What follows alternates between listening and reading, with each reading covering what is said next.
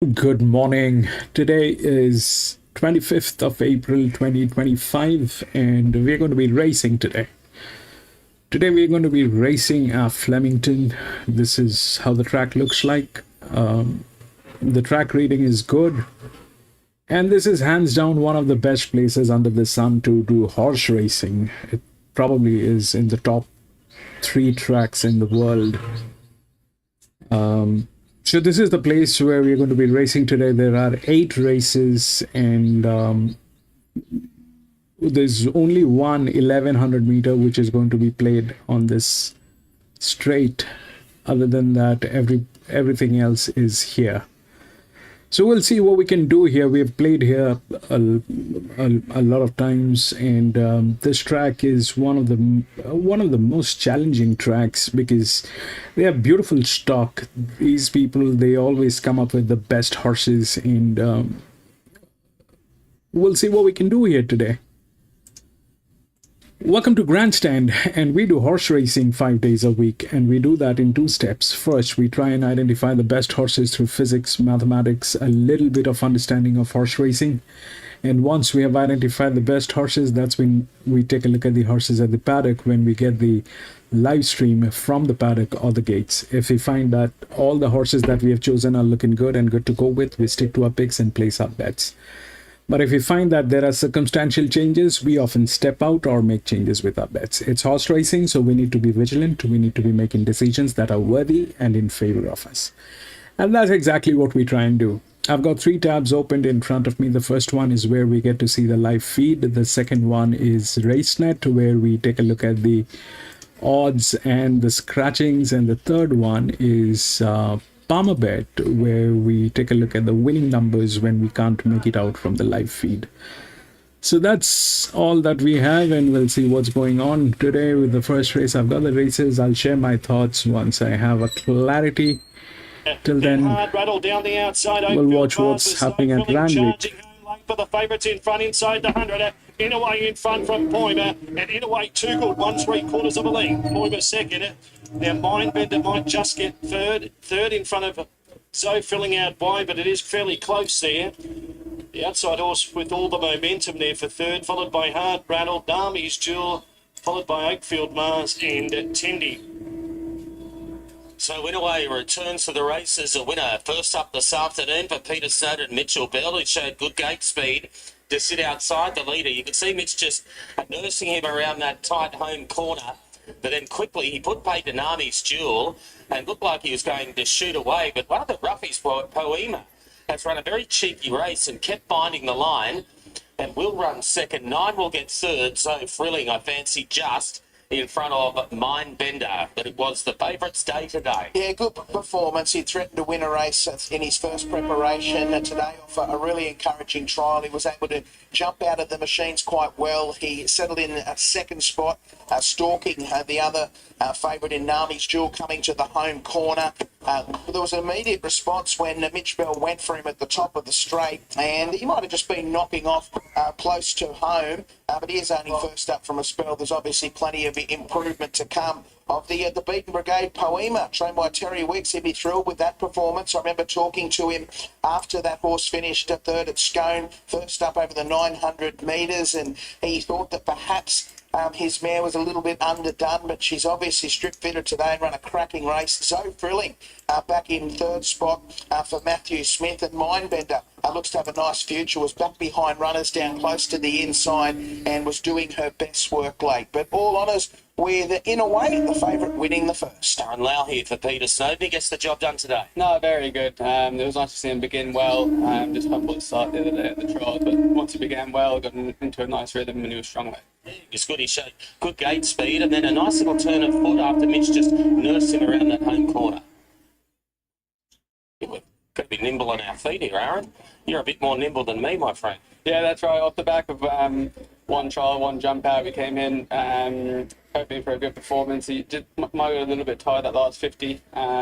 A good ride by Mitch and almost numbers with him. You might give him a bit of confidence now that he's done that. Yeah, that's right. He's a big, solid fella. Probably not the ideal track for him, but nice to break that maiden today going forward. Great job. Thank you. Aaron Lau for Peter Snowden winning the first. As the winner comes back, he gets him by 3/4 of a length.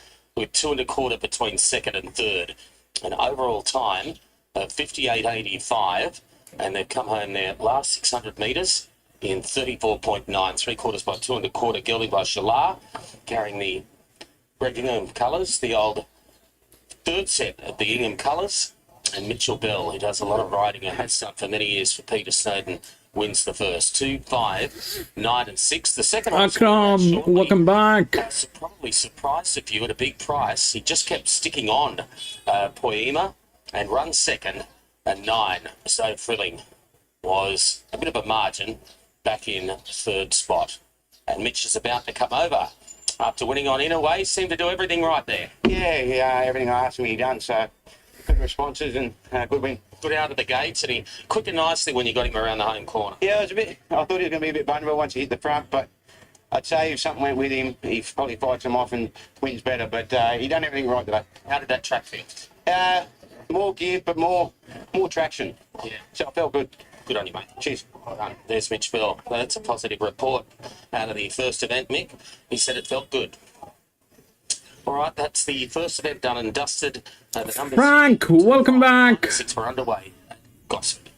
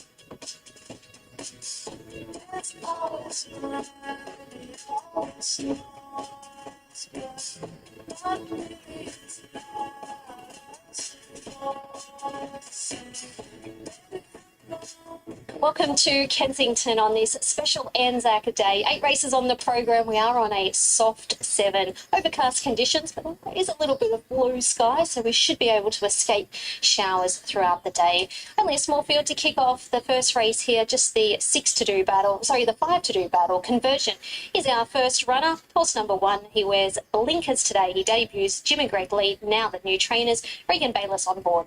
He's well trialled up. He's a 4-year-old having his first day at the races, and he's had 7 trials over 2 preparations. He's had 4 trials this preparation, and he has been ridden differently on a few occasions. He was able to lead his trial 2 trials ago. He was given a squeeze, and I thought he responded quite nicely. He found himself in a very strong trial at Randwick. In his latest, he was ridden quietly. I thought he got to the line okay, beaten around 5 lengths. He probably pushes forward and sits up outside the leader, I would think, from that awkward gate, and he's handling the occasion well. Yeah, I couldn't agree more, Mel. Definitely handling the occasion well, considering it is his first day at the races. He is getting a little bit warm behind his legs there, but it is an odd day today. It's a little bit muggy, so I'm not surprised that maybe some of them might get a little bit warm. I was kind of expecting him to have even more condition, considering this is him first up, but like you mentioned, he's definitely not lacking any fitness with the trials coming into this, and he parades that way.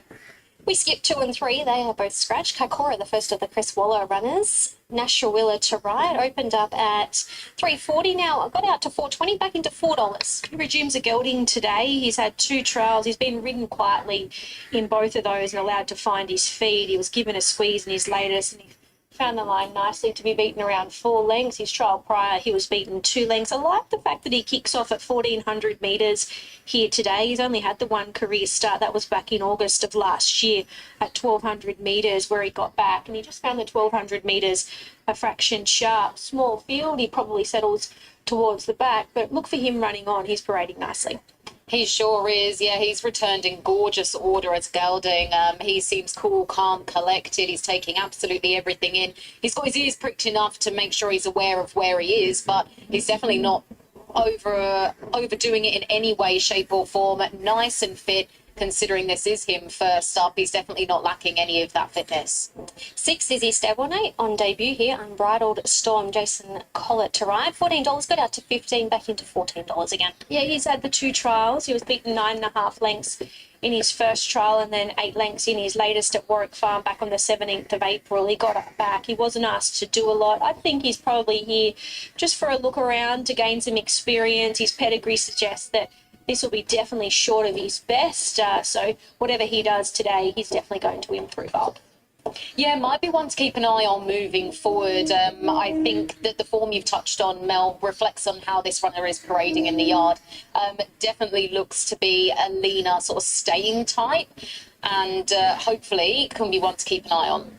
7 Ivy Legend winkers off today for Team Hawks. Reece Jones to ride. She was brilliant from back in the field 2 runs ago at Kembla when she was ridden quietly. Unfortunately, she fired up last start at Newcastle. She was right up on top of the speed and she just tired late. She was beaten around 8.5 lengths. Winkers off, as you mentioned. Soft gate. I think they'll try to gain cover in the early stages, and she's really come on nicely since I saw her last start. I absolutely agree, Mel. She's parading, well, absolutely flawlessly. Can't knock her in any way, shape or form. Coat is glowing, walking around nicely. Again, it is a little bit muggy here in the yard and she's not turned a single hair. Those red earmuffs very much doing the job. She's got a really nice supple walk on her. And our final runner is She-Rex, horse number 8. This is our favourite, Kira March Schofield. She's got the form on the board. She's had the 4 career starts. She's been placed in all 4 of those. 1 run back this preparation at Warwick Farm, where she settled behind the speed off a really hot tempo. I thought she batted on quite nicely there into 3rd position behind Engine Room, who goes around the short price favourite a little bit later on in the day. We've had 2 winners come out of the race. She doesn't mind getting her toe in the ground. I wouldn't say this is a perfect parade. I'll let Kirsten touch on that. She's a horse that I'm not overly familiar with, but one thing I can tell you is she lacks no fitness and she's got the best form in this race. Yeah, parade-wise, she's definitely getting a little bit warm. She's got that foam between her legs. You can see some darkness running through her coat just from the sweat that she is producing. She is a chestnut filly, though, and we know they can be a little bit hot and spicy. Considering that, she's very much keeping it all together. She's got the 2 handlers on her and she is keeping it all together, even though she's clearly ready to rock. And you mentioned, Mel, that she's not lacking any fitness, and I completely agree. She is rock solid fit. Okay, jockey's about to be legged aboard for their first race. Aussie Joe is with me. 4 runners for the Mars stable today. She-Rex, she looks right. How is she? Yeah, she's good. She went into first step run, just the 1 trial under the belt. Should have come planning for that. Stepping up to 14 with suit. She's run well on tracks, a bit of give, so yeah, it looks a nice race for her. Do you think she'll control out in front? Doesn't look to be a lot of pace. Be positive away. She's got good gate speed. If she's in front and control, that's fine, but we don't need to. But she put herself there. So Long Farewell debuting in the next race. Yeah, it'd be a nice horse in time. He's still learning his craft. He's a big super set gelding. A couple of trials last prep, he was still a bit raw. He's come back better. Just tried him to run well today. It's a good starting point. He will improve on whatever he does. Race 3 Lynx was really good late. Got going late in the piece. Yeah, she was very good. She's done well the last couple of months. She's probably doesn't have much of a ton of foot, which is why she lacks the straight so much. 1250 probably as short as she wants now, but small field. She'll enjoy the give. She looks very well. So no, I think she can run the race today. What did you think of Linwood's first up? Was it disappointing? No, it wasn't. If you watch the first run when she won a maiden, the 600, she looked like she was gone. She just wants further. Last bit of the race, first step was very good. So stepping up to 14, be a big positive. Keeping the track, she'll enjoy that. She won't further in time, but I think still a good improvement today. Some nice chances. Best of luck. Thank you. Okay, Mel's with Michael Hawks. They have Ivy Legend. Good, this filly was obviously very good from back in the field at Kembla last start. She just fire up a little bit last start? Yeah, last start, obviously, she's probably a little bit close. She got a bit revvy and probably took its toll in the end. Today's race, a bit tricky, obviously only 5 in it. Probably comes into a bit of tactics, but like our normal instructions. Just I said to Reese, just get her in a lovely rhythm wherever she is, so she can hit the line. So hopefully they do run along, and she can just get into a lovely position and hopefully get on the back of something and hit the line good. Split it up here. Okay, Kirsten, who do you like? Well, that's a great segue for me, that interview, because it's Ivy Legend on top. I think the favourite looks incredibly fit, but I just think on looks I can't pick her. So Ivy Legend, glowing in the coat and looks rock hard fit. So, Ivy Legend's been well supported. Ivy Legend. For a second, he's moving it down for the first 8 races for the Anzac Day program here on the Randwick. Late male 8, 4, 7 and 1. Happy to be with She Rex. Although it wasn't a perfect parade, she's got by far the best form in this race. Kikora with the obvious danger. Ivy Legend presented in her best possible condition, and Convergent best of the rest. 8, 4, 7 and 1. The first. Come by. Ready now. And they're racing, and the favourite She Rex anticipated the opening of the gate brilliantly there and lands in the lead from Kakura. Then came Unbridled Storm from Ivy Legend, and Convergent here on debut's been eased back to sit last. She Rex, after the good getaway, is just hacking along in the lead by a half length on Kakura.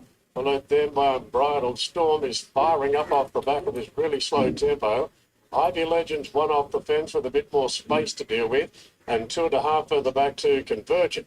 So Chad Schofield going as slow as possible here on the favourite She Rex, a half in front to Kakura. Unbridled Storm having its first start today, travelling a bit better now. It did fire up in the early part. Ivy Legend 1 out, 1 back, and 2 lengths away to Convergent. So She Rex jumped brilliantly there and has gone along at a pretty sedate tempo. 600 to go. She Rex a half in front to Kakura. Then Unbridled Storm from Ivy Legend, and Convergent taking closer order, pulling to the outside. She Rex comes around the corner. A narrow leader here from Kakura. She Rex the inside of Kakura, and Convergent sustaining a good run, coming right down the outside, laying it a bit under pressure. She Rex is being seriously challenged here by Kakura and Convergent, and Ivy Legend coming off heels now. It's Convergent the outside Kakura. She Rex is trying to fight back, doing a good job of it. Convergent can't beat them off, but it's gaining the upper hand, and Convergent in the Anzac Day Silks will win the first, beating Kakura and She Rex. Ivy Legend every hope 4th, and Unbridled Storm weakened out to finish last. Number 1, Convergent for Jim and Greg Lee. Regan Bayless on board. He debuted today. He's only a new acquisition to the Jim and Greg Lee stable. He's had a couple of trials for them, and he's been too good on debut. He defeats 4 Kaikoura. Back in 3rd spot was She Rex, and 7 Ivy Legend will wind up in 4th spot. But Mel, I said to you when he walked into the yard, I said, geez, he's a lovely type, isn't he? And you agreed? We didn't know he'd do that, though. You know, he looked the part in the yard, Shani, and one thing that he did everything right today. He'd been well trialled up, 7 trials to prepare him for today. He was very good over the final stages. He'll probably get out over a little bit further, but love the way he let down towards the outside. I thought our second horse, Kakora, is probably a horse to follow into the future. He's going to be a horse that'll be better when he gets out over further, but he's come back a far stronger horse this campaign. She Rex, our short price favourite, had a chance. She led at a moderate tempo. She just battled on there for 3rd position after settling in the 1-1, but could. Right, this is what we've got for the first one. Now, I'm not going to get into the first one, that's for sure. We'll see how it works. Now, we've seen these 2,500 meter races, not at Flemington, but we've seen these at Randwick, especially with some of the strongest races that happened. Now, that 5 is the favorite. All right, the 5 is the favorite. It's well within the rails. If you look through the odds, it's 5, 3, 8, and 6. 5 is the favorite. Now, there's a logic. This is a 2,500 meter, And this horse, if we look at 3 and 5 and 7 and the rest of the horses, then this is the lowest. This is the lowest. Okay, so far that we can see, this is the lowest.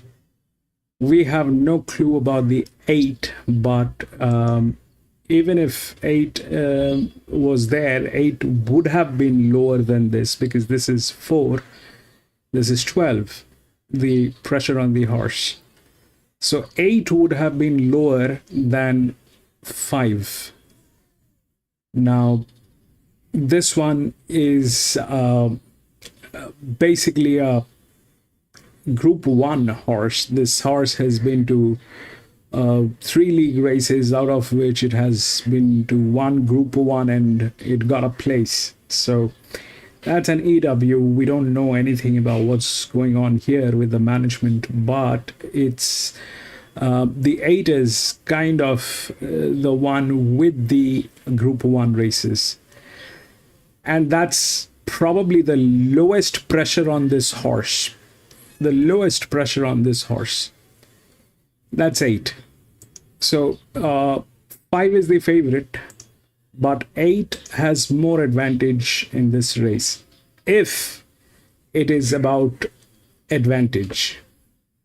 But the races that we have seen at Randwick, I don't know if this is going to play this, but the races that we have seen at Randwick on this distance, 2500 meter, then it is pressure line.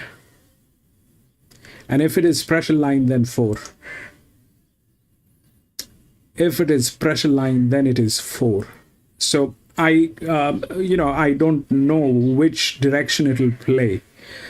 The 4 is a fabulous horse. It's a 6-year-old gelding. If we look through the pressure line, that's the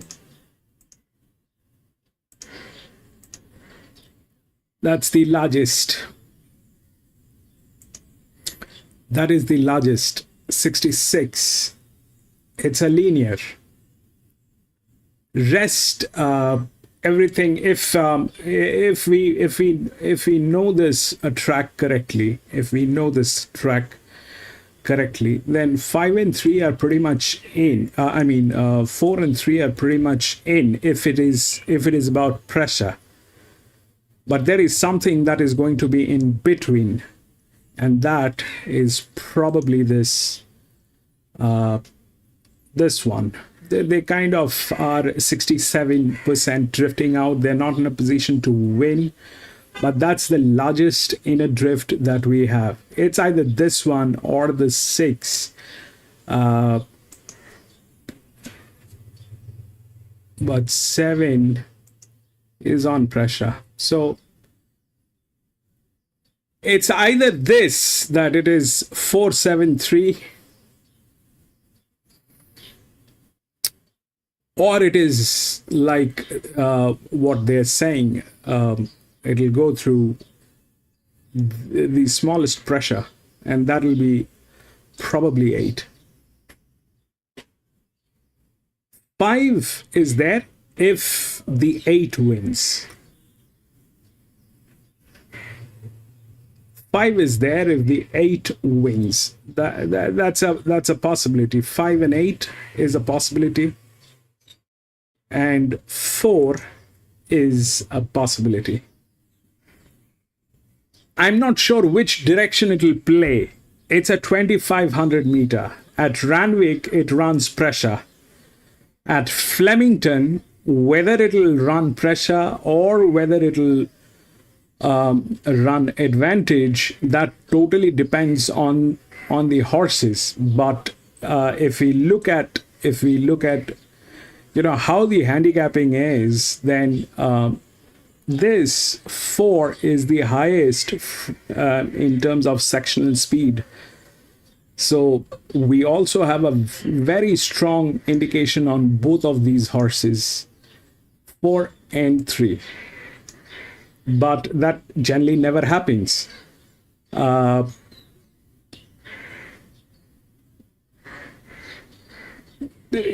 something else will get in. Probably the 5, probably the 5, the 6, the largest outer drift, which is in a better position, the 6, which is more likely because that's gate number 5, this is gate number 4. If the jockey is smart, it'll tail.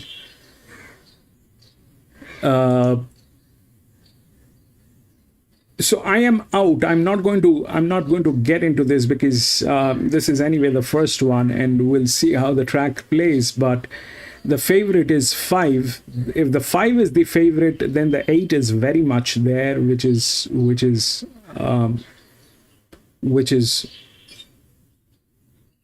a lower pressure. This is 12. This is 4. This has Group 1 races. And that's a lot of advantage for a Group 1 race. But will that advantage work, or the pressure will work, is something that we need to figure out after the races. We'll see how that works. 3 is there in some way because it's the best hand. The physics is very strong on this, but the pressure is more on 4. So that's a possibility that it's 3, then 7, then 4, or 4, then 7, then 3. It's like that, but probably 7 is in between. Probably 7 is in between. It's either 7 in between, which I mean, the physics is on 7, but the management sucks on 7. The other drift which is there is this one, but there's no pressure on this one. The pressure is here on the 7.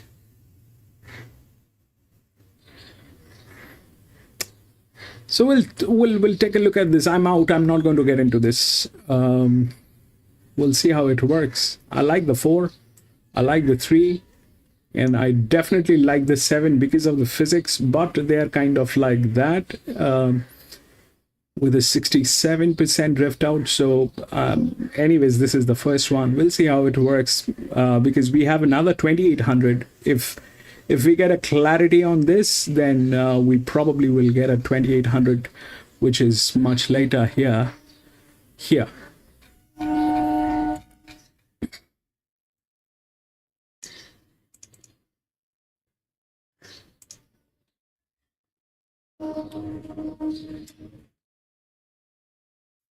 Frank, 4 is a possibility, Frank. If it runs the pressure, the 4 is in. At this distance too back when, but it's a 2500 meter. Randwick runs pressure. Randwick runs pressure, and both of them are like they have best of the best stocks. So on to number 4, this is Bold and Blaze. It's a good 4. The last time when we raced, I don't know if you remember, there was this 6-year-old mare at Randwick. It was a Cup Day, I think. It was the Australian Cup Day, or and then didn't give a yelp at Hawkesbury that won with about 6 lengths. Sutton Road is number 5 at $14. Rod Bailey combining with Jenny. But that was Randwick. That is 410. This is 450. By far and away his best run today. We'll see how it works. On the 3rd of April, when finishing 4th behind Bathsheba. He worked to the line well. I think he'll be suited going from 1,000 up to 1,200. Number 6 is Dial of Destiny. And this is the favourite. 220 this morning, now 235 for David Payne and Jeff Penza. Was expected a long price of Wyong last start when he went straight to the front, adopting Catch Me If You Can tactics, and Famous One got him close to home, but I thought it was a break. 6 is now favourite. He will have taken plenty of benefit from that run, and I think if he adopts similar tactics, tries to lead again, he'll be hard to run down. Has been speaking for Oakfield Cena, who returns it doesn't look like today, that. $15 now into 11. For Damien Lane and Andrew Atkins. Well, she has had plenty of chances. We haven't seen her at the races since she finished down the track at Newcastle. over a mile. That was behind Rhinestone Lad back in the middle part of December. It's had one trial leading into this, finished fifth on the Beaumont behind Bubba's Bay, not beaten all that far. She gets a good draw here, perhaps a place chance. And Yes Kiss is the last of them big odds. Mitch Stapleton riding for Wayne Sealand. It's at 11 starts, yet to get into the placings. Beaten an awful long way there at Newcastle last time out over. There's plenty of entertainment and a very special This is Flemington. ceremony to take place after race number 4, the VRC just doing so well.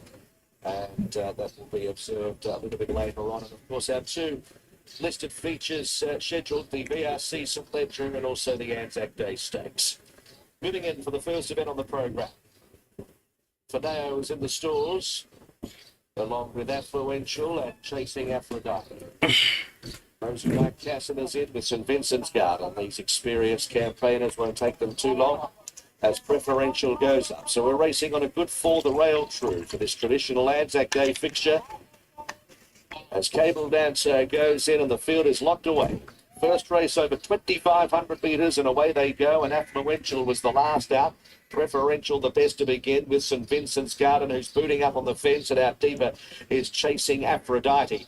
At the judge, Chasing Aphrodite, that Preferential St Vincent's Garden, and out wider on the course, Cable Dancer also staking an early claim. Faneo's going to drift out of that speed battle. Mozu Marcassa next on the fence, and Affluential is at the end of the field as they head towards the riverside. So with just over 2,000 metres to go, Chasing Aphrodite is going to lead it, followed by St Vincent's Garden box seating, and Cable Dancer around the outside will sit outside the leaders.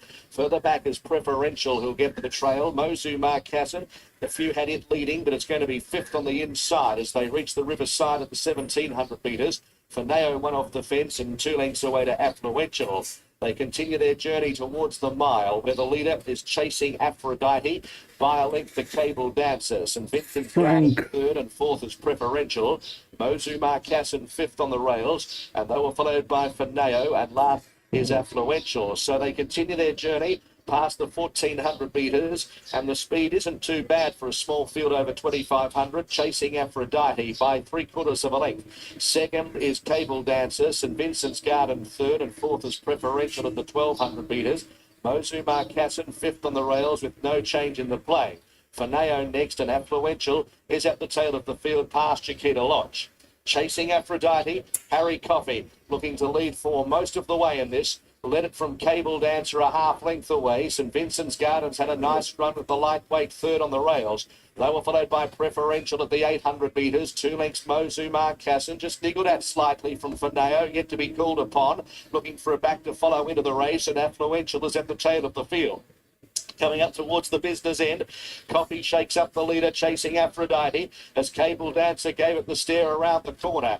There together, Cable Dancer just about getting the better of Chasing Aphrodite, shown the whip. Preferential to the outside, St Vincent's Garden looking for a run. Then came Faneo as they sprint up from Affluential. Cable Dancer, 300 metres to go, has plenty of company. Faneo on the outside, chiming in, then Preferential and Affluential. At the clock tower, it's Faneo in front, led by a length to Affluential, who's trying hard. Faneo with 50 metres to go. Affluential is trying to wear down the margin. It's going to get close as they reach the line, and that's a head bobbing go. A head bobbing I think 4 got it. Faneo and Affluential leave that one to the judge. They were followed by Preferential. Cable Dancer fighting that third from St Vincent's Garden. Yeah, I think so.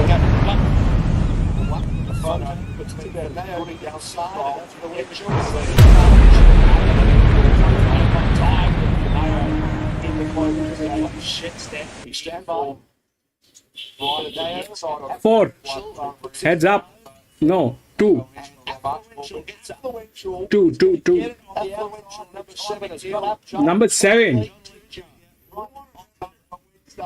So that happened. That's 7 actually. Now that's 7. 7, 4, and then probably 5. 7, 4. In what? Other place anyhow. Well, that'll be huge, Frank. Even a place is going to be huge. That thing was not even there within the top 3 odds. Yep. almost being hailed the winner too, but with the light back, Jet Stanley aboard and it's Melbourne Remarkable 1992. We stand by for 283 flag to the prize. The class 6 preparation for getting 25 ahead of Results. by 2:34. No, 2 beats 4. They're saying 2, right? 3.5 seconds. But it's the class record that Lake Pesto will not have a slow band. What are we with? Any stretch either. Short half head, like 2 and a bit quicker than what it was. Short half head, 2 and a bit slower. So getting the bump right on the last line. But leave it play things up. First to been on Anzac Day. We spoke about that regarding full. This is Ledger and a mate Nerdot. Manchester Star number 5. It's $18. But really, the other thing this is a racing too. 7. Let's check. 7. Oh, I mean, the physics is there with the 7. I was Flemington still closed.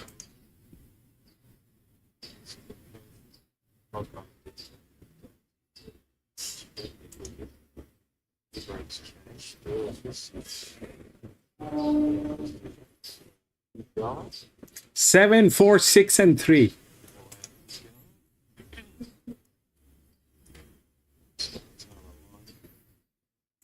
So we'll take a look at what happened. So 4, 7. 7 was the inner drift. All right. The result is 7, 4, 6, and 3.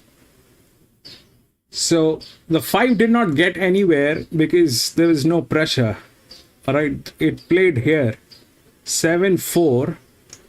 The 2 was the horse, which was a neutral anyway, and a horse will do whatever the horse will do. So that's gone. 6 got to the 3rd position because it is still a little better. But here was the game. 7, 4, 3, 7, 4. The problem is the jockey. This jockey is a moron. Moron as in like he did not have the technicality. He did not have the, I mean, this thing is not based on the jockey statistics. How many actually he won, how many actually lost. That's not the fact here. The fact is, what is the advantage and disadvantage that he has? This one has advantage. The highest advantage was definitely with 5, the best jockey. This is a disadvantage. This is an advantage. And this one falls in between. This is also a good jockey, so it just went through. But the last, I mean, if we understand what happened here, why the 7 went through and why the 4 did not win, even after having the right measurements and everything, the only explanation is the sectional speed on the 7. All right, this is the gate speed. This is the sectional speed. I was wrong. I mean, last time when I spoke, I said this is the section speed. That's not right. This is the sectional speed. So that is the section speed. And here, this is the last 400 meters. All right. This is the last 400 meters we are measuring. So that's where it is. It had the speed. But it was a bad management. I mean, I would not go with a 7 to win. It definitely had the physics to come in second. This is second horse pool. But today, because of 2 reasons, one is the sectional speed and second is the jockey. Because of 2 reasons, the 4 lost.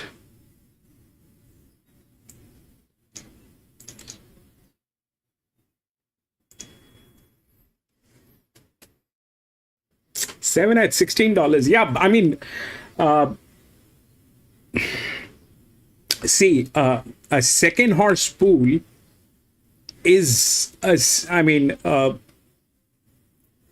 a very strong chance, Frank. The second horse pool is a very strong chance if there is a little disbalance on the first one, a little, whether it is the jockey decision or it is the any kind of monkey business that happened during the races. If that, the second one is the second horse pool. So what happens generally is it's always odd and even, odd, even, odd, even. All right. It's never the straight line. It'll never be the straight line, even if you look through the the gate speed or the performance or any sort of stuff. Let's go with the body weights. All right. Even if you look at that, it is always going to be odd even. You see how they lay out things? Do you see how the things are laid out? This one is an odd one. This is an even one. This is an odd one. This is an even one. This is again an even. This is an odd. This is even. So it is always laid out like this. So 3 and 5, if they were the top favorites, they cannot come in together. There's always one which is an odd one will come in. If we go through the smallest, let's say 5 and 6, all right, 2 of the smallest. If we go with this, that will never be the same. This will never be. It's very rare. Let's not jump to conclusion like that, but it's very rare. Like there was this Dubai horse the other day that came in after this. So that went in a sequence. I thought that will not work, but that Dubai horse, probably at Randwick or Flemington, I don't remember, but that came in right after the favorite. So that happened, but generally it doesn't happen like that. It's always the odd even factor. Dubai Honor, right? Dubai Honor.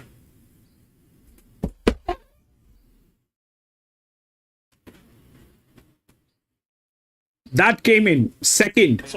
I thought it'll not get there. I mean, it'll be probably third, but it came in second. I put Cosmo through that we get fourth. Well back there wasn't a big match move from one adult all-round good guy. It was something like 30 to 50 into about 10 to 1, but that's gone all the way back out the other way. And just because they put it in that particular layout, that it's always odd even, it, start point here. then you need to. Set to run. Welcome everybody. Doomben was good. I did not place a lot of bets at Doomben, but Doomben kind of gave us a lot of clarity. Back off again. Doomben kind of gave us a lot of clarity. Doomben was good. It was soft. Platform. Lewis, welcome back.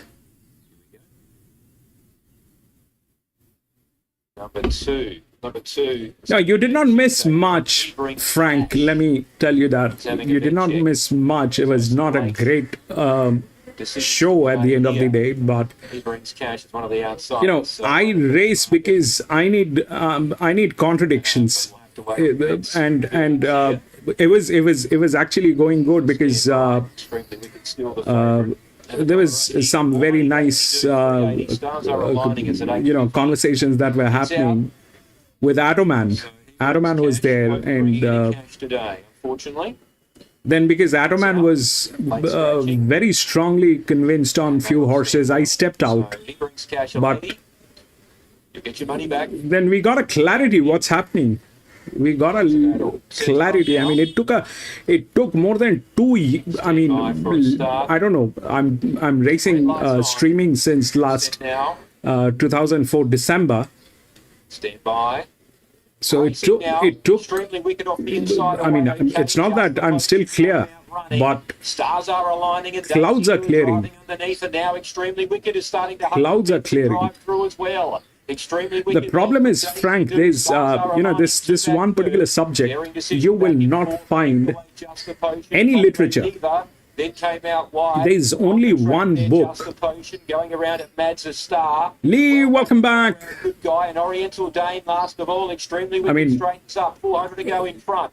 Daisy Do's a length away down the middle, a length away then to Daring Decision. Others headed by Cosmo Diva, running on out wide with Stars Are Aligning. It's still Extremely Wicked. Daisy Do's got about 150 to run it down. Then Daring Decision. Daisy Do goes up to Extremely Wicked. Daisy Do struck the lead inside the 75. Extremely Wicked's got no more to answer for, and Daisy Do's going to drive away and win the first. Daisy Do first, Extremely Wicked about 2 away second in the end, so it's a handy performance by the winner. Third placing Daring Decision, a gap to the others, headed by Oriental Dane, might have just scraped in for fourth from Cosmo Diva, Mads' Star. Well back was Just a Potion, and Stars Are Aligning, an all-round good guy. The last pair in late scratching of he brings cash. Loading up shortly, win last. Nice chocolates, 4-year-old mare, Daniel Moore, even money favourites. Chocolates up to 1200, close to winning a race at Ipswich over this distance. Well, of Grant at 1,000. Welcome back, Lee. Thank you for being here. She's quite good in her jump outs. That's Ray Repairs, Patrick Maloney. The problem is there's no guidance on this, Frank. There is no guidance. There is you will not find any videos that has a clarity on how things are. There are no books, apart from one particular book called The Skeptical Handicapper. There's one book, but the gentleman, when he actually, the author of the book who wrote that book is a genius. He's a genius. When he did that, he did not have the support of the data or the technology that we have today. But what he did was amazing. If you have a chance, read it up. It's a good read. It's a very good read. Swing Low goes back to last. Night Beauty was one of the first to get out. Castlefield Flyer. And back in the days, he did not have the support of the... It's called Skeptical Handicapper. Then comes After Sunset, travelling back on the inside and Blink now. Skeptical Handicapper. You'll find it in Amazon. They're 2 lengths clear of She Thinks Ahead, Infinite Jest, and then comes Smart Moves third last. Swing Low and Fire River. Heading off the back, 700 to go, and the favourite takes... That's the only relevant book. That's the only relevant book. I mean, they have been able to, keep this as a secret like Coca-Cola. Nobody knows the chemistry of Coca-Cola. I mean, we've been racing, this is like 10, we have raced about 10,000 plus races. We still have no clarity, but we're getting there. Getting there. Nice Chocolate deserved the win and did it in style. Getting there. On Castlefield Flyer, Infinite Jest came through from the back to run there. Anyway, we'll go to the second one. And then came Swing Low, making up many lengths to the 16 minutes to go. Huge scratching. I hope I got the scratchings right. 8, 14, 19, 1. Here's another Blink, has finished along last. Nice Chocolates. Daniel Moore for Dan Marr. 8, 14, 19, and 1. Looking since a victory at Cranbourne was usurped late, but there's no beating her tonight. Randwick. It's been able to find on pace roll. So we'll be ridden patiently and hopefully she can find the line. I won't ask you about the rest of them because we're running out of time, but thank you, Zane. Thanks, Shani. Okay, Kirsten, who do you like? Shani, I'm glad I got the tick of approval from you also because it is Satin Sparkle on top for me. She's just a beautiful mover. She was a real eye catcher, really nice, supple movement all through her body, looks really well balanced, and I can't wait to see what she does here.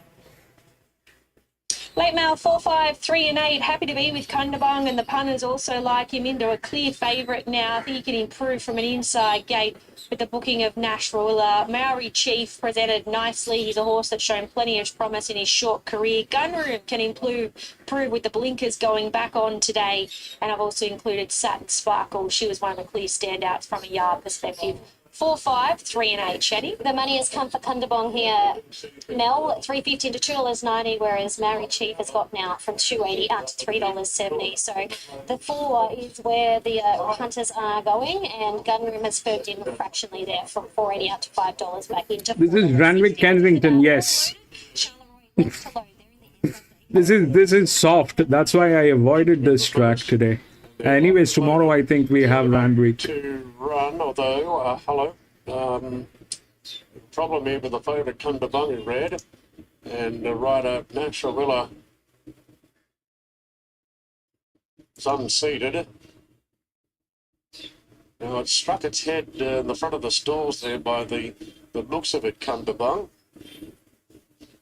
So the favourite will undergo a vet's examination here, number 4, Kundabung, having been restless in the gates. This has been a well-backed favourite. Whether it runs or not is now in the hands of the vets. We'll have a close look at this runner behind the starting gates. This runner up at Newcastle behind Damien when resuming has a shadow roll on Kundabung. Did get rather agitated there in the gates. Looks as though Nash is releasing the saddle. 121 late stretching here, Kundabung. Late stretching the favourite. Kundabung's out to Maori Chief. And Gunroom, the favourites now, they're off and racing. Satin Sparkle left well. Quickly on the scene is Gunroom, so long farewell. And Maori Chief is right up there as well, but being restrained for some cover. Followed then by Diamond Show, the orange plonk down on the rails, and the inside is Charleroi and Face Off. So Gun Down in a far more forward roll here leads the way by 3/4 to So Long Farewell. Satin Sparkle gets the leaders back third. Maori Chief 1 out 1 back.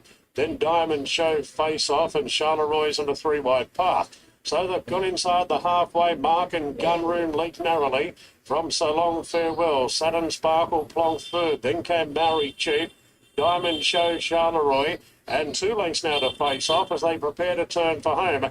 Gunroom in front by a length now to So Long Farewell. Satin Sparkle has to stay towards the inside as Maori Chief is easing 3 wide. Into the straight now, and Gunroom shows the way by 2. Maori Chief is closing in hard on the outside, and quickly Maori Chief raced up to Gunroom. Satin Sparkle's not picking up on the rails, and further back to Charleroi, but Maori Chief has drawn a length and a half clear to Gunroom, is holding down second. Maori Chief wins the maiden today, beating Gunroom, and closing off quite well the debutant Charleroi. So Long Farewell in fourth, followed by Diamond Show, Satin Sparkle. The wheels are spinning on the fence, and Face Off was last in. Maori Chief at start number 6, he's able to break his maiden stay. He was a drifter in the market and all the money was coming for Kundabung, but unfortunately he was a late scratching at the gate, so Maori Chief was our favourite when the gates opened there, and as I said, he's been able to break through at start number 6 today. He defeats number 3, Gunroom in second spot. Charleroi was good late, and So Long Farewell was in the top 4 as well. But Mel, Maori Chief, pay the believers, I say. Yeah, no surprise to see him do it. He's had a big rap on him in his short career, and the key today was he just got that beautiful running transit. You could see at the top of the straight, Adam was happy just to hold him together for as long as possible before he asked for the supreme effort, and he showed a good will to win today, so a good confidence boosting win. It wouldn't surprise me to see him go on with it. He had a bit of improvement to come fitness-wise, and he'll take that nice natural improvement now with that run under his belt. I thought Gunroom had his chance. He had the blinkers on today. He did all the work out in front, but has battled on nicely there for second position.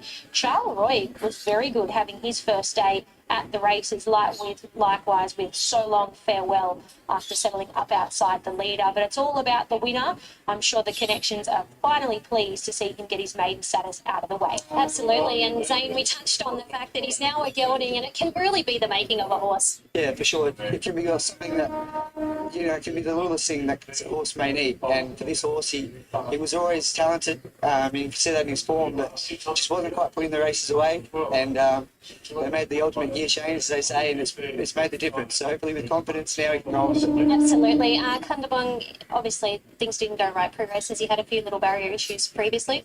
Yeah, he's had multiple issues previously, but we're trying to work with the horse. He's very much a work in progress. Right, this is the second one. If we look through the odds, it's 8, 14, 19 and 1. 8 is the favorite. If we look through the pressure line, there are 2 horses with the same pressure. Okay, there are 2 horses with the same pressure. Obviously 8 is there, but that's the linear with a very beautiful management. And if we look at the pressure line, then it's 2, 13, 2. That's gate number 1. But let's also take a look at the management here. This one is a little difficult management because like that. If we take a look at the physics, then the 13 definitely has the physics.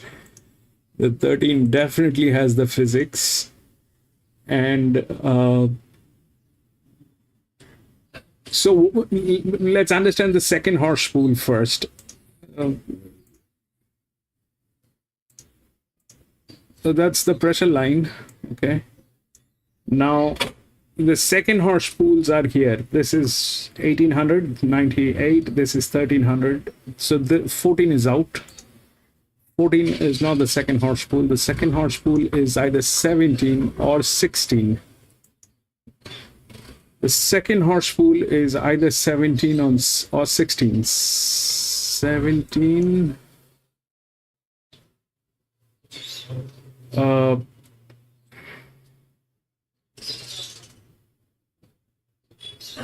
That's the second horse pool, right? This is 17 or 16. 16 is very, very wide out.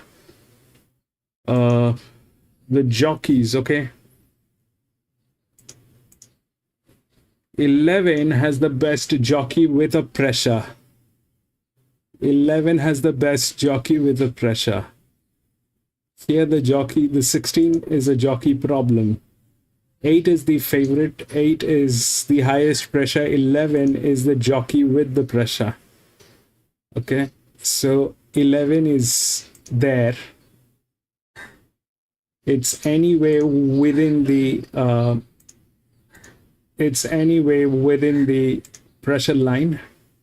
So if 11 is there, if we consider this is the third horse pool, then what is going to be a second one?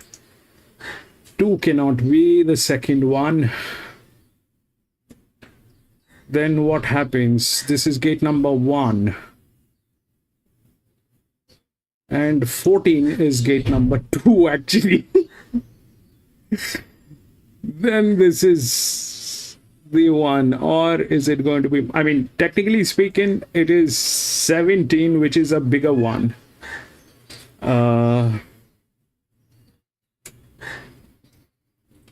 The jockey is also better on this one than this one. This is 30.7, this is 32.2. 17. So it probably is 8. 17.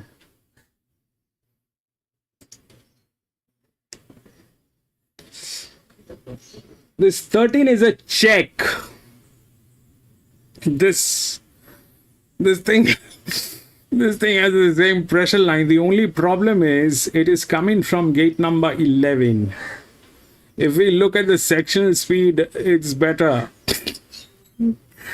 13 is better. But this is with management. So 11, 9 and 11, I mean, that's where the force is, right? So the outer lines are the force. Then what will be? Then probably it'll go to the jockey. One of the jockeys, 11, gate number 1 will get through.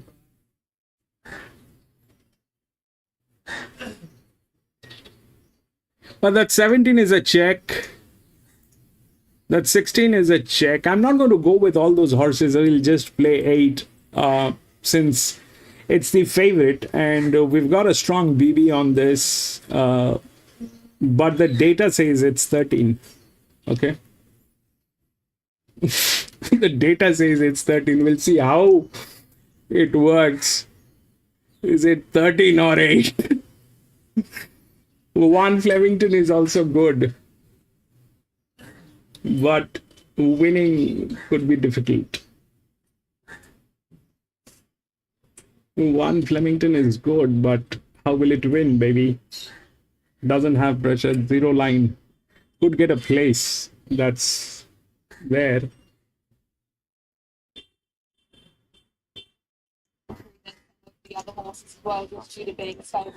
I hope the 8 is not getting tailed. Where is the 13? See, this is what decision making is. See, I mean, you have to take a call. The 13 is definitely with a better management. 8 lacks management for sure. But 8 is a better horse. 65.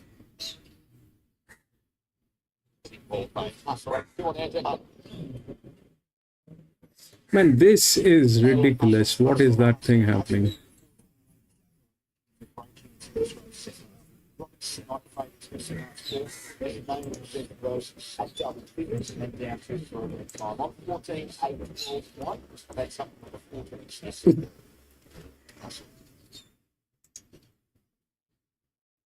That's 15.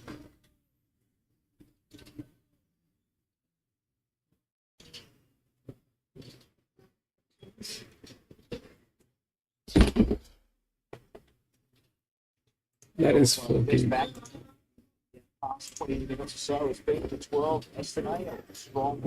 No, 100%. Man.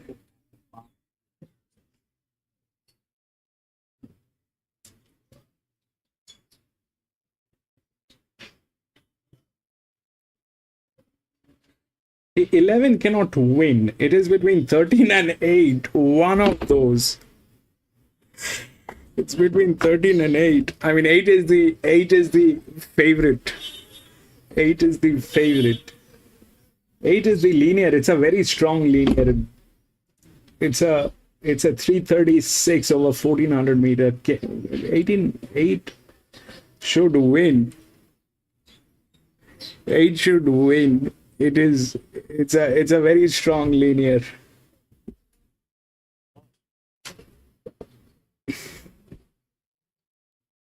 Yeah, it is one of the best horse, hands down.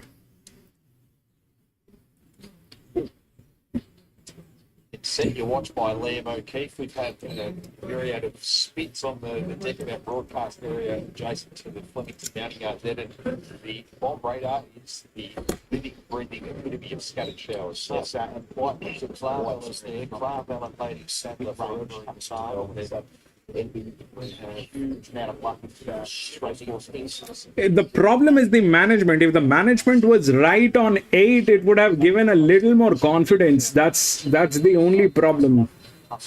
The management is a problem with the 8. But it's a linear. 1400 meter will go. I'll try and see 8. racing, about $6 10 for 14 ladies Saturday. On the track.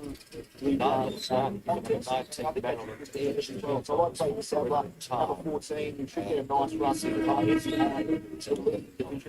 That scores on the left Caroline, race 2. You've touched $3 now, back to $2.80. So what? There's always been a bit of rise, right? There's been almost Eagles, 2 short on bikes, and this is quite a surprise at the gates. Race positive on the program. So the Liz Caroline 3-year-old fillies here, the full complement down at the store point here. That's listed for Sunray at the Grandstand Gazette around the Melbourne area. The forecast is for the rain in between 2 and 3 months. So Tiago will be a bit of a play next week moment. And if the race gets the open race, we're big at ICBC last start chasing the smart market. Let's break the figure. 3 strong today. They're getting it at $3 over the top. What is that? The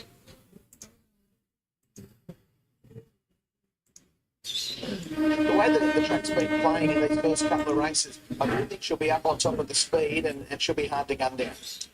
So at $3, our dual favourite, just out from 260. In fact, it was 240 this morning.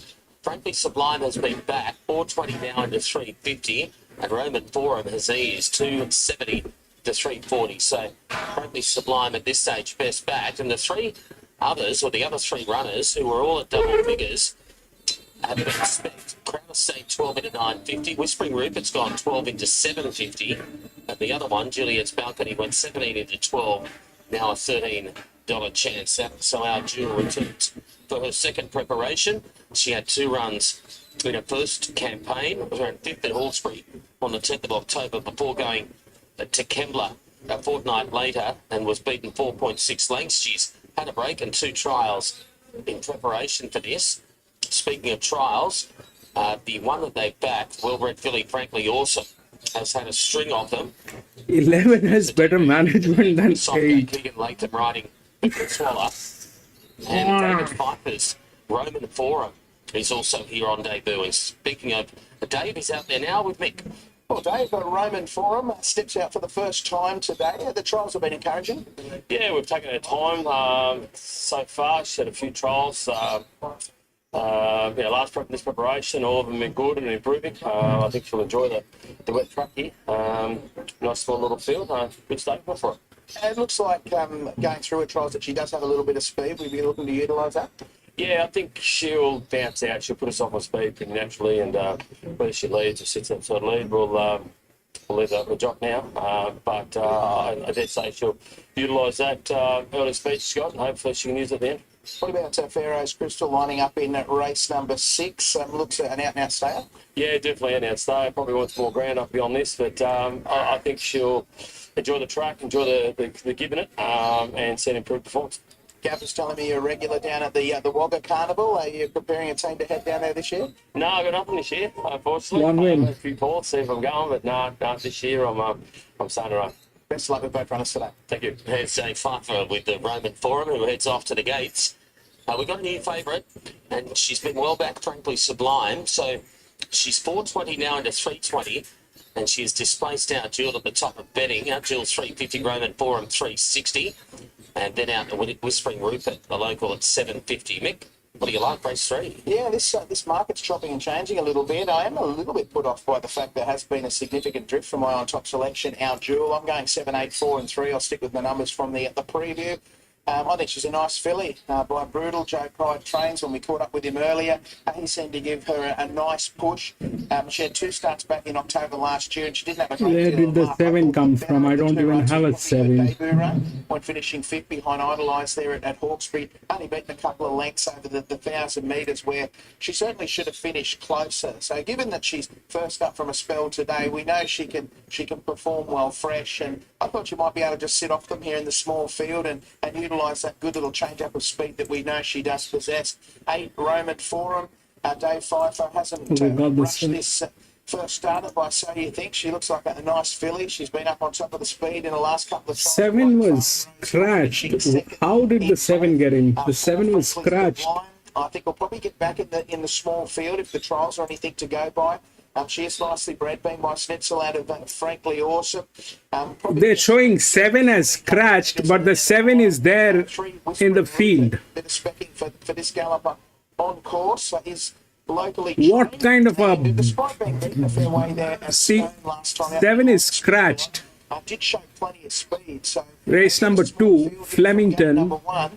7 is scratched here, but it is there in the field. What the fish is doing in the So field. now under 310, probably Sublime.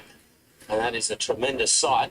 And it'll be similar pictures tomorrow fortnight when the big standalone coast meeting is run. Yeah, for someone that's been coming to the Gosford racetrack for so many years, back since I was probably around 10 or 12 years of age, it's so good to see Gosford getting these big feature meetings, and the coast in particular. In that case, the 7 has the highest. Far away now, and they'll get a massive crowd for that stand. My bet's gone in, but if you look at the 7, it's 136.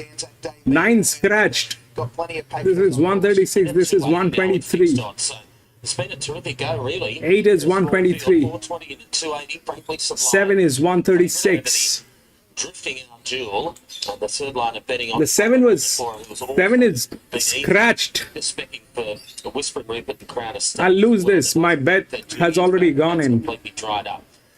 So it has been a program thus far of those that have been up on speed. And in fact, I missed Flemington. in the market early doors. Yeah, This is that's Flemington. Right. Going through Frankly Sublimes and trials, she hasn't. What are they showing?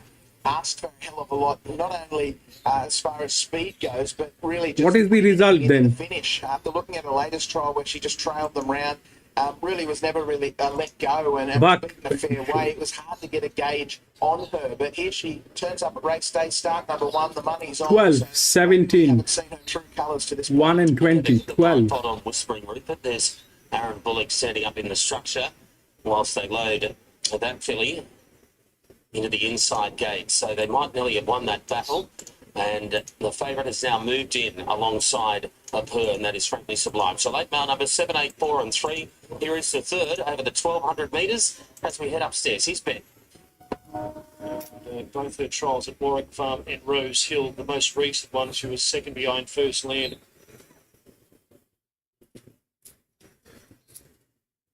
They're changing the feed.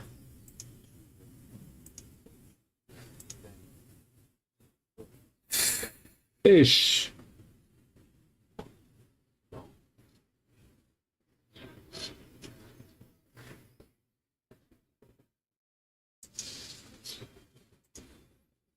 Twelve, 17, 1 and 20.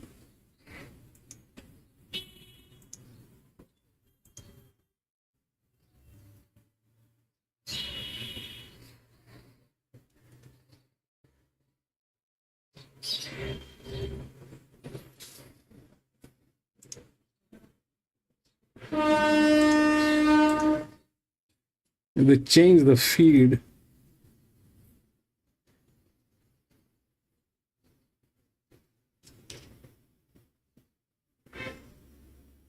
See?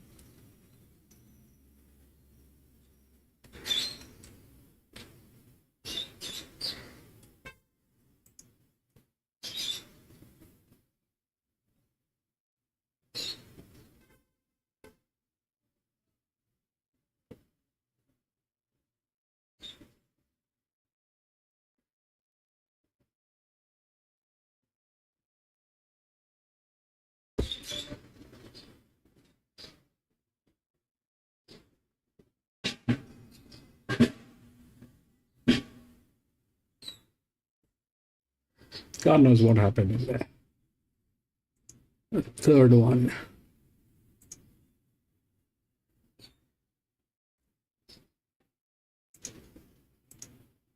One, 3, 16 and 8.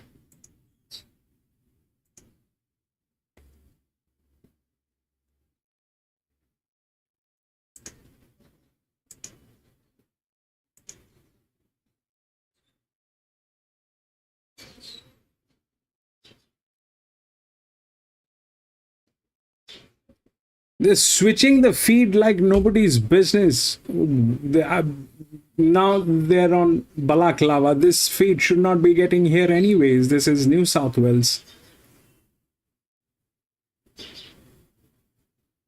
They're showing it at Flemington.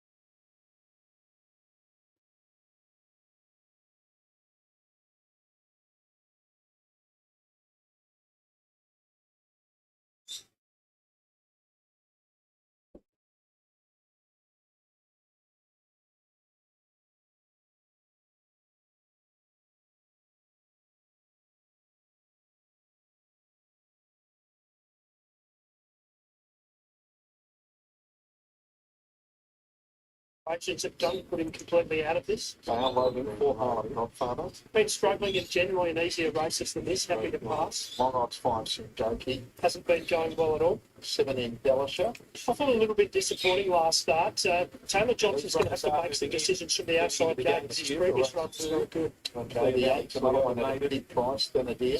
You're more than happy to leave Benadryl alone. 9 until Dawn is in market, the same Hard to work out what until Dawn's going to do. 2 of his 3 runs have been extremely poor. Put up lane at his end. His other run was okay. It was here. The map is very good for him.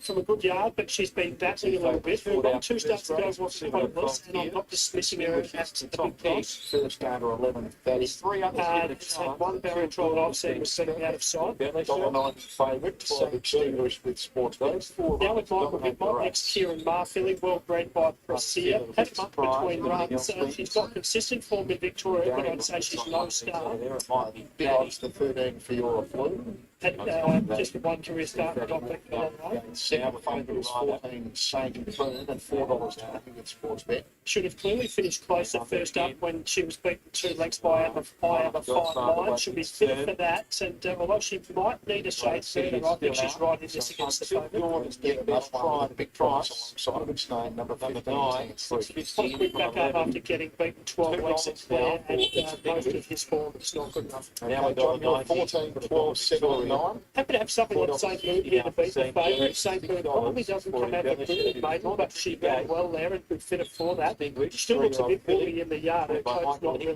coming through. Extinguished for Michael Hickmott, maps well, and comes out with some handy enough form races, but it's probably moved here because she's not quite up to that stronger Victorian grade. Embellisher was, I thought, a little average last start, but his run two starts ago was good. And until Dawn, not sure exactly what he is going to deliver, but he does get a friendly map, possibly leading on the run. So John, 14, 12, 7 and 9. Richard Edwards full run the action. Tips went to 12. Cat the favourite here, Extinguisher. He's gone 12, 14, 7 and 3. That'll leave Fanadia and Embellisher. So 14 to do battle. Fanadia goes in. Red light's blinking, so once Embellisher goes in, they'll be set on their journey here. 1400. So race 2, overcast conditions here at Balaclava. It's trying to rain, but not much success. So waiting for Embellisher, and they'll be ready to run. So stand by. 10 Credits drawn the inside. Alongside it, Sengoki. Extinguish is drawn nice and close. Barrier number 3. So here is Embellisher. So they're all in. The red light's already blinking. Starters in a hurry to get this going. They're set. And racing wasn't a bad line. Thaddy missed it by about a half. Embellisher goes back as well. 10 Pretty won the start with Sengoki and Extinguishes up there too. And Until Dawn is 14, pressing on as well. A length away in fifth there was Buster Dell. On the outside there of St. Boom. Then came Great City halfway down with the white cap, covered there by Bochiva. In the pink jacket, back about halfway down there, is Broadway Dancer. Then came Harlem Godfather. Two back then to Thanadia. It's around the outside there of Embellisher. And Thaddy and Fiora Blue, the last pair. So it's the despised outside at 10 Pretty. Enjoying its work up on the speed, led by a length and a half. Extinguished, though, is in hot pursuit as they're approaching the corner. Sengoki third, Until Dawn with the red jacket fourth as they approach the 440. Up there in fifth position there is Buster Dell. Others headed there by further back in the field. Great City, who's trying to get into the fight, and then came out wide a Broadway Dancer. So Extinguished takes over now. Chasing it down is Until Dawn. St. Boom is diving back to the inside. Then Great City. 200 to go. Extinguished with a little kick here. Found a length and a half now on Until Dawn. Up on the inside, St. Boom, but Extinguished is in front. They're not going to get her, I don't think. The former Victorians too quick. Extinguished is going to put them away and win easily. Second's a Photo. St. Boom or Until Dawn. They gap the rest, headed by Broadway Dancer, Great City, and Embellisher. That trio will fight out 4th, 5th and 6th. Then Harlem Godfather. Next in 10, Pretty. It gave you side punters if you backed it. Further back in the field came Sengoki. Well back in the field came Bochiva from Thaddy, Fiora Blue. Then came behind those Buster Dill, and Thanadia was last. All right, this is the third one here at Flemington. It's an 800 meter, and that one is the favorite. We'll do the same thing.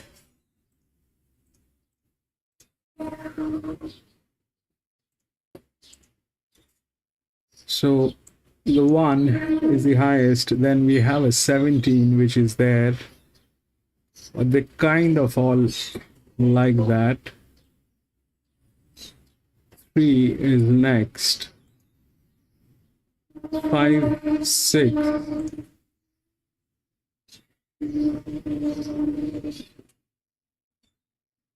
5, 6.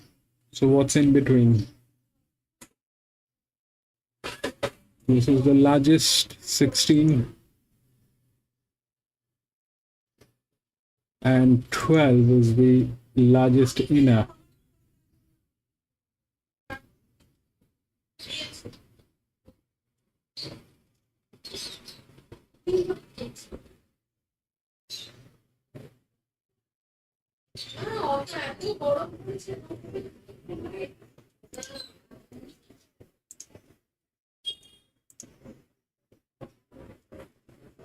Seventeen, 12, 3, 9, 16.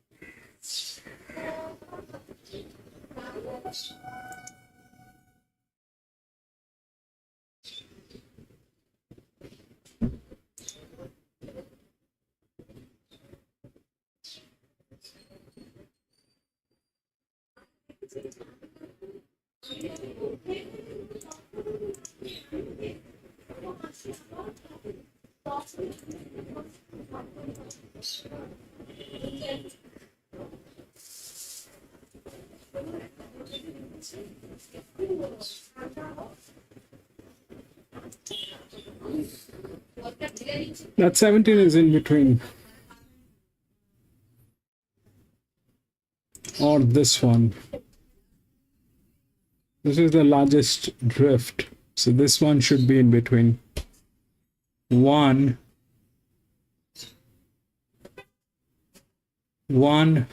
16, 3. 116, 3. And probably that's the fourth. 163. Play, try.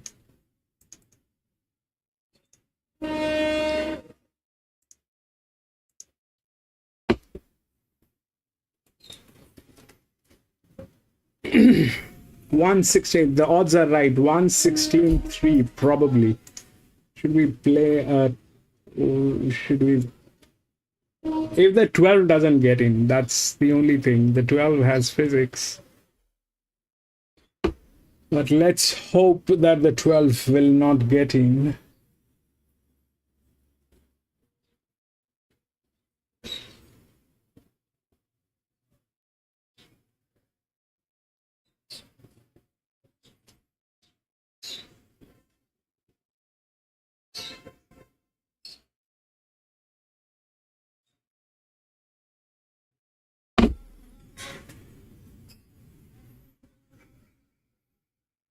Resistance is 116, 3, and 17, right? That 116, 3. Straight line.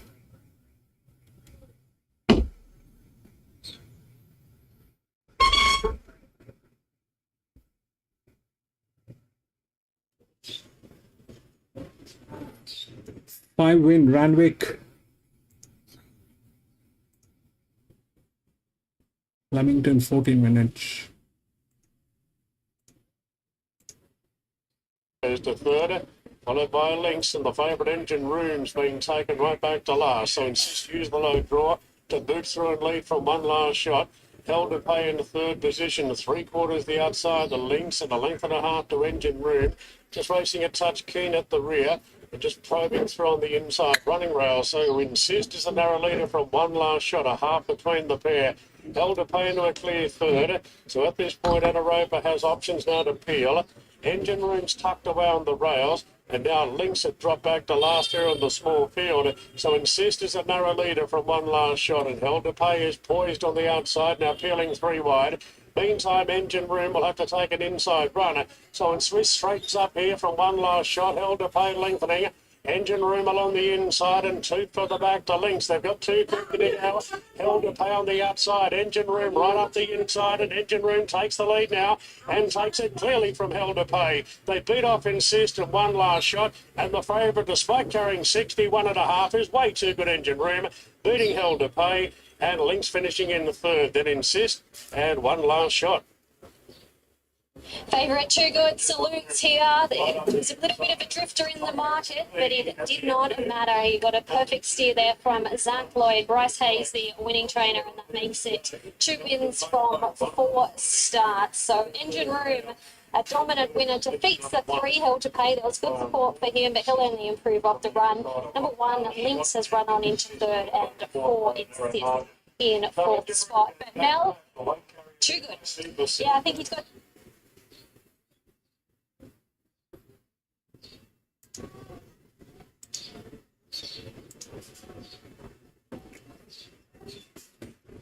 This is Royal.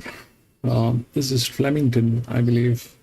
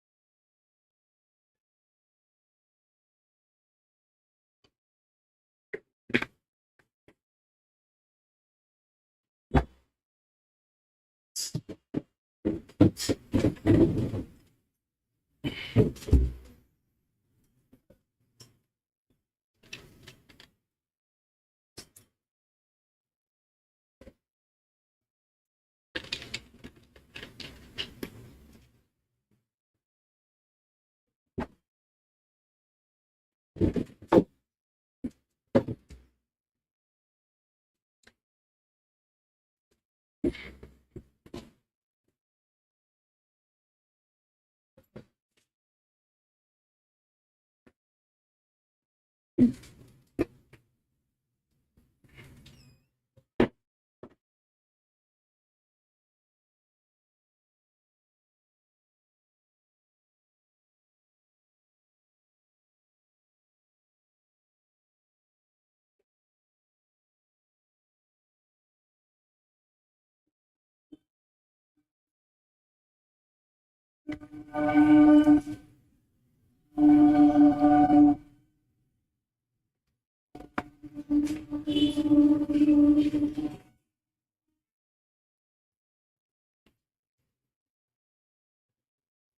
3, 1800 metre benchmark 70. The wing commander Ian Bale's DFC handicap was won. It's no fuss. There's been no fuss about him on Australian soil.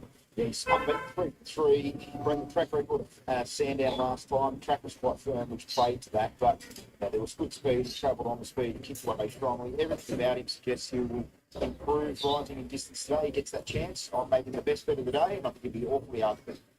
Well, he gets ticked from me to BZ. He looks outstanding here. He's the most natural sort of shaped horse. He's a little bit long for his height and all that sort of stuff, but he's got a really big motor and he's putting together a good record here. I think that every time I've seen him this prep, he just looks a little bit better. I think his quotes even come on again, so I think he's thriving throughout this preparation. 2 Rotary is a scratching. 3 is Freight Train. Shin was aboard for the place. First up at Hillside, he was beaten favourite at Bendigo. His last run was probably a little inconclusive. I'm happy to forgive that last run, given the track at Bendigo. The horses to settle back in the field and take ground. He's promised a lot this horse. He hasn't exactly delivered on some of that promise, but I do think he has, his fair share of ability. His run first up suggests he can get into here, but I'm still not convinced to be the favourite. He's got a beautiful little floater with this horse. Do you think that he's been really good, healthy order? He's nice and fit. He's just a little bit of a tense character, so I feel like he keeps his fitness up to the mark pretty naturally. Bob Sutton, who's dived into the kit bag to try and generate something out of it for Maximilian's. It's been frustrating since he arrived in Australia. He's sort of come back from a benchmark 100 to a 70. He hasn't found his level just yet. He's yet to fire, and it's tough to trust him given what he's produced so far. Bit of kitchen sink stuff with all the gear going on today, blinkers, Norton and tongue tie, so trying to leave no stone unturned. You can see horses obviously improve significantly with these pieces of gear on, but I think that you probably have to take on trust based on his current form. The horse looks excellent. Would be very frustrating to train.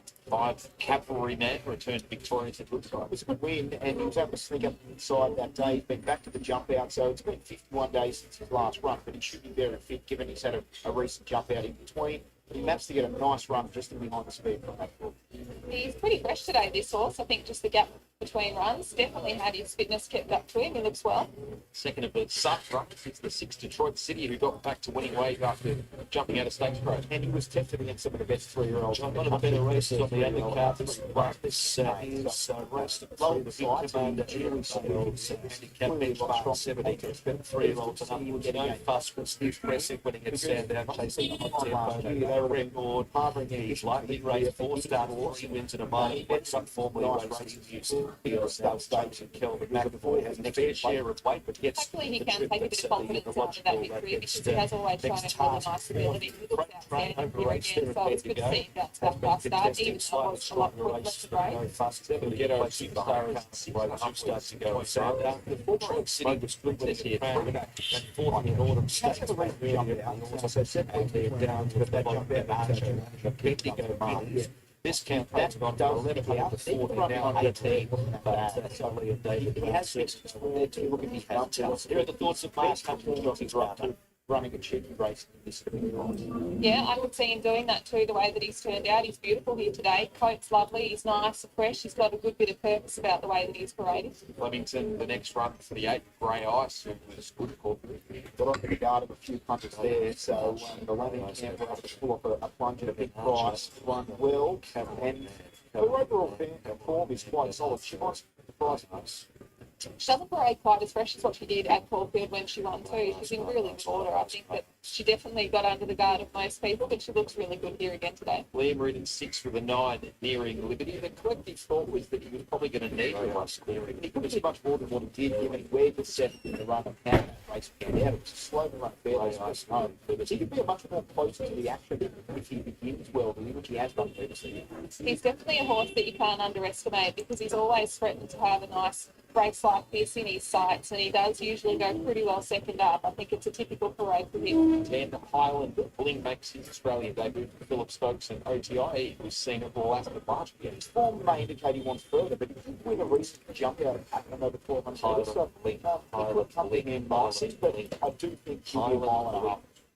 Yeah, interesting runner. He's quite tense here. He's got himself quite worked out. But you see horses parade like this and come out and win, so I wouldn't say that it's definitely performance affecting. I'll be interested to see what he's going to be like going forward. You'd naturally expect that he's going to appreciate stepping up the distance. Get old superstar Grey Eyes.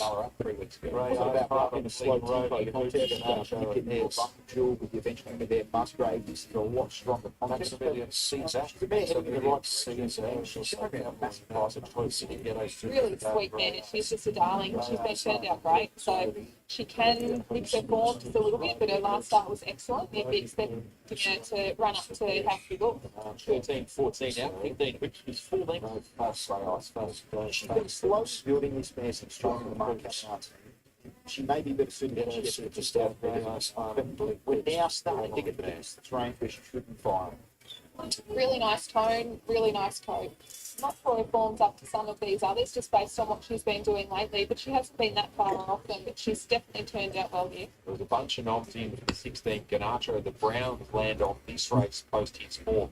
The Bendigo Guineas. Good effort with 60 kilos there. Now takes on the older horses, rises in trip. He's performed well at this track previously. I thought he was the main danger to the favourite. He looks really good, this horse. He's a real high energy kind of fellow, but I think that he's matured so much with preparation. I think just mentally he's a lot more of a furnished product. He used to get himself really worked out, where he's containing that energy well. Because he is high energy, he works himself quite hard. He naturally just comes to That 15 has won Group 1 race, but it doesn't have pressure on that horse. That 15 has the lowest pressure on that horse. Stable done a good job slowly building it through the grades, right? Building up for race number 3, the wing commander Ian Frames benchmark 70 race 3 at 1800, two informative ones. Yeah, definitely. I agree with what you said there, Zed. I think that she's a really nice mare. She's been prepared beautifully. She looks like she's ready to win. I just wonder if she would have been better placed in a little bit weaker grade, but potentially there's also something that we don't. She might be absolutely thriving and ready to have a crack at a tougher race like this. The BRC Vice Chairman in the late 80s and early 90s, Wing Commander Ian Bales, the DFC, English flying across what service he gave both the Air Force and the BRC. The top four starts with no fuss. The best bet of the day for me, number 1, no fuss. That's the 15. It's got one group race. There's no pressure on this horse, but that's an EW position. That's an EW position. The other problem with these two horses, 6 and 4, we kind of no clarity. This is a neutral, but with a very bad jockey. The two worst jockeys on the neutrals. Excellent. Has to keep on progressing, but I feel like he's getting better the deeper that he gets into this preparation. I feel like his coat's brightening up, and he seems to really be thriving throughout this prep. He's been performing exceptionally well. Garnacho second on top for me. I thought that he looks excellent. Like I touched on, he's a horse that's always been quite high energy, but he's learning how to harness that, and I think that he's going to be a nice horse going forward, but no fuss on top of the yard for me. The Anzac Day meeting at Flemington has been good to Tony and Calvin McAvoy over the years. They're hoping that continues here as no fuss. The Anzac Silks. Tony, that is an honour in itself to see you gallop in the car here. Yeah, it really is. What a great day to be here at the races at Flemington, and let's hope he does the colours proud. Happy, or is it at least working in your favour that the rain hasn't arrived as yet for him? Well, look, we feel he'll handle a bit of ground, but he is a track record holder from last start. So I think we've got a horse that's very versatile. Has he progressed through the campaign? Look, really pleased with him, Nigel. We're not really sure of his ceiling yet, but he's just progressing so beautifully, and he seems in a very happy place and normal at home. Flemington are a pretty sizable field. How does that change the elements for John's approach? he's just got to jump like he did the other day, and then he's going to get a beautiful run, isn't he? A couple of starts ago, he stepped slow, and that made it very awkward for him, but he should love the big space. If he maps beautiful. I'd like to see him again. Good luck. Thank you. It's either 112 and 3 or 116 and 3. The 12 is also good. There's pressure. 116, Lewis should work. Here is the problem with the 12. The 12 is there. It's a bigger drift. It's a bigger drift with a bigger pressure with 12. So it's either 116. I am going with the 16 because it is a BB. And this is not, but this doesn't mean anything. This is still there. The 17 is there, but I've got a very strong physics on 17. This one is problem. 12 and this one are in the same zone. 16 is a little better because it's got the Lee Gray speed.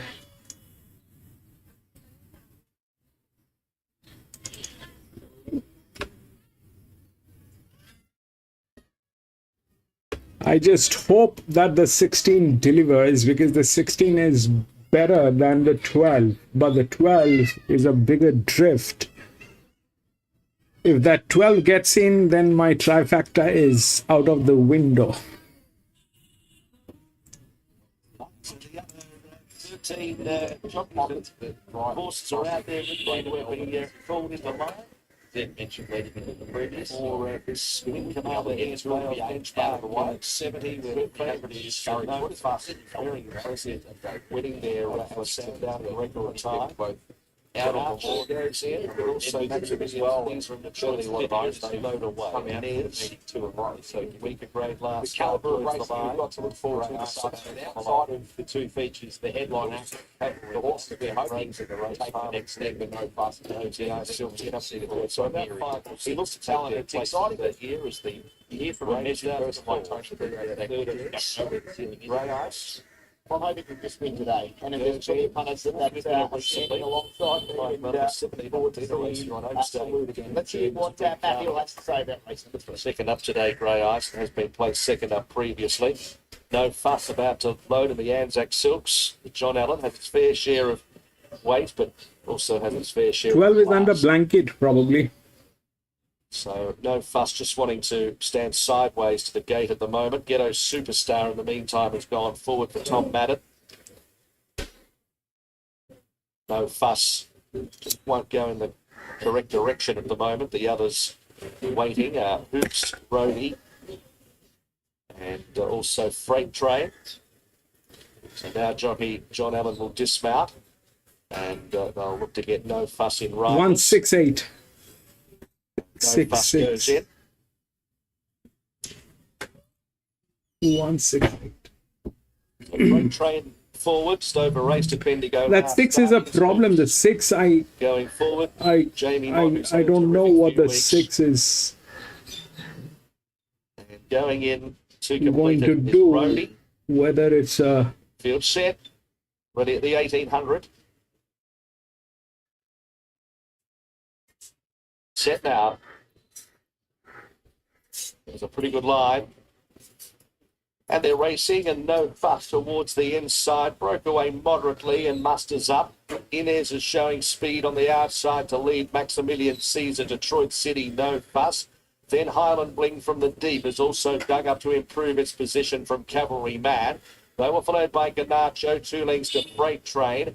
In the back group of horses, Nearing Liberty and Grey Ice on the inside, followed by Hoops. and the 16 needs to lead. Superstar as they reach the 1300. The 16 needs to lead to come second. Going to lead from a Nez second, and then came on the outside, no fuss. That's And this- they're a length and 3/4 in front of Maximilian Caesar and also Detroit City. 2 lengths to Cavalry Man and Ganacho with Nearing Liberty wider. 2 lengths to Grey Ice and well back in the field, Freight Train. Hoops around it. Rhodey second last. And at the back is Ghetto Superstar.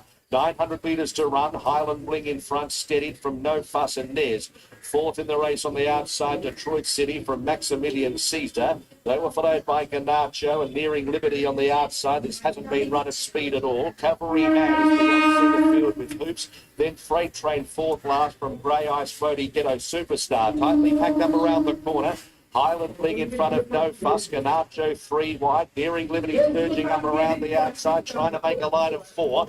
Behind them and Nez, and then came Detroit City, Maximilian Caesar, and Hoops is trying to wind up on the outside. It's No Fuss, hands and heels, tested by Ganacho. As they reach the 300 metres, it's No Fuss extending a length, Ganacho, Detroit City back to the inside, Nearing Liberty behind them. One. Man and Hoops, it's still No Fuss with 100 metres to go. Come on. That's a 15. What the 15 is doing. 115. Detroit City Grey Ice. They were followed by Freight Train late. One. Definitely. Superstar. Behind those horses, Cavalry Man, Maximilian Caesar, Rody, and Inez was last. One definitely in. No trouble, no doubt. You just missed it. The 6 got to 1. Australian starts, they have their chance. No fuss. The 61. That 15 with no pressure, that thing just got him, man.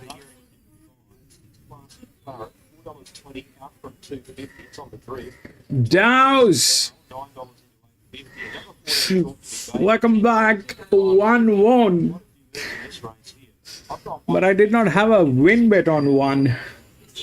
So what happened? It is always 1 which is going to do stuff like that. So 115. 15 with no pressure. That thing was an EW anyway. That's an EW position. But that got through 115. And probably 6 after that. -2, this is 5, 145, this is 144 by 5, 16. What happened? What are the results? Let's see.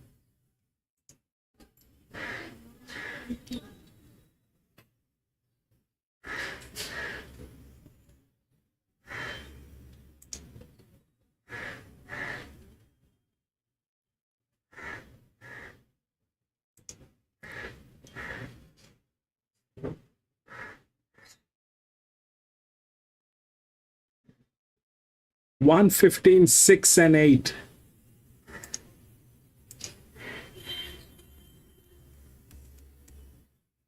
One 15, 6 and 8.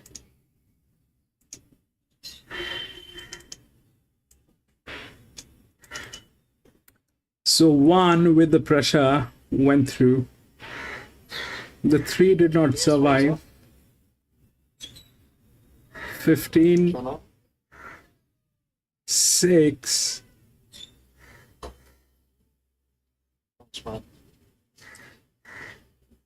-2, 5. This is 5, 8. Why? It's just because of the hand, probably. That is 37. Why did 3 loses? What a shame.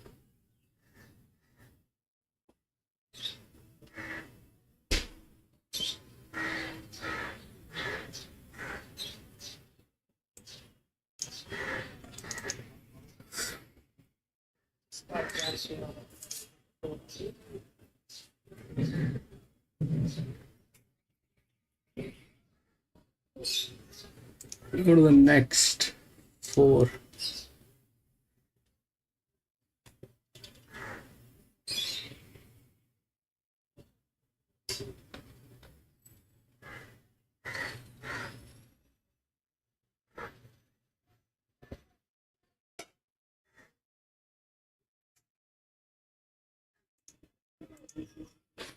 Four, 9, 13 and 1.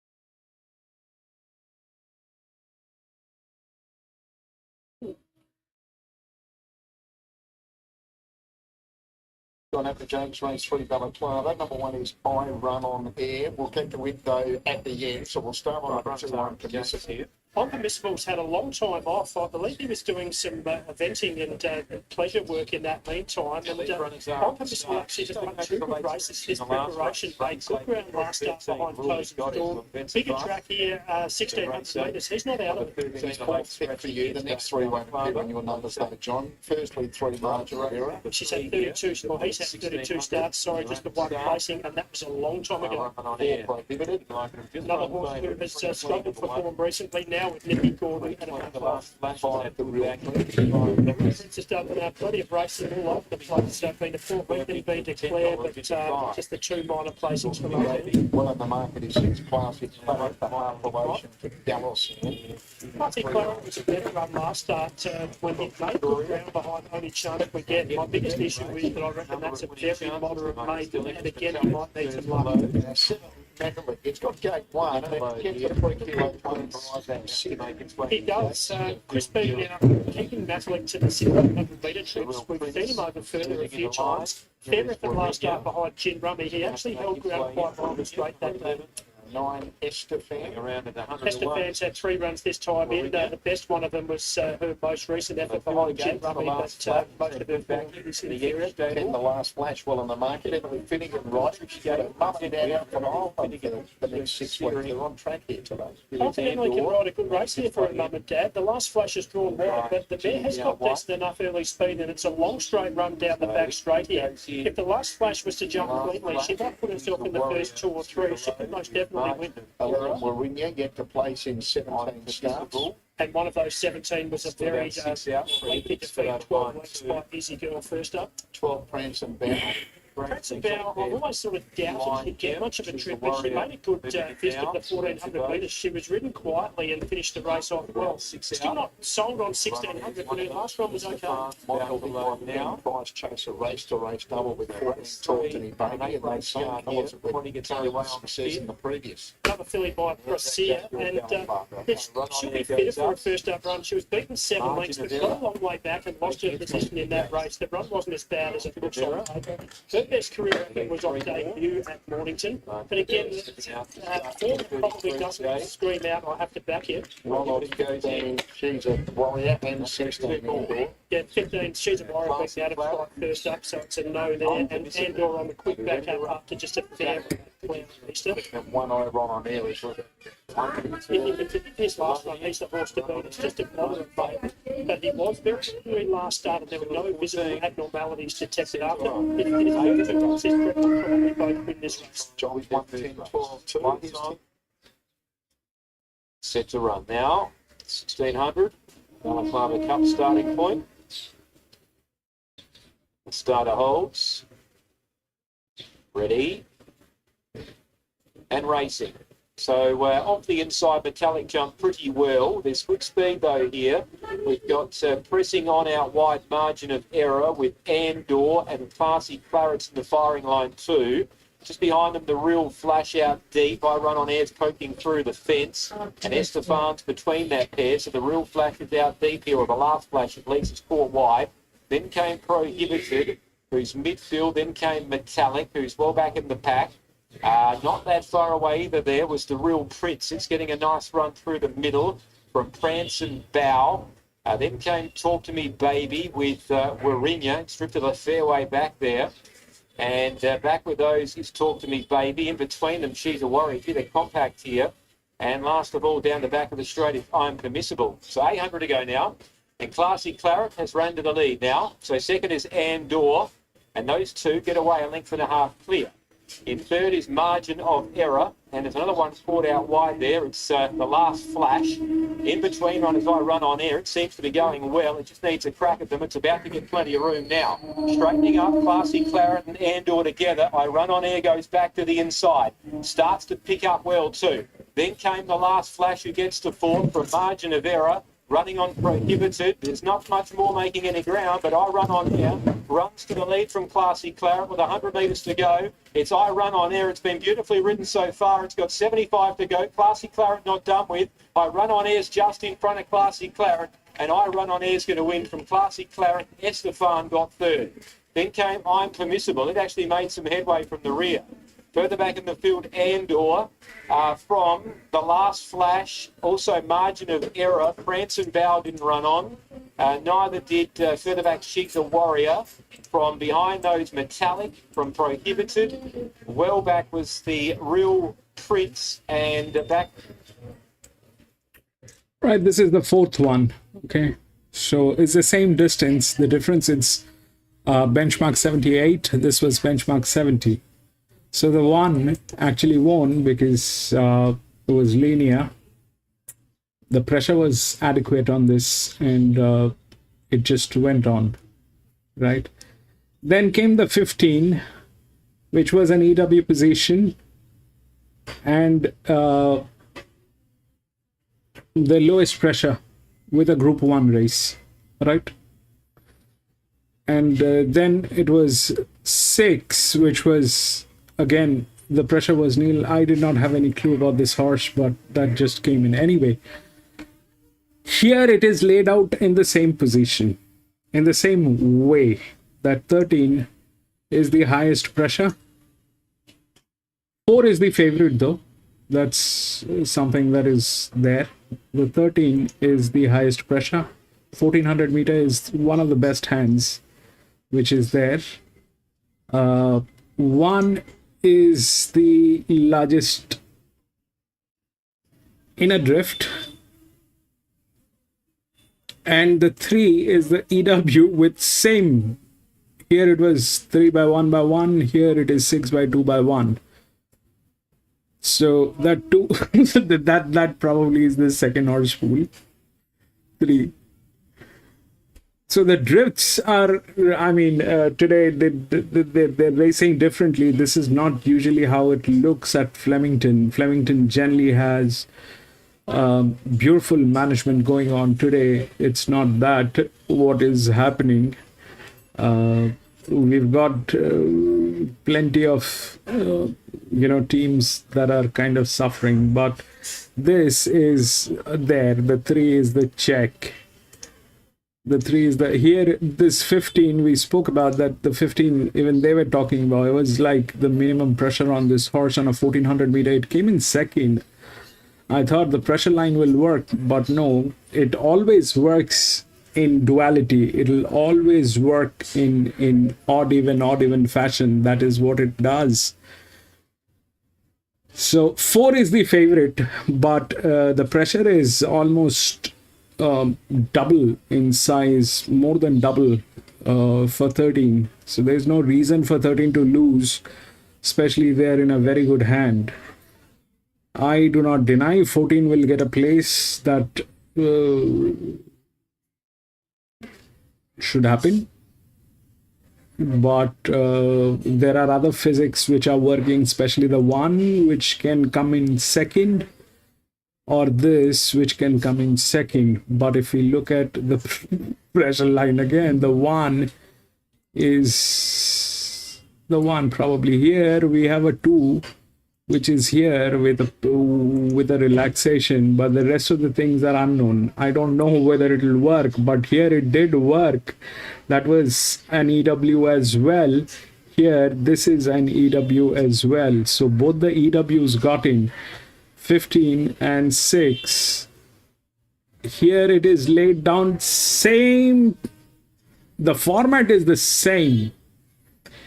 The difference is this is benchmark 70, this is benchmark 78. So I am not going to club anything. I don't know what trick they're doing and how this without any pressure got in. But this is Flemington. That is something that will happen because they have some of the best stocks. So there's no reason to discount this number 3. But I am not going to get adventurous. I'm going to go with 13 if the 13 doesn't get tailed.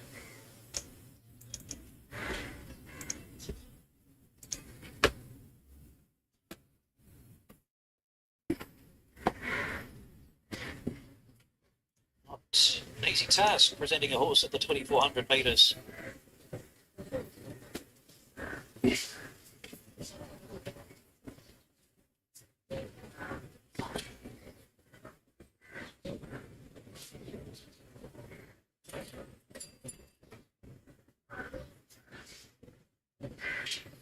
1 Randwick.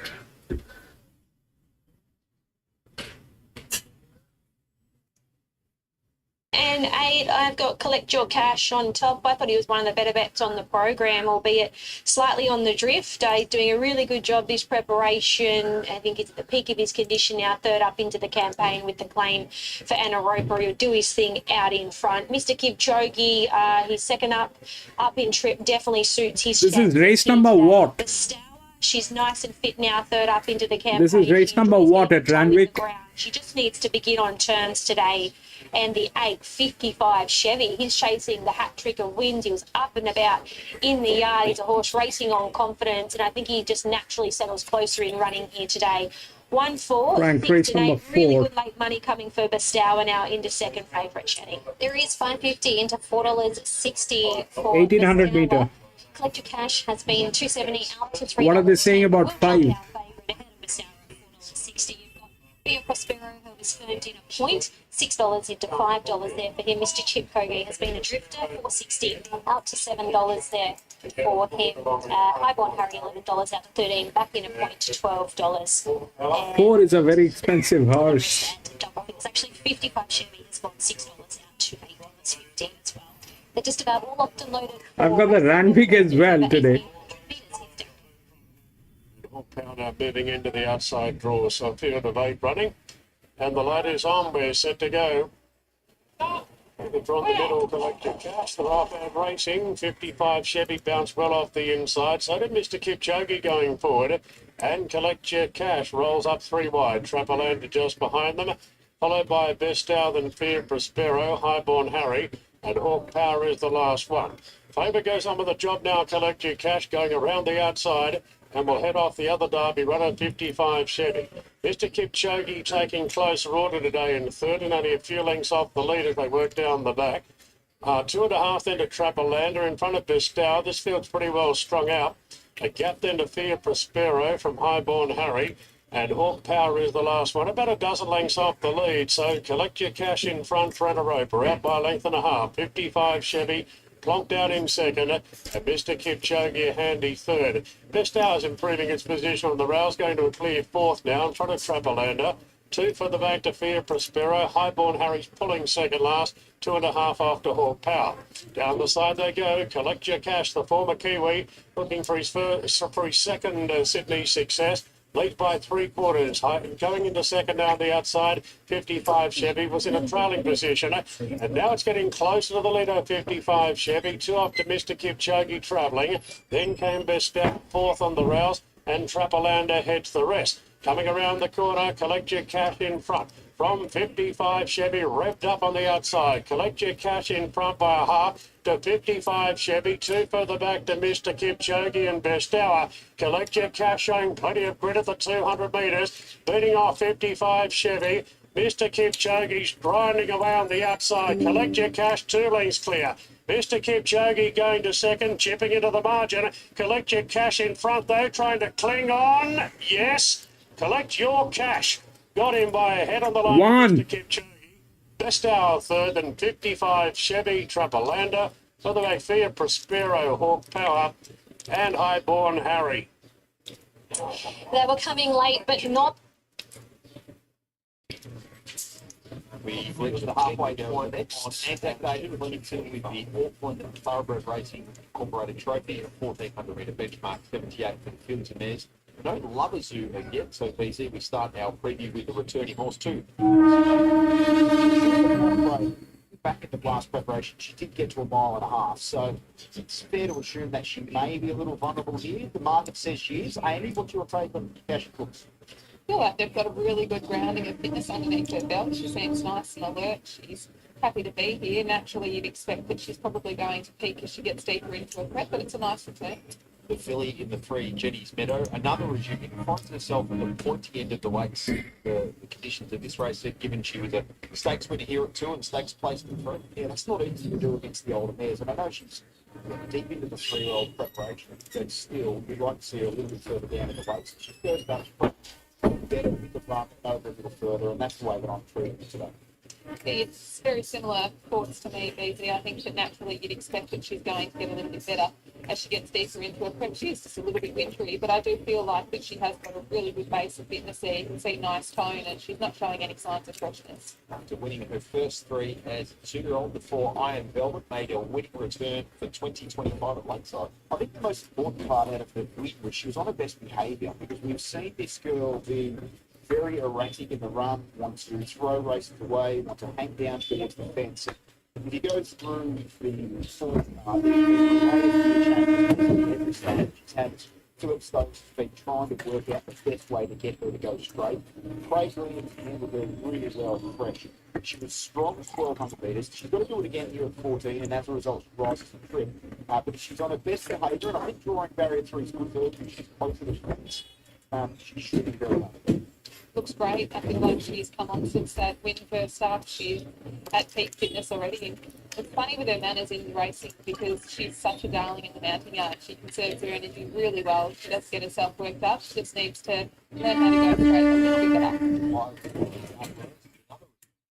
She's a quality mare and looks well placed in this grade, and I was taken by a reason she jumped out that she was had. She's only had one sort of public trial with preparation.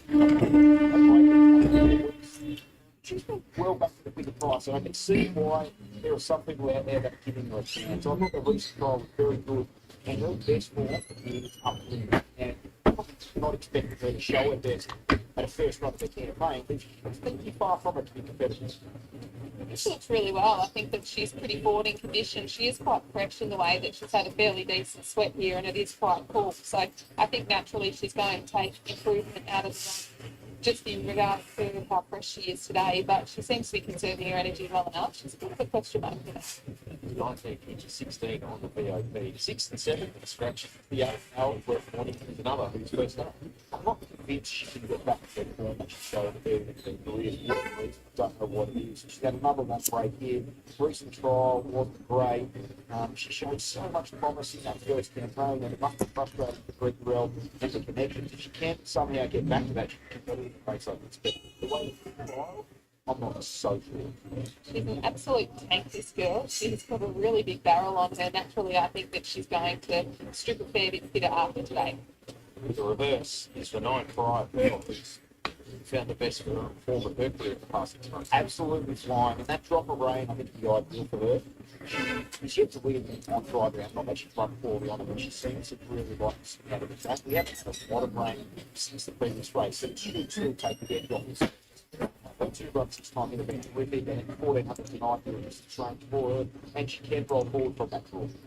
She looks excellent today, and she's a filly or mare, I should say, that can get herself quite worked up on race day. I feel like today is as good as I've ever seen her today. Malia Castle rides the 10, Darnelli, who's another who's first up. There is a tie-in with Pariah Pearl. They clashed over 1,600 metres on AFL Grand Final day last year at Mornington and essentially finished alongside us. There wasn't a lot between them that day, and there's nothing between them in the weight. So for the second time we go 1,400 metres today is for Phillips Bears, the Northern Thoroughbred race Pariah Parade trophy. I am going to Philly with the works. But the favourite here, 3,360 on official price ahead of changing colours. Got a really good strong muscle this girl, so naturally I feel like she'll probably tighten up a little bit, but you can never underestimate mares when they're returning. She has got a good first up record, she's always thereabouts, so I feel like they've got a really good hands on her. They know where she's at, but it's trained well. I feel like she's got a bit of a cheeky running to run a really nice race here. As 12, 14, just started to mount up, and still a little bit of light rain. The 13 changing colours, 13 to Melbourne first up. The assignment gets easy for this race.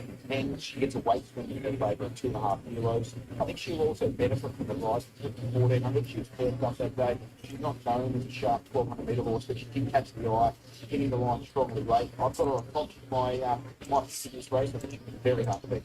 Well, she looks absolutely spot on too. She's a really smooth mover. She's very easy to ride from standing in the middle of the yard here. Fitness is spot on. I think that they've got her peaking for today. 16 Park is 3 lengths post to Swan Hill success. She was my best bet of the day at Storm on Sunday. Unfortunately, the was called off. She looked well placed in a benchmark 4.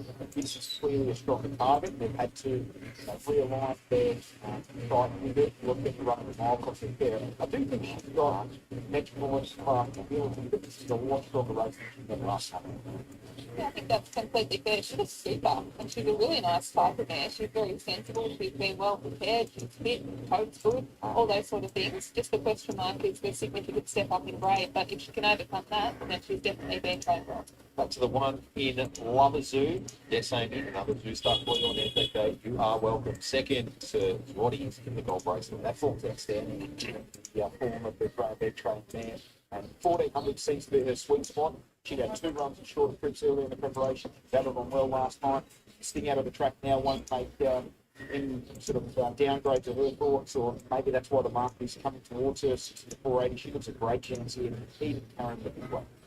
Yeah, she looks really well. Very typical for her. She's a spicy kind of a girl. She always goes out early and stays with the pony. It's known that she's got a few little quirks in the barriers previously. So hopefully she can be on her best behaviour. That's always a question mark. I think she looks outstanding. My question mark for her is probably just the weight that she's going to have to carry. I do always think that that's a significant thing for mares to carry. A nice cross Tasman reference. Trophy over 1400 metres. Then your numbers. Number 13 on top, changing colours. I think she can turn the tables on Iron Velvet with a weight swing and a rise to 1400 for the benefit of a run. Iron Velvet's going to be a good test for this field and will be awfully hard to beat. I think Lavazoo can run well, and Briartell is also with a strong chance. I think the market's identified the 4 main hopes, and I'll be the 13 on top. I too am with the 13 just on top. I thought that she looked absolutely outstanding. You love the way that she moves. I think that she's got a good bit of quality about her, and I feel like she's here and she's peaking right on today. A couple of other horses that I didn't think that there was much between Iron Velvet. I feel like she's thriving as well. She's come on since her most recent win. She looks excellent. Lavazoo, as good as I've seen her. Pearl similar. So I feel like there's a good few chances here, and one that could run a cheeky race fresh is Donnelly. Philip Stokes joined us with Iron Velvet, targeting the 4th event of the afternoon on Anzac Day. Philip, appreciate your time. Tell us how she a better and more finished article than her look at Flemington back in the spring. It's better, still not finished. Really good return first up. She was controllable, which is the start. She's made good progression. I think the 1400 suits. Not a lot of speed in this race, so she could roll forward. She might even find the fence, so that'll make Tommy's job a bit easier. The behavioural issue, so to speak, an in-race problem or something you're also dealing with Monday to Friday? No, it's just race stuff. She doing track work, she goes around nicely, and then just on the race day pressure, she's just got a habit of laying a bit of rain to help her. Thanks. Good luck. Thank you.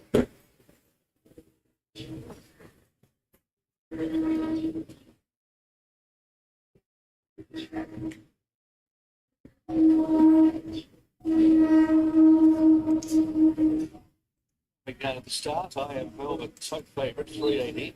The heads of Mariah Pearl at $4, Chasing Colours at $4.60, and then the next best Lavazoo at $5. Arriving at the stalls, race 4.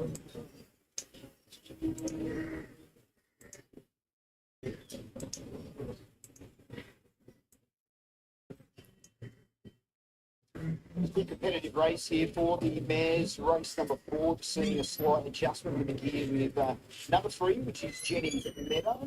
The Lindsay Clark team. What a day they've got ahead of them on Sunday with Mr. Brightside lining up in the Champions Mile in Hong Kong, flying the flag for Australia, New Zealand to a degree, given he started his career there and was bred there. But well, Patrick is also to the Gay Waterhouse and Avery Boxing. You'll see all that action on racing.com. Plenty of stories coming from Hong Kong, thanks to our correspondent, Ed Effectively heading home himself, given the time he spent there working as part of the Jockey Club's coverage. 13 should win, Frank. For a moment, the pictures we might see on our television screens late Sunday, if Carrying Rising goes Carrying Rising wins, and Mr. B can salute, and you've got the whole family there together, being celebrated a birthday yesterday. They went through what they're doing, their second run of things as part of the Jockey Club's training cohort. They would be pictures for a family that's achieved so much in the sport. This would be a day that would head somewhere towards the summit if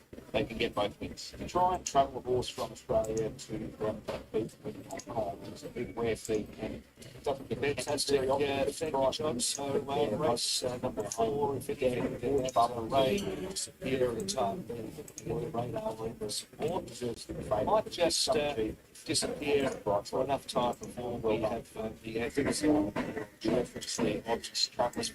This is the race day. It's trophy. It's famous Pariah. Champions of the prize. We're getting set. He was not in the right-hand side of the TV, 200 metres higher at the moment. I think Brett Davis might have been calling it Simon in Hong Kong, and his description of Jenny Seto was about to come forwards. Special memories. Hopefully, we'll see more of them on Sunday.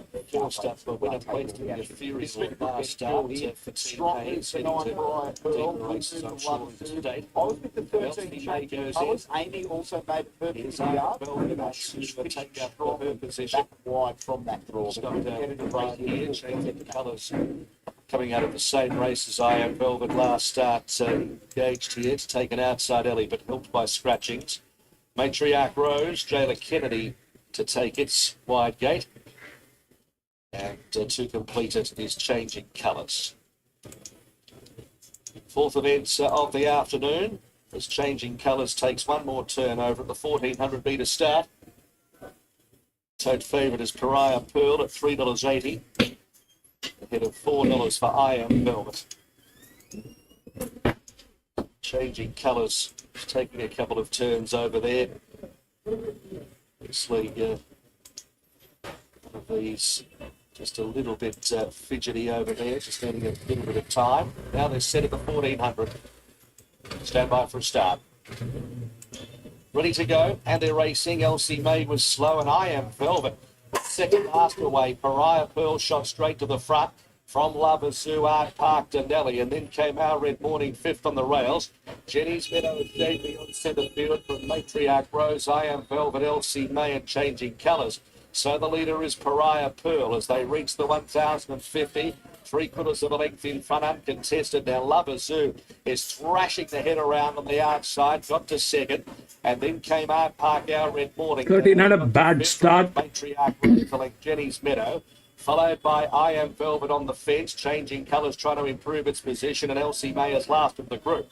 Pariah Pearl, the leader, had that uncontested lead. 650 metres to go from Lover Zoo and Art Park 3 wide.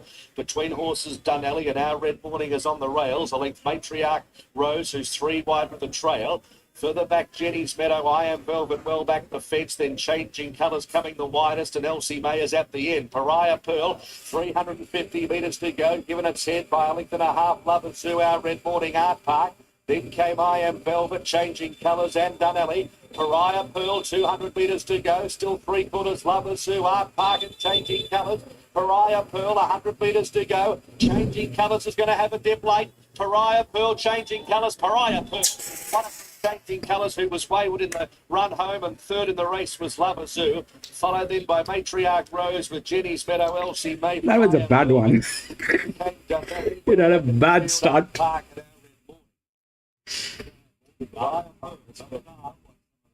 Sectional Breville, the Trent Buffington and Natalie Young, the fifth on slow. 9:13. Frank, unlucky, yeah.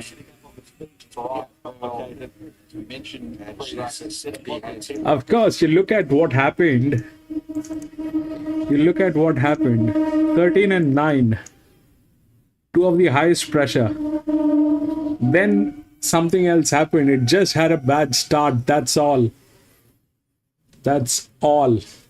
13 and 9, 2 of the highest pressures. Obviously, with a bad start, this is a bad one.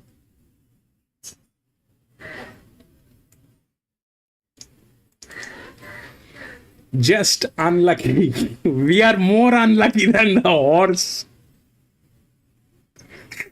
Man. We are more unlucky than the horse. It was just a bad start. Flemington.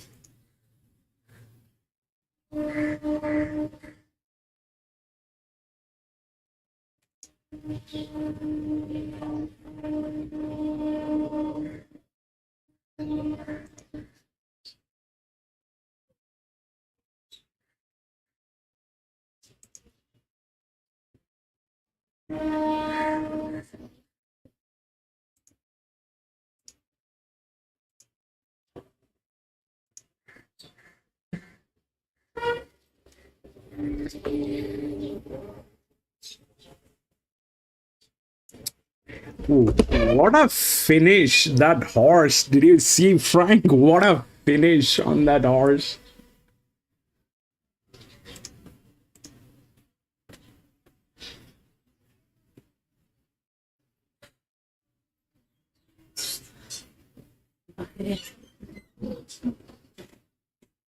A good one. But it's a mare. 4-year-old mare.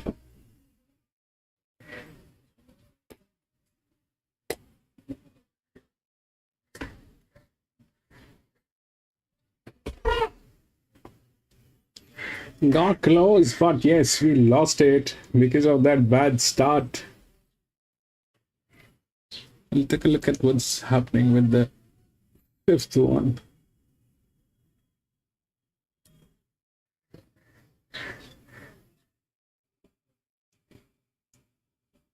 Thirteen, 5, 10, and 3.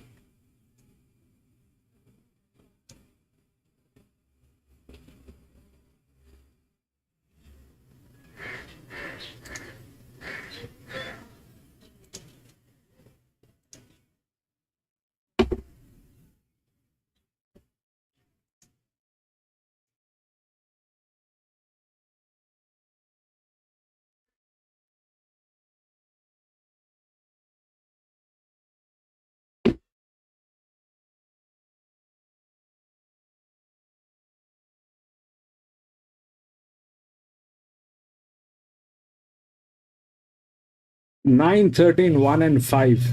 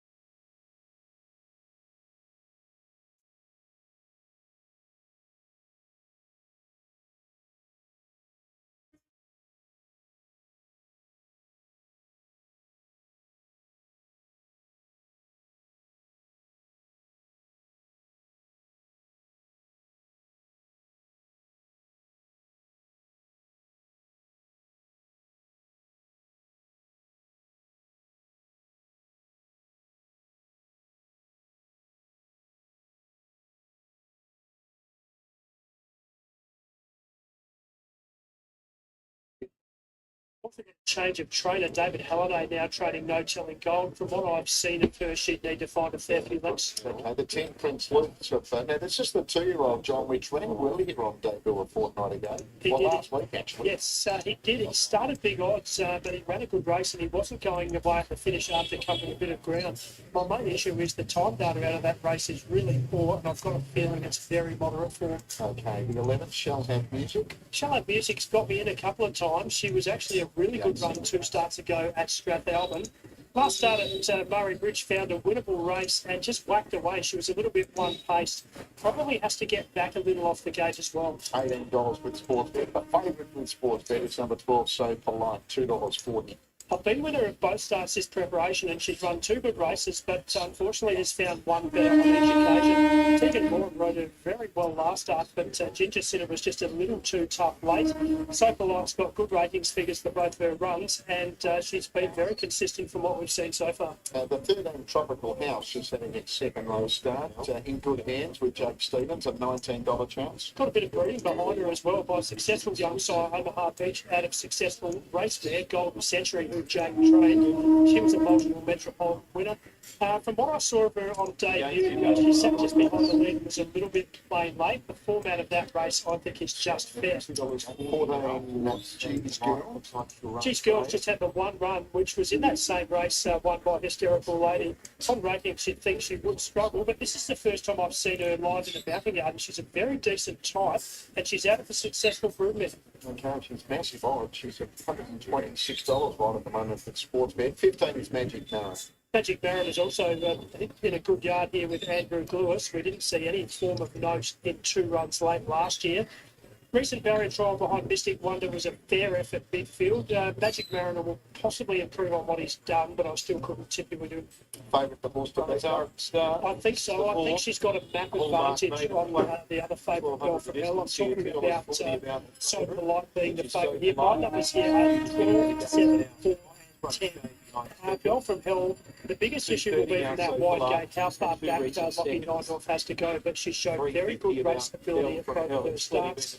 Villa Maria, interesting one. I was keen to see what the big players in the market would do after that big run and that big odds last start, and the answer is that they think that Villa Maria is a good chance to reproduce, and he was another one that took my eye on the yard. He's a big, strong horse. I put in horse number 10, Prince Lucifer for 4th. But what I would say is I marked him a lot longer than those top 3 in my market, who I've got with a winning chance. So John's 12, 7, 4, 10. Tim Everett's calling the action. So it's 4 numbers for Tim. He's got 3 of them. The favourite on top as well. 12, 7, 10 and 4. No telling goal. Just a bit of a handful on the way to the gate. But we'll seeing it now on the move, heading that way. John, tomorrow, for the Mill, it's the 2 Group 1s to be run tomorrow. The Oaks race 7. Heading around Sangster, race number 8. You're with Bennegill in the Oaks. In the Sangster, you're with Commemorative with Blake Shinrider from that wide gate for James. It's going to be a great day down at Morpheville tomorrow. I'm really I'm just thinking about getting along to go and do so. Both of those Group 1s, interestingly, for set weight races, they're very good betting races and they're very wide betting races. You're getting a good price about any horse you want to back in either of those races. And the Sangster, I think we've seen around about $7 or nearly that for every single runner at some stage in betting. And the market's sort of nearly at that level now. It's a really open edition of the Sangster. There's a lot of depth. There's plenty of horses you can pick out there between $10 and $20 that have got a live winning chance. It's a fascinating race. The Oaks, as it always is, it's attracting a big field. Bennegill looks the class runner with that second placing to Treasure the Moment, who's really been the nation's top 3 while middle distance filly this season. It's now starting to load more here. The race courage, you can see down the bottom right of the screen there. They're well and truly on their way to the gates at Moe for race number 4. So Adam with a son of a market. This race is Marble where they are loading away. Another look at the market. The favourite, number 12, So Polite. 12 of them right at the moment with Sportsbet, $2.35. Number 7, Bill from the Hill at $3.50 and $5 for number 4, Villa Maria. How have you got that price, John? Just out of curiosity. I'd say Polite $2.40, Bill from Hill $4 and Villa Maria $4.60. So the market's sort of converged around about what I had going up. The only other horses I sort of had in my market, Prince Lucifer at 20 to 1 without Shell losing 25, and that's basically where I really stopped. So they are waiting away well at Moe. Diwali's the favourite there, horse 3 ahead of 4 Landgrave, 5 Nikio and 10 Black Order. They're the 4 runners in single figures for the upcoming race. Race 4 at Moe. With 3, the favourite Diwali. Look at that waterable. Diwali makes you think of jumpers. He was a very good jumper. Good number of Yeah. Really looking forward to watching the coverage of that 3-day Liverpool carnival during the week. They've been getting massive crowds the last few years, and it's always a great spectacle, both on the flat and over the sticks. Billy ready here, Bella Club race on the line here. Racing in the gold silks. 220. She deserves the winner. The first 2 runs have been excellent. And his second both occasions. Shall Have Music, meanwhile, goes in. So we're nearly all set. 2 out. Prince Lucifer and G's Girl. G's Girl going around at big odds. No Telling Gold stands well alongside Ali Foreman. So 1 to come up, and we'll be set to run. We've got Moe pressing in a minute, so we'll hopefully have this run and 1 by then. All right, Prince Lucifer is just not playing the game. And they're going to lead him in riderless, so that'll hopefully do the trick. Not too many given a chance in this race, according to the market. Anyway, that's done the trick. Prince Lucifer's in, lights on. So Polite jumps favourite. They're ready. Stand by. And racing. So Polite hopped out well there in the middle, looking for the lead. Ali Foreman trying to keep it out. And Tropical House goes to third, but So Polite burns them off here. Now Magic Mariner's whizzing up on the outside to go to second from Tropical House, Villa Maria. Prince Lucifer Shall Have Music, the next pair. Length away in the field then. We've got midfield there on the outside, Eunice Fear. Georgie Gina racing underneath a bit. A length and a half then to Ali Foreman. Back there with it was No Telling Gold, G's Girl, and last of all, Belle from Hell. She's last, spotting the favourite So Polite about 8 lengths up towards the home corner. So Polite the inside left. Magic Mariner goes up a length away now. Then Shall Have Music pulling out wide from Villa Maria. Tropical House is sticking to the inside. Belle from Hell is trying to cut some gaps between runners inside the final 300. And So Polite's the leader. Tropical House on the inside running a race. Down the outside, we've got running on Georgie Gina with Magic Mariner. Villa Maria battling away. So Polite. Tropical House has got underneath of it now. Tropical House struck the lead with 50 metres to go. And Tropical House is going to win. Second placing, flying home Ali Foreman might have grabbed that. Shut from So Polite, Villa Maria. Then Magic Mariner, Georgie Gina, No Telling Gold. Next in was Belle from Hell. Didn't really run on. Neither did Shall Have Music. Then Eunice Fear. That was cool. Lucifer beat 1 in, and that was G's Girl.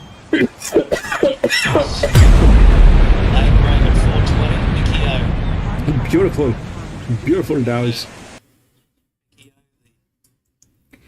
Right, this is the 5th one at Flemington. If we look through the odds, it's 13, 5, 10, and 3. If we look through the rails, that 13 comes on top. But this race is again a pinnacle of mixed sex. Though they are all 2 years old, but they have a rig. They have a rig in this race. There are colts, gildings, and there are 2 fillies, out of which that 13 is the favorite. Now, they're calling it a LR, but this basically is going to be a maiden race. And if this is about a maiden race, then anything is possible.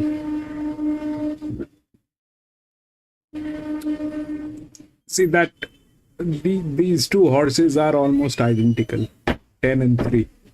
174 by 174, 174 by 65, 174 by 65, 196, 196, 33, 33. The only difference in these 2 horses basically is that rig has sectional timing, which we don't have on this one. This one has a better jockey. This one is not. So that's the only difference between these 2 horses, 3 and 5. This is a very difficult animal, the rig. It's worse than a colt. The colt has a mind of its own. This one doesn't even have a mind. This one is a mindless freak, the 5. I don't know what it'll do. I am out. I cannot. I have very strong numbers on this horse, but the filly is there. It's like one of the highest, but it is not the highest. There's these two which are there. If we look at this, then they are there, right? And that rig is on top, on top. And there are so many neutral horses which are there. So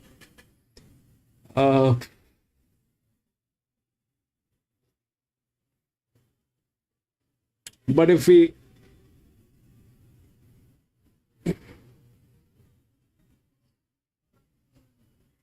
it's 70, 51, 22, 29, 22, 16, 10. This one never raced.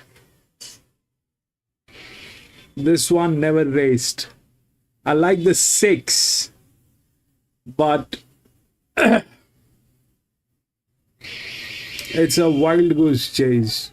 The 6 has better sectional timing than the 5.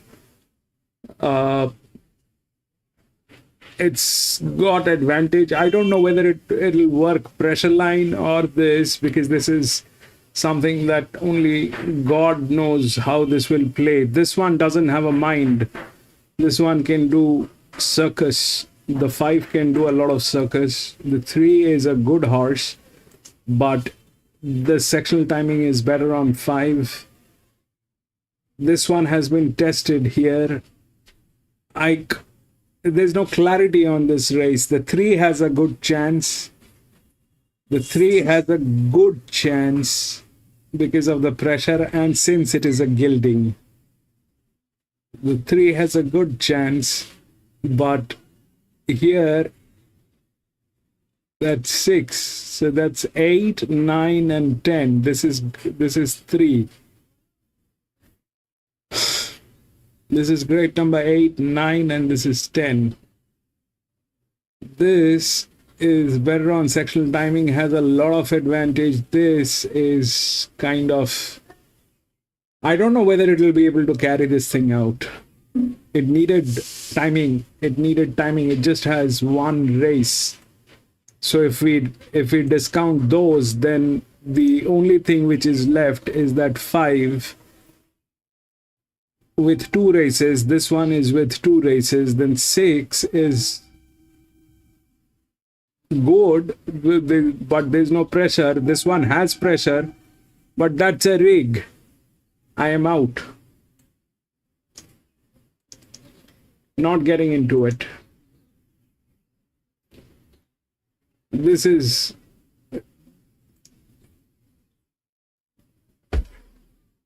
a weird one. Big win, Dow, congratulations. All right, I just wanted to mention one thing, gentlemen. It might be a little difficult for me to stream next week. And I am not sure at this point of time, but India is going through a very, very difficult time politically. And with the kind of notifications that are coming through different sources, we might have a blackout. We might have a blackout, and I am not sure for how long that will persist. This Sunday I will not be able to race because I have maintenance coming up, which is scheduled maintenance. But from 1st of May, things are looking very dicey here in India. If you look into the news, you will know what exactly I am talking about. I do not want to discuss all that here. This channel is not about that. but it looks like we might have a complete blackout from 1st of May. And if that happens, I will not be able to stream. But will that happen? And that's an answer which is not available right at this point of time. But the indications are very strong, and you know, we might go through that phase where we will not be able to use anything on the internet or stuff like that. So that's something just I wanted to share. It's a heads up. Maybe next week it is going to be a little troublesome. If that persists, I don't know how long will that persist. You may want to you know, check with the Twitter and the other platforms for current news and events. You will have a clarity of what we are going through.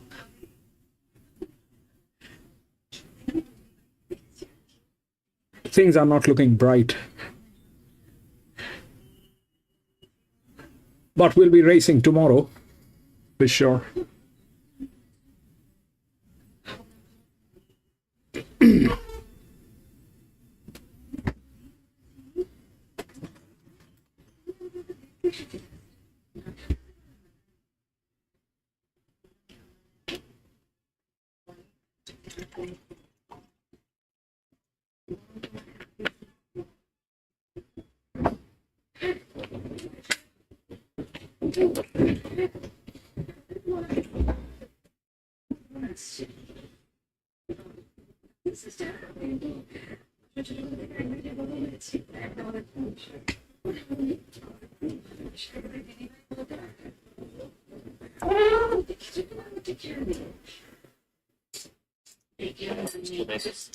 Take the opportunity to acknowledge and say thank you to those who have served and those who are currently serving as well.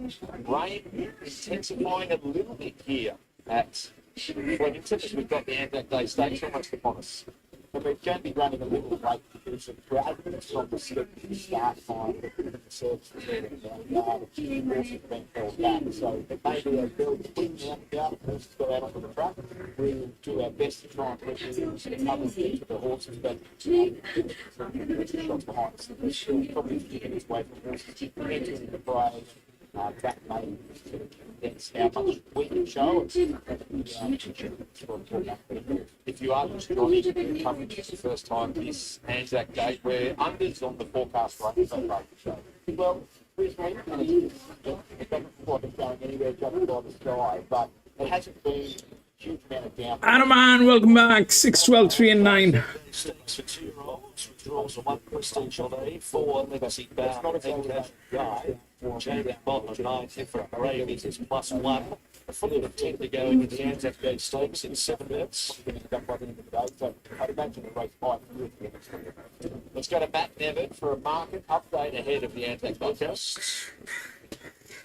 Yes. Lovely. Lovely. Good man. Thanks, mate.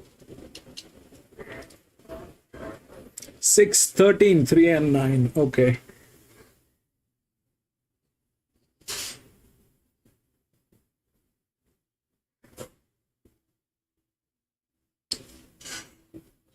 It's been a little bit of a springboard race for 2-year-olds. It's won the Anzac Day Stakes, so back to 17. Jamie Bond on 9 plus 1 kilo. Remember that in March they experimented with the idea of having jockeys claiming over half a kilo and then giving them a 1 kilo compensation. Well, that continued in April. So God knows how this will play. This is the pinnacle of a mixed sex.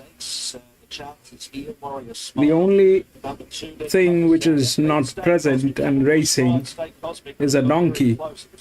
a near photo finish, but it was a great Probably a camel as well. since 1998. The Anzac Bayside, the 2-year-old on the 1400. We've got monkeys definitely on the horses. Scratching horse 2 is Warren Smile, Ben Jackson, 3 years ago, speed on with extra. But His first win and start to do a 109. So they were pretty suspect that the last, the big state of the last 1400 has still got different rates to That's a great forward horse. So he always does everything right. He's been really well prepared, maintained his condition to get the big tick from me. Three states, and it's really March 2020 as well. In the race, John Allen poured it on the go back to get the thoughts on Monday. There's been about 6 that performance. Drawn medal.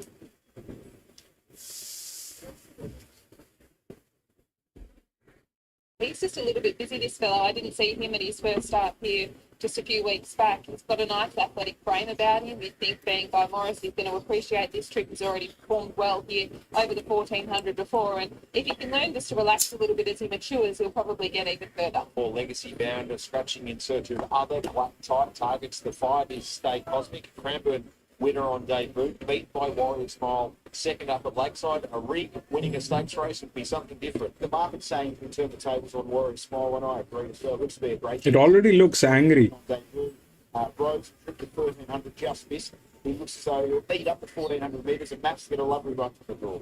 He's got a really good athletic It's like, frame. why am I here? Light on his feet. He walks with a lot of purpose. I like him. Since Gable grabbed Geelong 1400 metre win in second. It was a good performance. The blinkers went on, so the blinkers go on today. It was a good run. He was sort of caught in between a few horses and surged late. The 8 up 1400 metres there, and he should run this game today. Nice horse here. It's my first time seeing him, and he's a really nice individual. He covers the ground beautifully. It's almost like a panther the way that he gets around here. I think he's still got a fair bit of growing and filling out to do, but he's got a bit of something there.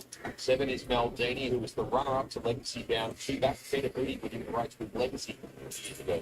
Terrific win, settled on speed, decent time, shook off his rivals, and showed plenty of strength to get the cash there. Now, riding through the 1400 is a different test, but he looks as though he's ready for it now. It's good ground.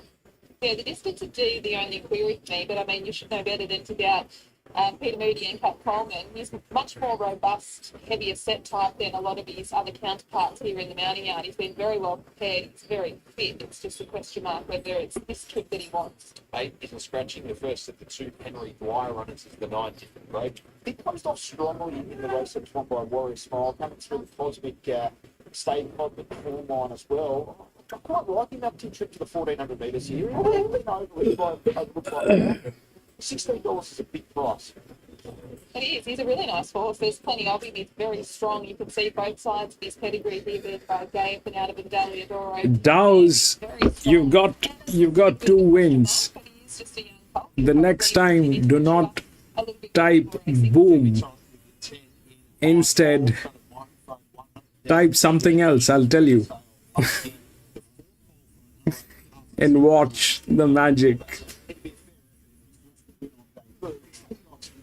2 booms and then something else.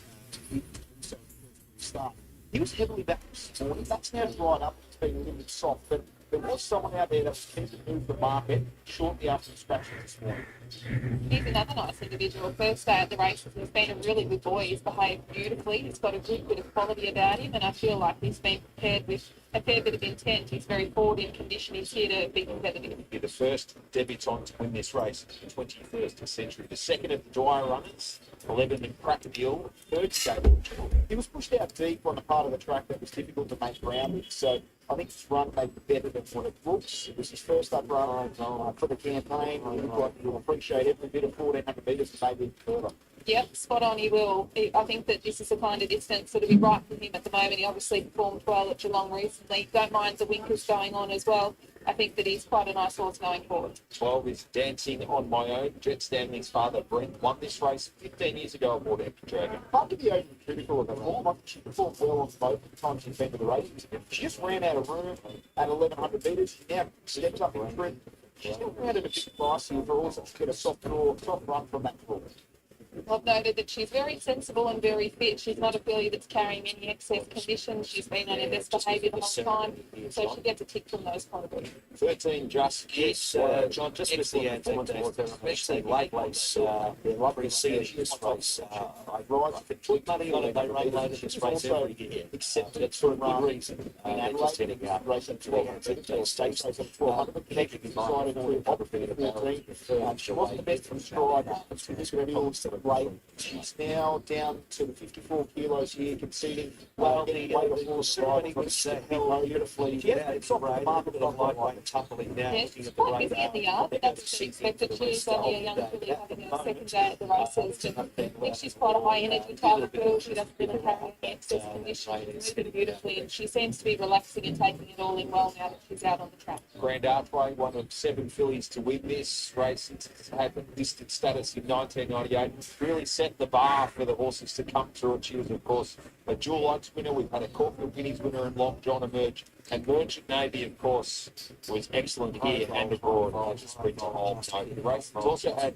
Super Dev, Benicio, Angela, and Feroci, the Australian Guineas winner recently, come out of the Anzac Day Stakes. BC with Just Kick, who's on the drift. What's Just Kick and Stake Models? 2 main chances for me. Avocado should go well as well. Then down to Warren Small, but this is a race that's open. 2 horses that have got further improvement. It's not an easy contest, but a fight like the 13, just I'll be glad she stayed home from Adelaide if she ends up winning this race. We've got a nice filly going over there tomorrow. I'm going to go with Stay Cosmic on top. I think that he's a nice progressive type of horse. I think that he's athletic. It's the right kind of distance range for him. He's a nice horse going forward, so happy to have him on top. A couple of other horses that I thought were extremely straightforward. Warrior Smile, he just does everything right. Very typical of the stables 2-year-olds. They educate them exceptionally well. Got the benefit of having a lot of preparations at a lot of different stables, and that they can be really well groomed all round. Another horse that I thought was great, I like the Winkers going on, is the 11 Crack of the Year. I think that he's got a good bit of upside at a big price.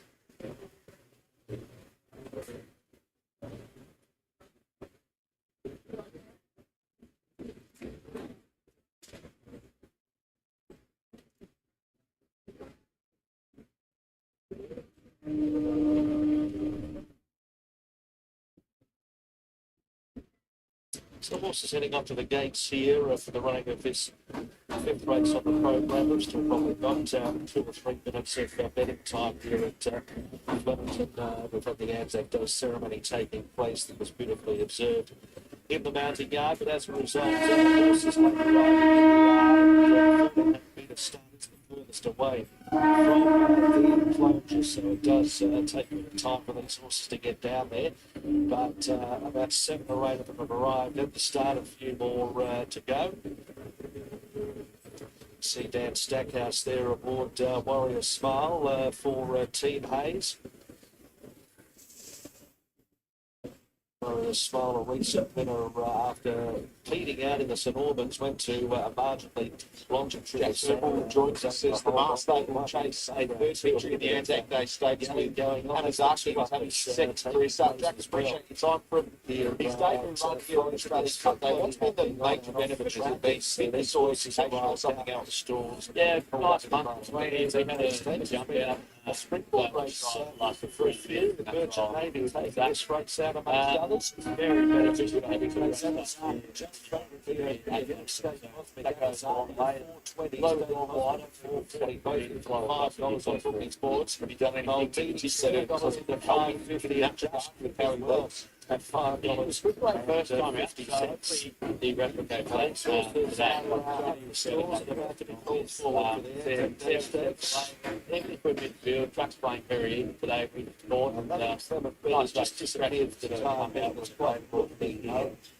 People make some push back on the way, but at the moment, Matt Hilford is called still a little bit on the side. Enough for the patrons to get out on the lawn and enjoy the running of this this listed feature, with the traditional VRC St Ledger to be run next, of course. Moving into the stalls, getting Shed Malvini, the last start winner on the provincials, coming along. Zach Spain for Peter Moody and Catherine Coleman. Maldini is in. Dancing on My Own is about to join the line, joined by Adrian Coolboy with Jet Stanley in the saddle. Dancing on My Own about to come along with Warrior Smile and High Vol.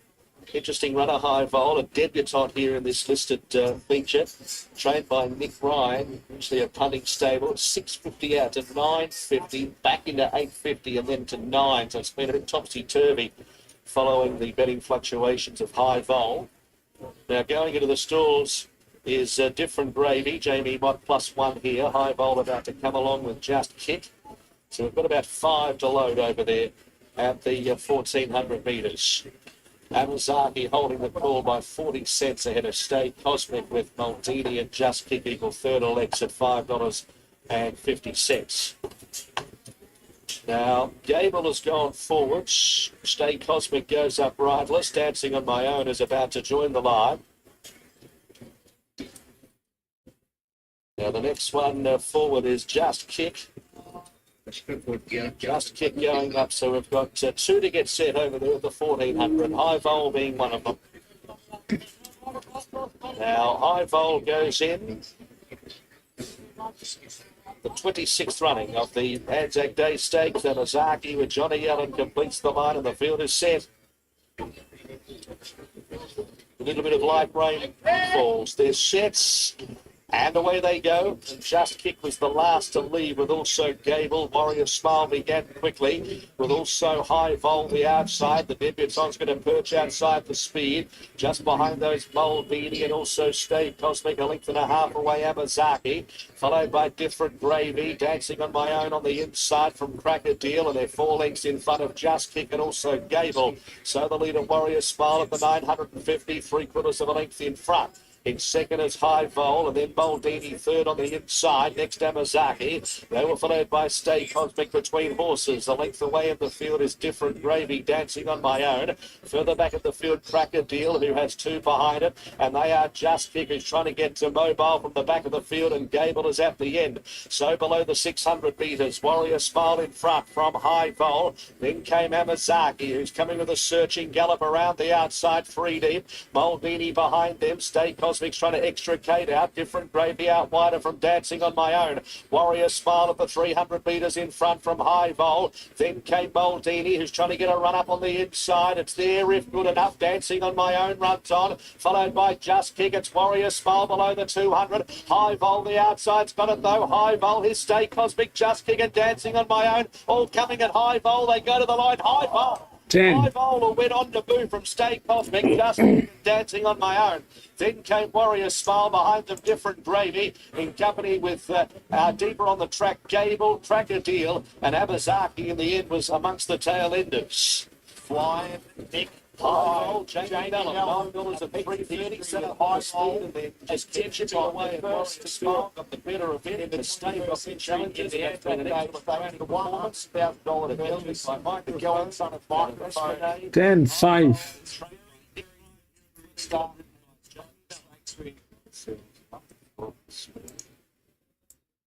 This is what happened. That 10 was there within the odds. They took the 10.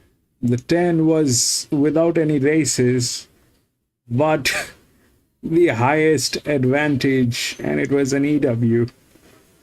So if that's not the case, I mean, this is how it is. That's 10 here. The 5 was the rig that had the highest pressure, but it's a rig. You don't know what it'll do. This one went through.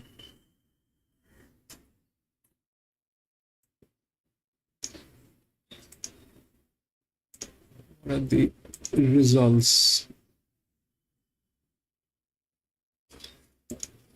We'll take a look at the results later once they're out properly. This is the 2800 meter.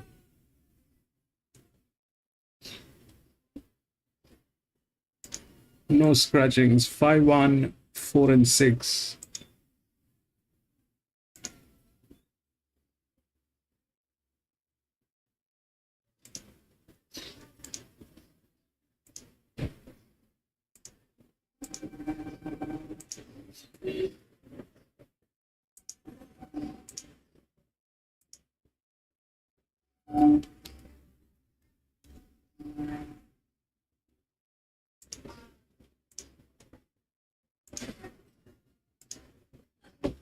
Marcel's Luck. 3.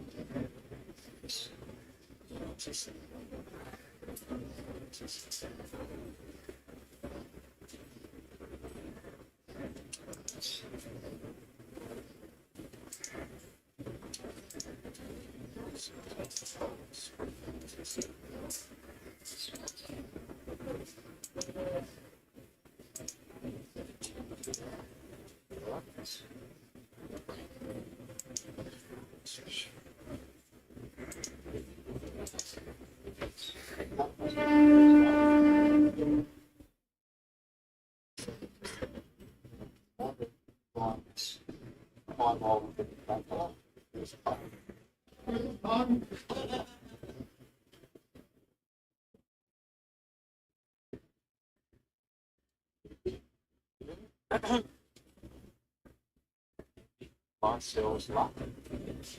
CCN. Redwine Lover. Settler's Choice Strawberry Swing. Settler's Choice Strawberry Swing. So Gates, 280 now for number 12. 12, 280, Alambi.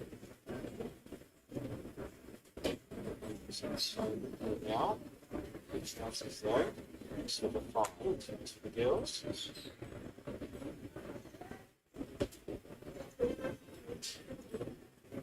This is the first to load. The runners are coming up. We're moving into the line here for race 5. Dan's doing battle here. First couple have loaded. Edgy Era now moves in. Kilambi's the new favourite.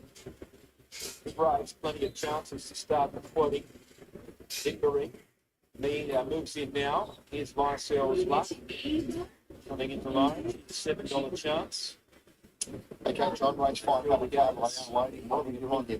My numbers are 12, 6, 13 and 2. I went with Palambi and a lot of others have sided with me here as well. I think Palambi gets a good run just behind the speed and I'm tipping there'll be a good amount of speed in the race.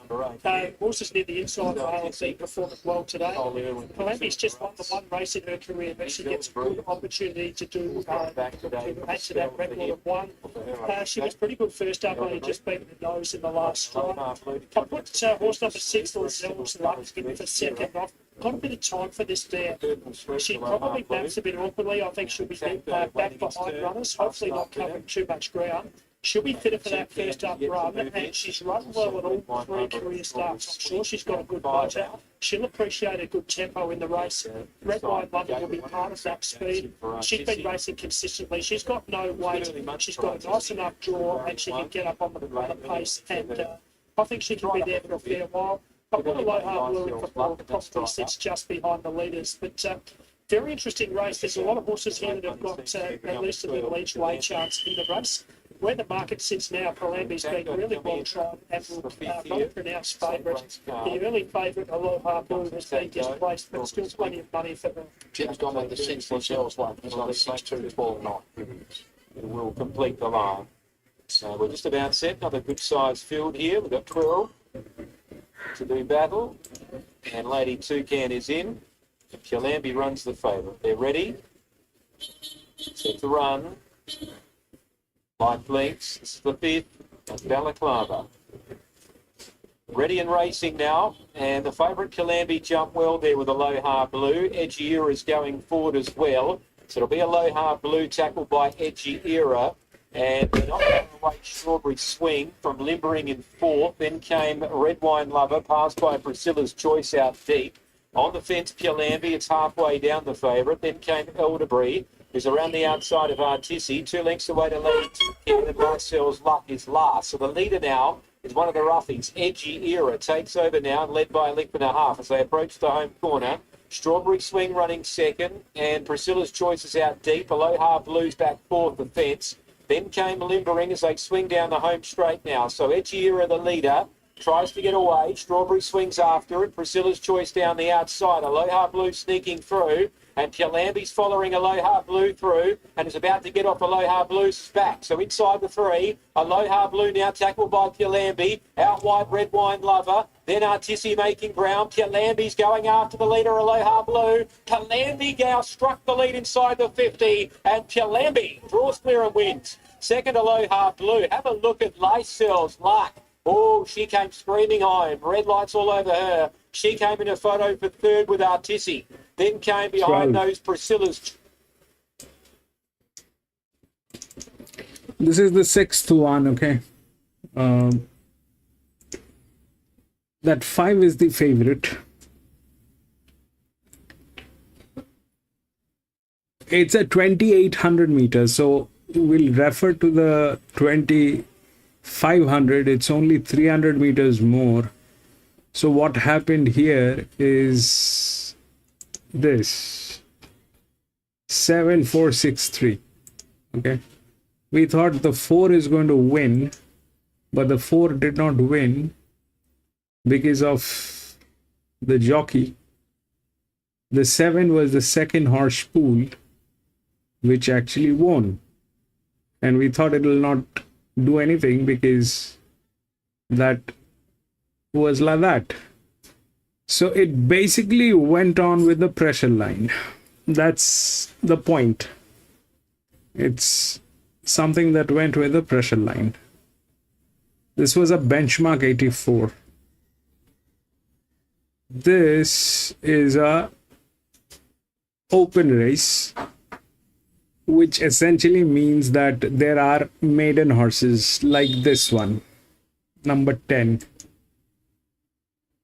If you look at the advantage on this horse is huge. This is exactly what happened here also. That 10 went with 1400 meter. That happened. I don't know if this is what the case is here as well, but they're in moderately good hands. They're not in bad hands. They're okay. Very sustainable hands. They know what they're doing, and this horse is here at Flemington. It has 3 races. It has not done anything, but the advantage is huge on this horse. So that 10 is a check. If we look through the pressure line, then the 4 is the 1.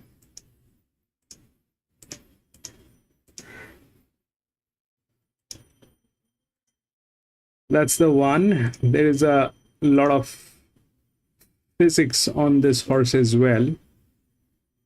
But the question is, will it run? Because it is a colt. So if that doesn't happen, then the next one in line is this one, 7. 5 is the third one from pressure line, but it's in very good hands. It's a neutral, but that will not matter because here you are basically looking at even if it is a neutral, it's a 2800 meter, so there's a plenty of chance to make up. But even if it makes up for it, the last 450 meter is with 4 and then 7. This one is a colt. I don't know whether it'll run. And that 10 is with that kind of an advantage. The 11 has league races, has advantage within the rails. All that is there. So if we try and see the matching gate, that's 11 or gate number 9, 2. This is the largest drift, outer.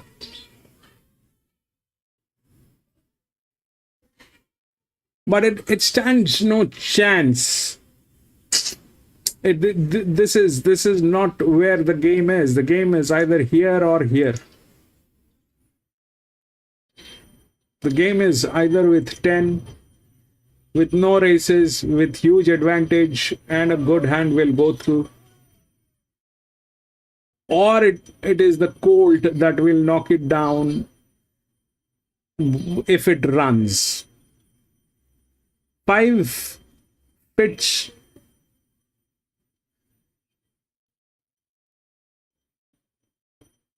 Where and how? This is the best horse. 11 is the best horse, probably. 11 is a very heavy horse, okay? That's got no pressure on this horse. There's no pressure on this horse. And if you look at the odds, that's 5, 1, 4, and 6. So they have 5, 1, 4, and 6. These are all based on past performances and all that, but honestly speaking, it's either the 4 or the 10. Both are gambles.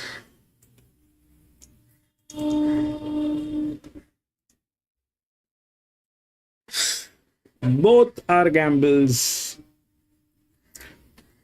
5 is also a gamble because it's the favorite.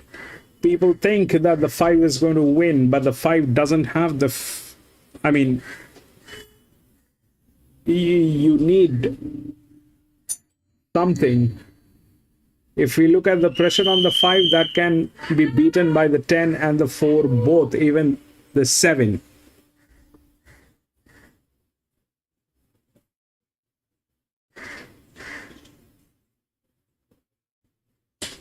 For that matter, even the 12.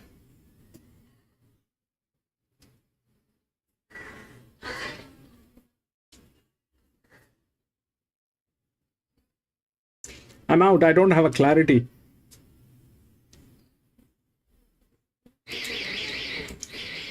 Out.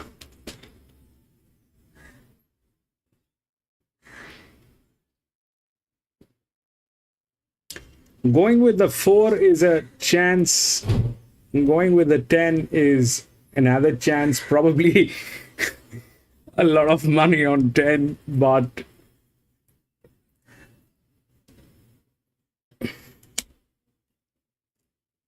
five definitely is in problem. 5 definitely is in problem. It's not going to be easy. It is not going to be easy.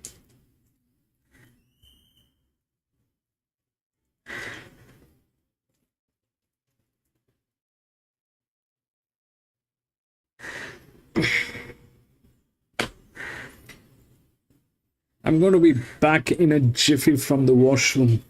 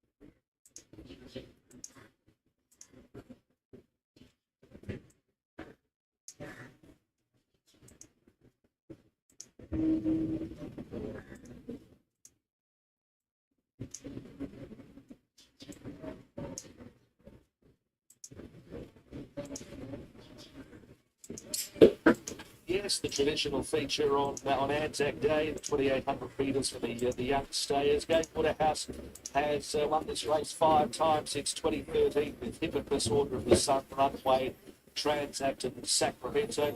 Chris Waller winning it last year with Race Holder and the Lexus Melbourne Cup. First running 1857 was it's a VRC race. These are for stayers. And it sits a pass who is coming off a run in the 18 sector. He doesn't get much stronger than that behind David Young. Before that, staying trips with ABX number 5 with a good winner against Old Alton, 2 fast or 80 behind the who's fourth off the pace after sitting up Old Speed earlier on in his tested against and the other one that's second position is fullback trained by Gate Waterhouse. To get a ton in the tummock there at Roadstead, have to ride down there before that one over a staying Kendall Bragg. I can tell you, he's incredibly fit to play. I've never seen what theory about that. He's got great time all over his body. He's got a nice little bounce. 300 metres, the lot of these horses have to see it the big registered margin on a race like this. Corner here at West Indies, but it's a very interesting race. The rain gets here and that Flemington makes it a little bit more testing. The thoughts of Mark naturally to the spring home. Some of his form looks a little bit different, but it gives the impression of a horse that it's very daring. He was quite up and about whilst he's been in the yard. He just reared up quite badly just before the cameras were on him when preparing, just to relax a little bit more, especially given the task that's ahead of him. We want him to switch off, relax, and settle really in the running. So he has dropped his head, relaxed a little bit more now, but he has just got that slight kick in his armour. He's been prepared well enough though. Race 3 in the yard is yet to the 4 in format. Gate Waterhouse has won this race 5 times between 2013 and 2020. 3 of them with Adrian Bond. 18, 19, and 20, the last of them Sacramento. Clearly something was missed with him last time. Tongue tie goes on here, so you assume he may have sort of got it over the mid or choked down. He was very poor. We've seen him previous to that, for May, he was second in the first race today behind African. That form works quite well. The issue you got up with this whole this trip is he can get a little bit strong on the grid. We've seen that from previously, and he's going to need to harness his energy to get a little better than what he has done on the day to see out 2,800 metres. He's in a terrific stable. They obviously get their horses good. It's just whether he can extend out the horse game. Definitely not the type that I was expecting to see when I saw his pedigree and the stable and everything in the race that he's in on paper. He's a lot more robust, short coupled than what I was expecting him to be. I sort of thought he'd be a little bit lighter framed and looked more like your typical kind of stayer. So for me, the distance range is a little bit of a question mark. I should probably know better than to second guess Gate Waterhouse, but it's just a maybe. Finals West Indies selection winning this race 20 years ago aboard the accumulates for the late great Mark Cummings, a pair of placings over distances at Kyneton and Randwick to start the campaign. I like the preparation that he's got. He was tested in the Derby, didn't measure up there, but he's come back. He's moved over 1,800, good run last time out, just edged out and stole the horses. Then back to the jump out, controlled well, and now he gets Blake Shin on rise for the truth. So he meets this race, I think, in great order. I think he's a genuine chance. I like him being out of Galileo there too. That's the sort of pedigree that you're looking for, these real true staying distances. He presents very well here. He's conserving his energy lovely. He's really fit. The team has got him here right. Enforcement with the 6 Prochester off a number of 3-year-old staying contests at group level in New Zealand this autumn. The best of them is third at Trentham in the manner of 2 plus. Given the line up that form compared to the local form, seen too many of the New Zealand stays this season come out of that. The Doctor of Love, finished a long way from him, and he was only a borderline 64, 70 horse here before he went across to New Zealand. So I'm not sort of overly taken by that. I thought he was under the odds. Blinkers have been on throughout the campaign, so I know it's suggested he gets him on the first time, but judging by his replays, it's happening. It's definitely the right sort of type. Scopey, relax as well, ticks all of those boxes. I don't mind the blinkers going on. You would like just to see him settle nicely with them on as well, but obviously the stable have got great confidence and they've had them up their sleeve in this grand final. Busted and young runner number 2 in the St Ledger is the 7th American Wolf, who's shown his best at 2,000. It was a tough effort. He had to work hard early to find a position, and he looked threatened. He was going to be threatened at the top of the straight. He rolled the sleeves up and forward hard. It's a tough performance, but there's a little bit more depth to this race. He's got to go another 800 metres. That's my concern. He is a nice classic staying type of young horse, though. So I think the team, they know how to prepare a stayer, and they've done that very well. This would be fascinating. 8 is the vote list. He tried at one of the hurdles late at Pakenham. He's entered for a maiden hurdle on Tuesday at Ball. I was convinced he was going to win that race at Pakenham against some older horses. You don't often see 3-year-olds tested in jumps racing, period. So he's clearly an out-and-out stayer. He's had a very different preparation than his rivals, but his maiden win at Pinton in early February was pretty solid.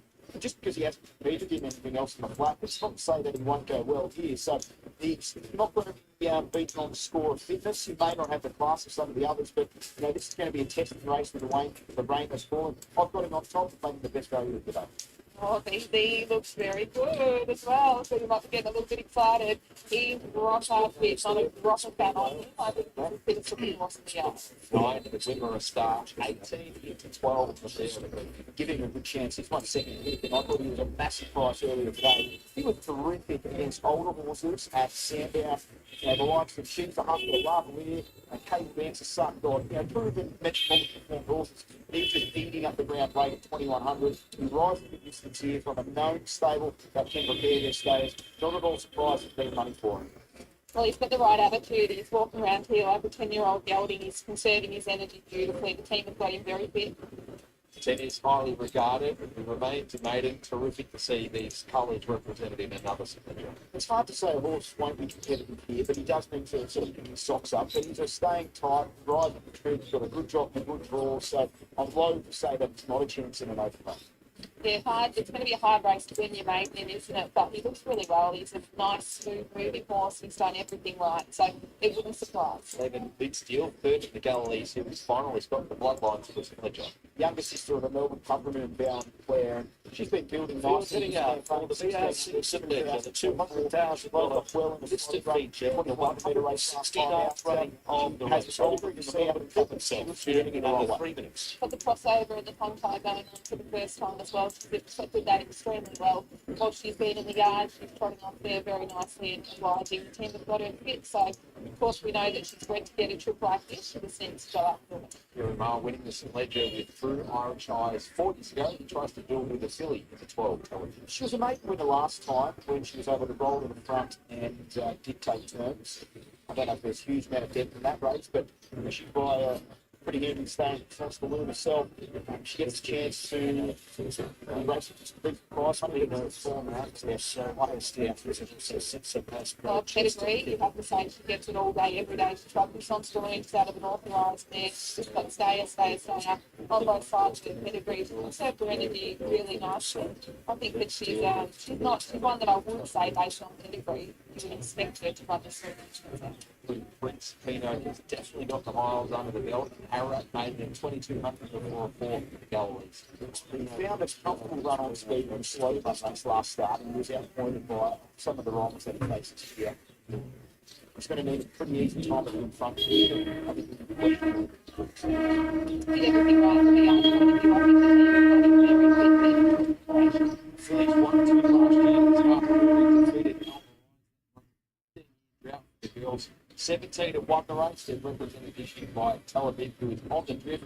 Zed is going to be some sort of an effort by the vocalist to win to St. Ledger. You can be high expected here. I think he runs well each way. I think there's going to be some horses here that will struggle in the distance, and I think he'll be powering to the line. Made a good case for the 9, Winner Star. He's been heavily supported. So they're the 2 horses that I'm on. 8, the vocalist, and 9, Winner Star. West Indies hard to beat. Format has the class, but can he settle? That is the query. I'm back 8 and 9. Zed, I'm going to agree with you. I'm going to pick the fittest horse in the race, and that's Vocalist. I think that there's not much between him and Sitsipas. To my eye, they were the fittest looking, most athletic, sort of natural staying type horses, which I think is what you're looking for in a real tough staying contest like this. You want horses that are definitely going to run the distance out. So the Vocalist on top of me, just ahead of Sitsipas. He needs to bounce back a little bit from that 4 run in the ATC Derby, but the team have got him here looking at $1 million.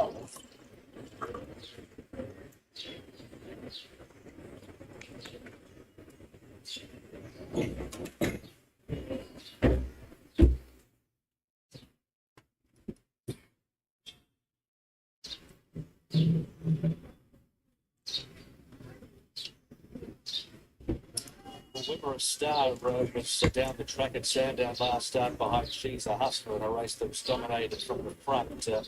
He was a good bit at the start before that, but he looks as though, judging by the way he finished off, that 2,800 metres might be up his alley, and that's what punters are relying on with Winner Star. Still, the filly trying to get back to that wins to the girls. They just had Danny O'Brien with another 5 times to Jack Howard joined the start. Howard's down with one sister ahead last start. Really good. Top up through that. Sits impressive run there before getting good order. Had a nice piece of work. Last Thursday that came in West Indies really close. Now Jack's got a great speed pretty sure he starts, but he got a really well to sustain it in the 2,800 metres for these. What I hope is that that Melbourne roll good on days, coming outside one plus, and seeks some support with him. That's it. We've been with the store things, right? Johnny Allen made us roll forward as well. So getting tempo. Sits up there, cutting up to the line with also genuine chance. I think so. She's had a really nice build up so far to the mile. Down to Sarah about the road up there. Ball seating in the vocalist coming from a jump start. Nice place for her to go. And then obviously depending on how we go state, potentially put something in Adelaide. Good luck, Joe. Thank you. It's got about first running out the 6 and pass it will see West Indies on the West Indies 1993. He's match ball. So is Racing.com with us. West Indies goes in. Blake Shin won this race 20 years ago. And it was for Bart as well.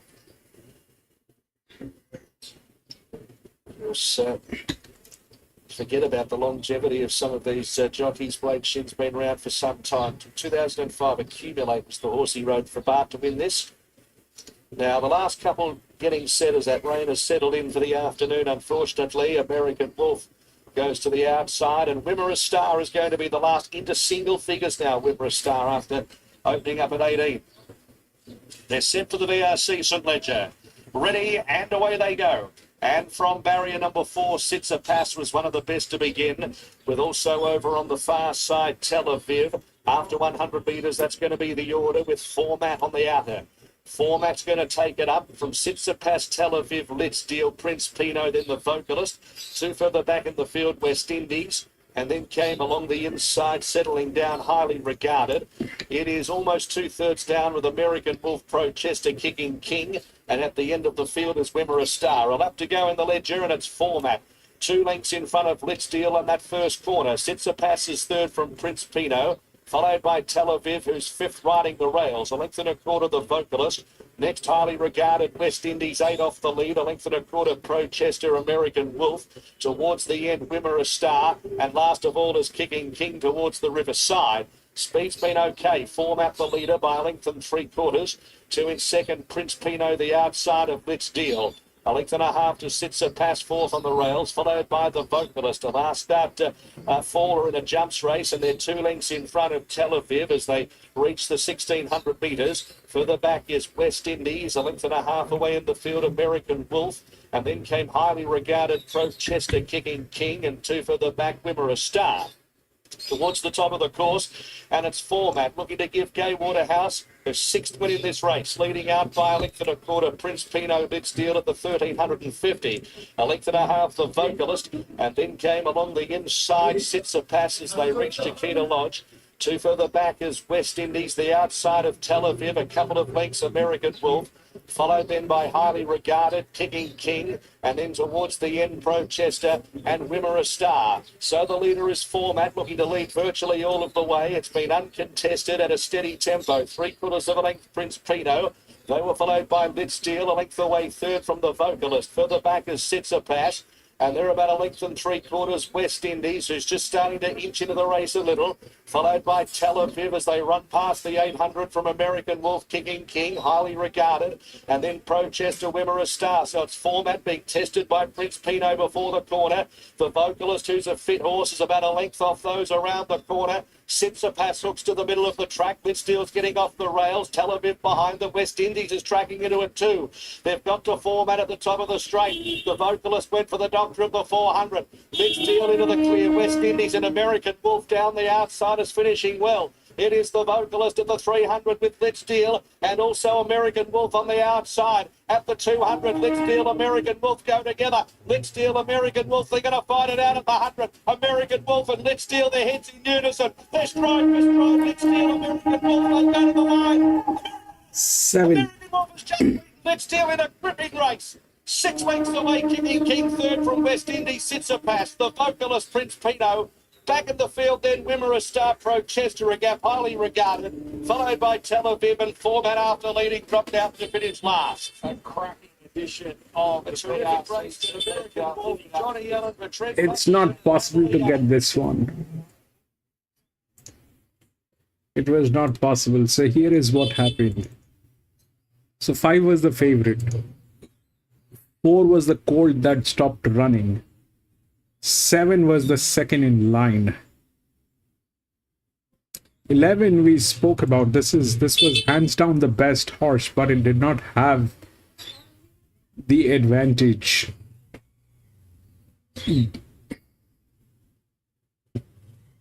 But they kind of tailed each other.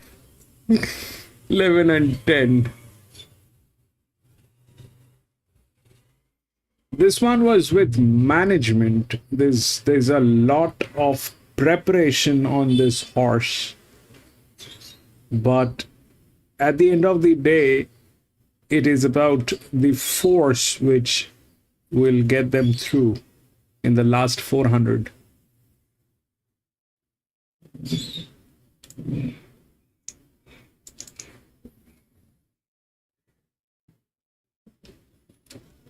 Take a look at the numbers of the last race.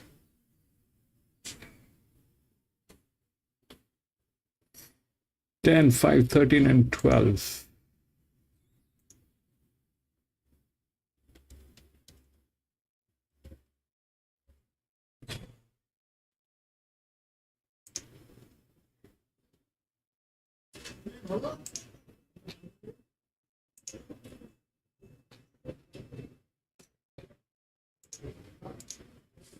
Eleven, 2, 4, and 1.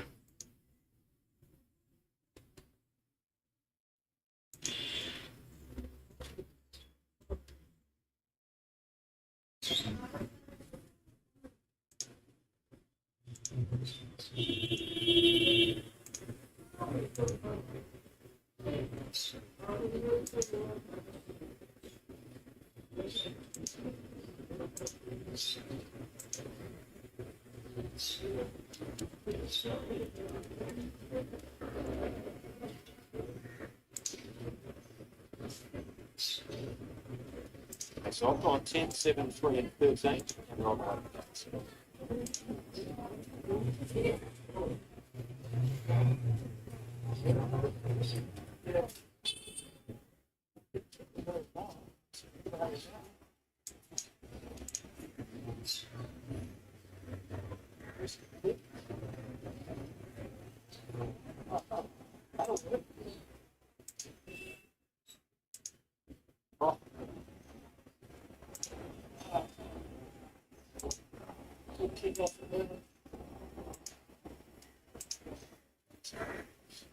Okay.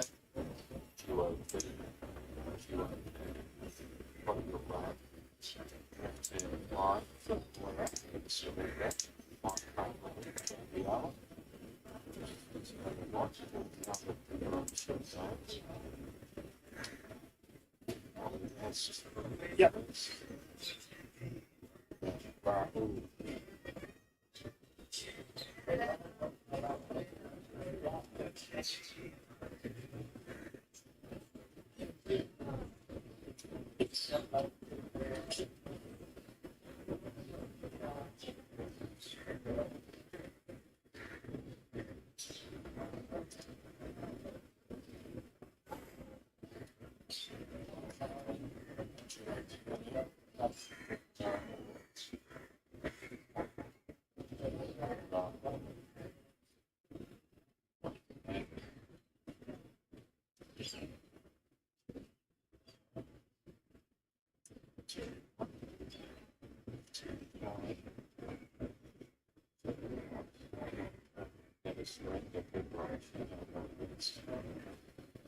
Race number 6, the ramp barriers here. 2 minutes of betting time. $4.40 now. Never Surrenders, our new favourite. $5 about the 10. Prodigal Lad, which is in commission as well. Very open race. Very open indeed. Most of these can win this. Well, Yeah. Most of them can win. The chances sort of scroll down the bottom there. Even Pepperoncino at $18. Loading here, John. Race number 6 at Balaclava. You've got the 10 on top here, which is Prodigal Lad. You might just sit and wait for Glen race to race double. He's also another horse that's looking for win number 2 in his career, but he brings pretty consistent form at Strathalbyn this preparation into this. He's only been to Balaclava once in his career. He's a big, strong horse, and he appreciated the long run in here at Balak when he was able to win by a couple of lengths going back last year. Couple of horse number 1, King Boyer, in for second. Another horse has been doing some recent racing at Strathalbyn. 2 starts ago, it was a very good win at that track. Last start found it a little bit tough behind Reachable, but he also covered a bit of extra ground. He's a little bit better backed here, inside gate for Caitlin Munro and John O'Connor. Horse number 11, Jovial, looked at him in the yard. I probably thought he was a little bit soft in the yard though first up. He's got the ability to run well, and he could also take a forward position. Probably would have liked to have seen him look a little fitter in the yard. And a horse that I think can run a race at big odds, put in for 4. Pepperoncino gets Lockie 9 off. His win 2 starts ago was outstanding here, albeit an easier grade. It will take a good ride from Lockie, but he is one of the best riders here today. Tim's got it in his numbers as well, number 13. And he's also got the 10 Prodigal Lad on top. So Tim going 10, 7, 3 and 13. We're betting John here. It's 10, 1, 11 and 13. We go to Tim. So Pepperoncino moving in now. 3 out, race 6. First leg of the treble. I tell you what, comes into line now. It's first up. Look well, I tell you what, in the mounting yard. Looks like he might run a race here first up. Raoul and Wally West to complete the line. So they're all in. Even line up this one. Very even. They're set to run. They're ready. Set to run racing. Duo Perner stepped only fairly. Cork Harbour and Never Surrender won the start from left turn Clyde. And not far away, King Moyer, now bursting through on the inside to be about third is Duo Perner. So Cork Harbour led from Duo Perner. Never Surrenders out wide from left turn Clyde and then Prodigal Lad. He gets into about 5th position. Isaac Sid just slots him in there, 1 out off the inside. Good piece of riding. Then Wally West on the inside, 1.5 lengths to King Moyer as they start to get along now on the side. 3 to Pepperoncino around Jovial. 4 to Mike Crackling around I Tell You What. 5 to Raoul. So Cork Harbour's the leader approaching the 450. Left turn Clyde is second. Duo Perner's the fence third from Wally West, Never Surrender. Jovial gets out wide to start to run on inside the 350 and still the leader is Cork Harbour. Now left turn Clyde, Duo Perner and the Gold Silks are starting to emerge now. So left turn Clyde's back to third, then came Never Surrender, Jovial. Cork Harbour led a length in front. Duo Perner's not there yet. Cork Harbour keeps on giving. He's gained this bloke, Cork Harbour. He just keeps running, runs them into the ground. Cork Harbour won from Duo Perner. King Moyer third, fourth. will go the way of, I tell you what, it was a good run. Behind those, Wally West. Further back was Left Turn Clyde, Never Surrender, Pepperoncino, Jovial, Raoul, My Crackling, and Prodigal Lad, after having every conceivable mid-race, dropped out of it. Port London is tipped to win a game at $2.45. More talk, $5.50.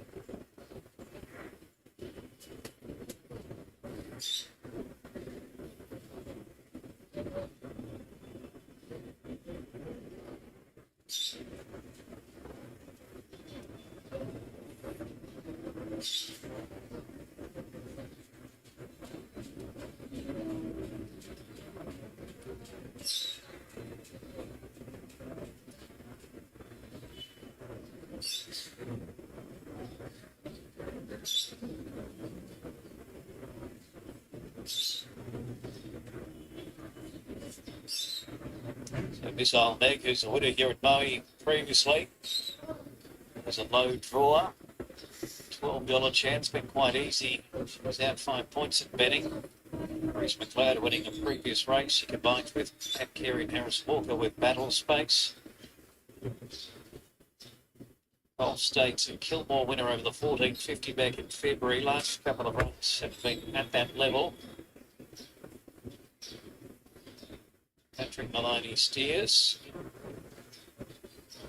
Ricky Runs was a second up winner last prep, returned to Geelong. Wasn't able to get to the race, but could easily be a big improvement second up. Bookman's got the quality. Trying to recapture some older form as these runners move in. Here is Astonishing being locked away. Now Lope goes up, High Ferocity's in.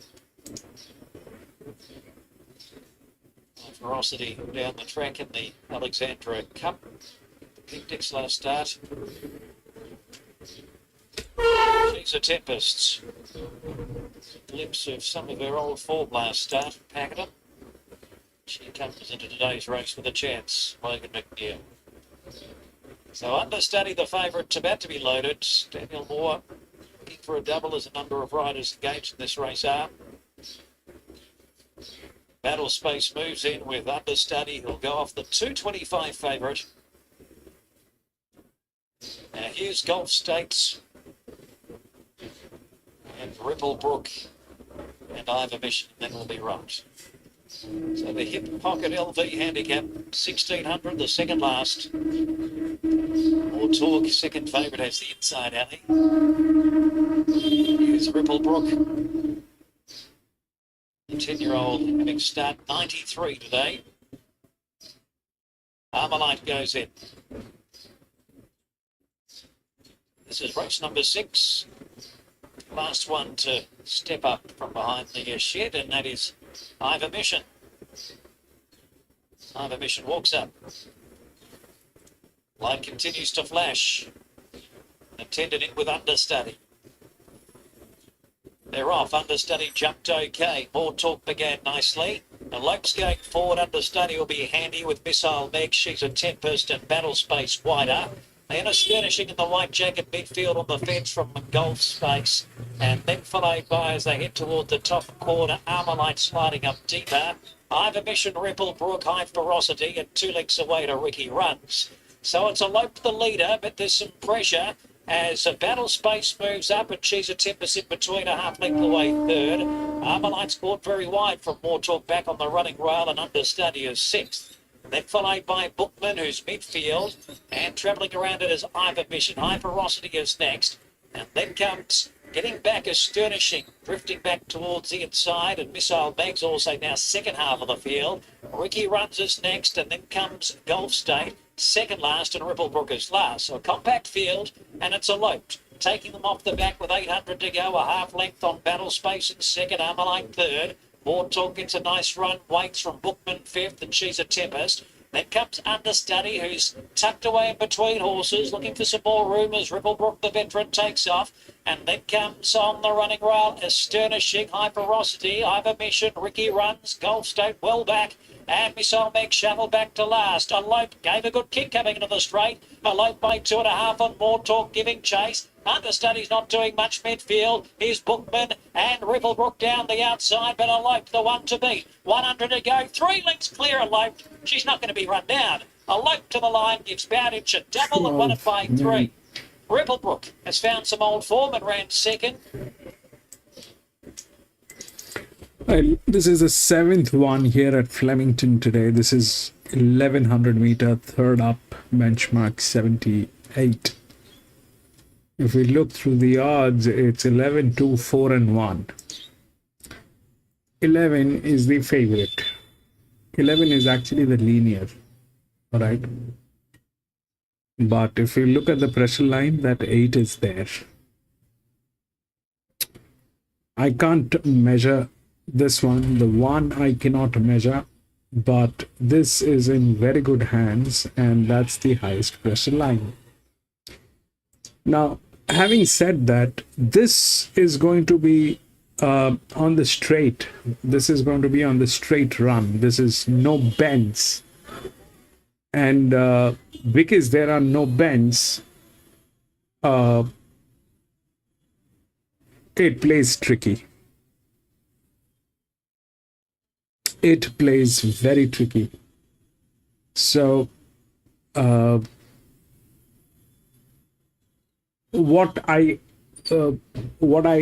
remember as far as this particular track has gone with, so the outer drifts, they have a lot of advantage in this distance.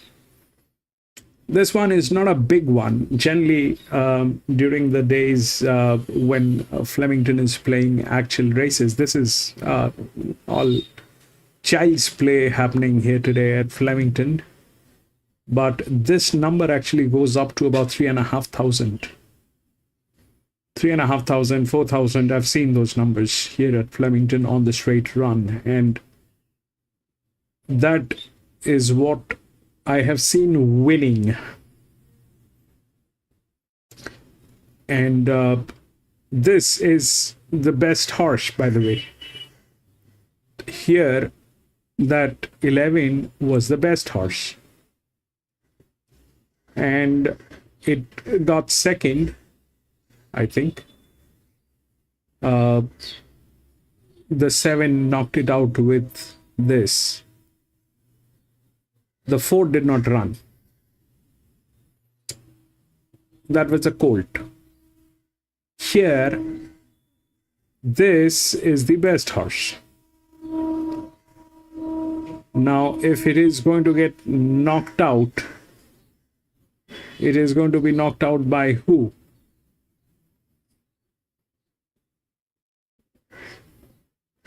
The 11.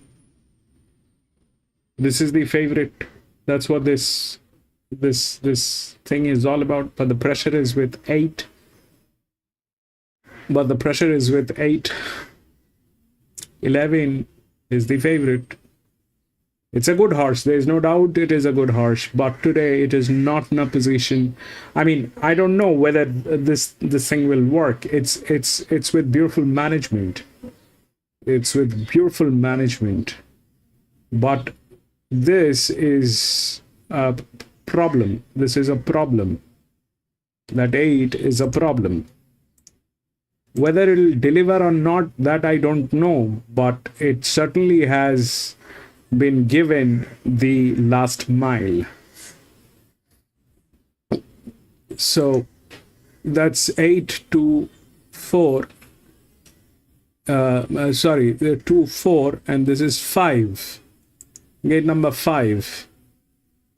With that,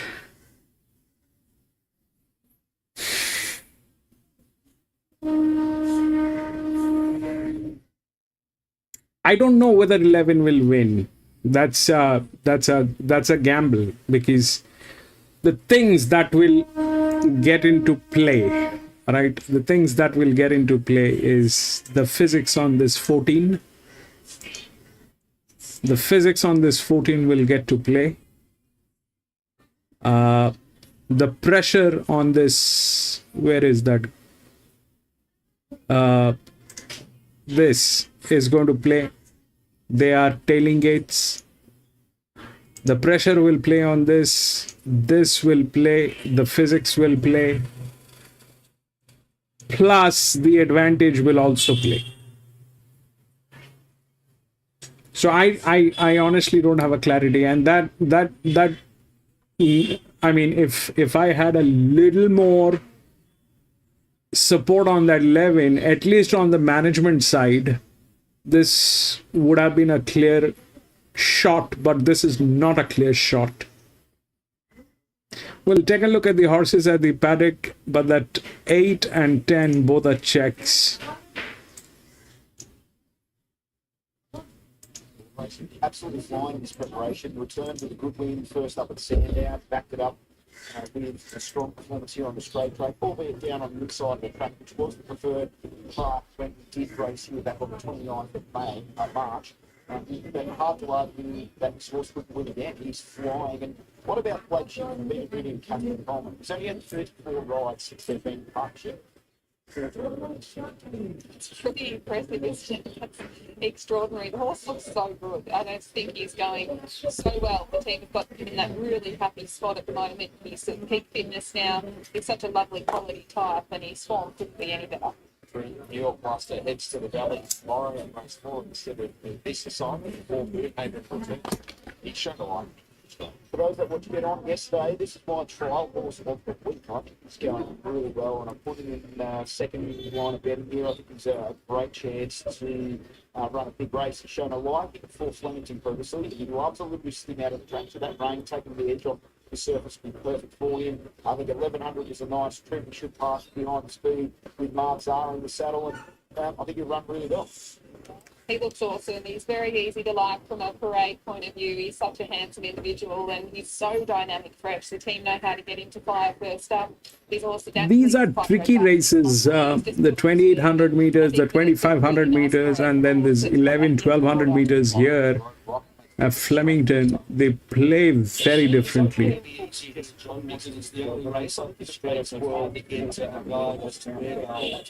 It's a straight run. There are no bends. It'll run straight. And if it runs straight, then it's a different scenario altogether. Especially he's going to be looking further, which he's shown he's quite adaptable at. So even though he's got a really good first half record, he's expected to run a big race.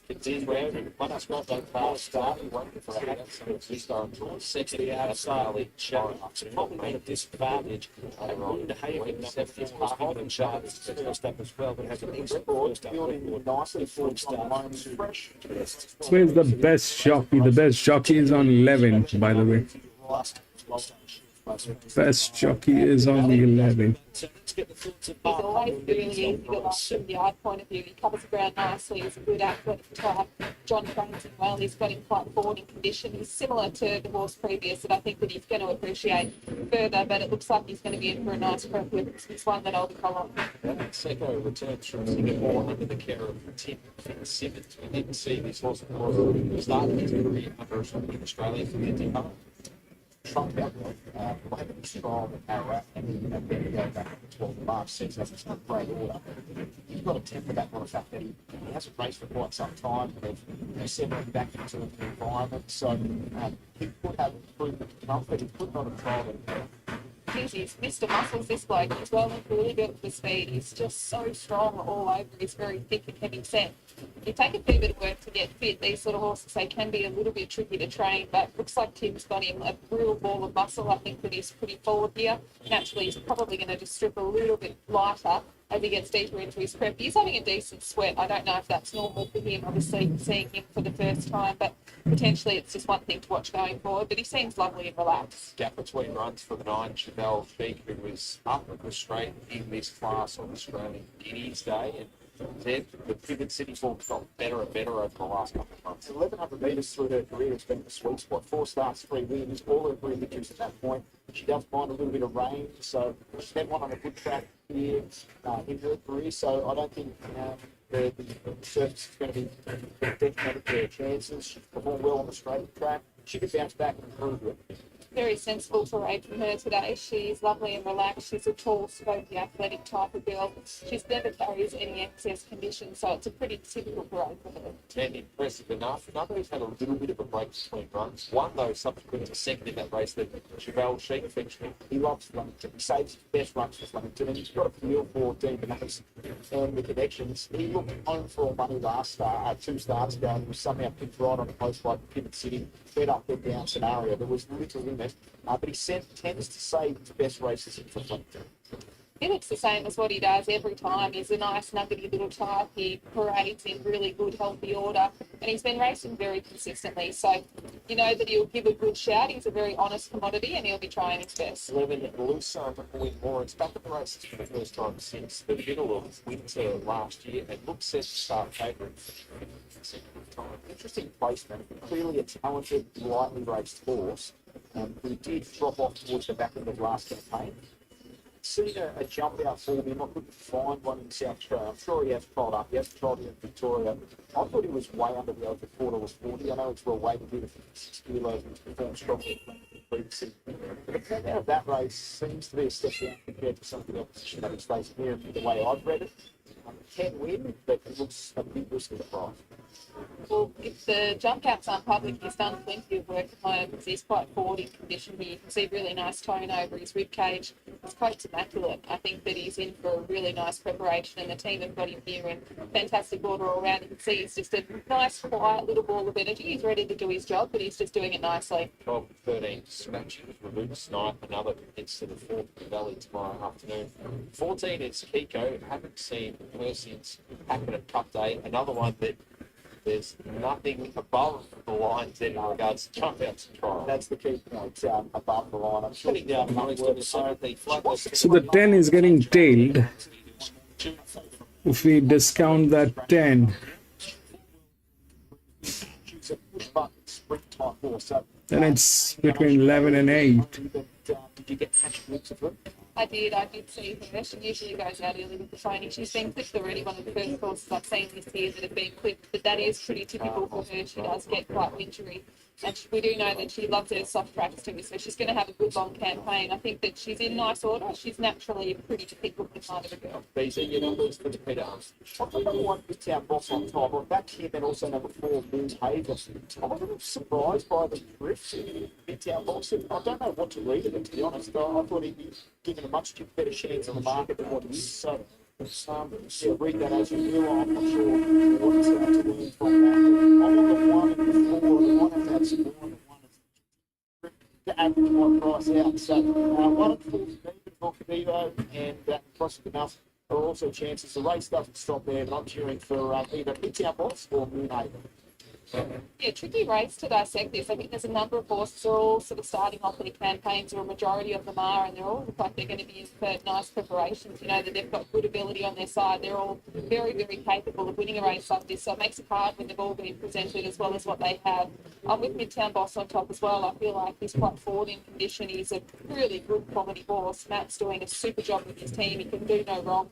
And I think he's presented the horse here very well. Padigo looks fantastic. He's in that beautiful sweet spot with his form. He's been racing so well. Moonhaven's another horse, dynamic, fresh. He's in. The straight is tricky. The straight is very tricky. Nothing between 1, 2, 4, and 11. Midtown Boss and Moonhaven.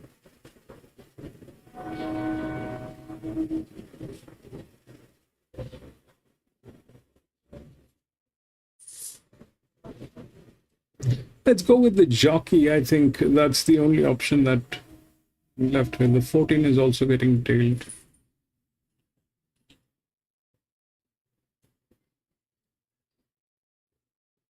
No. 14 is also getting tailed. That's the 5-year-old mare.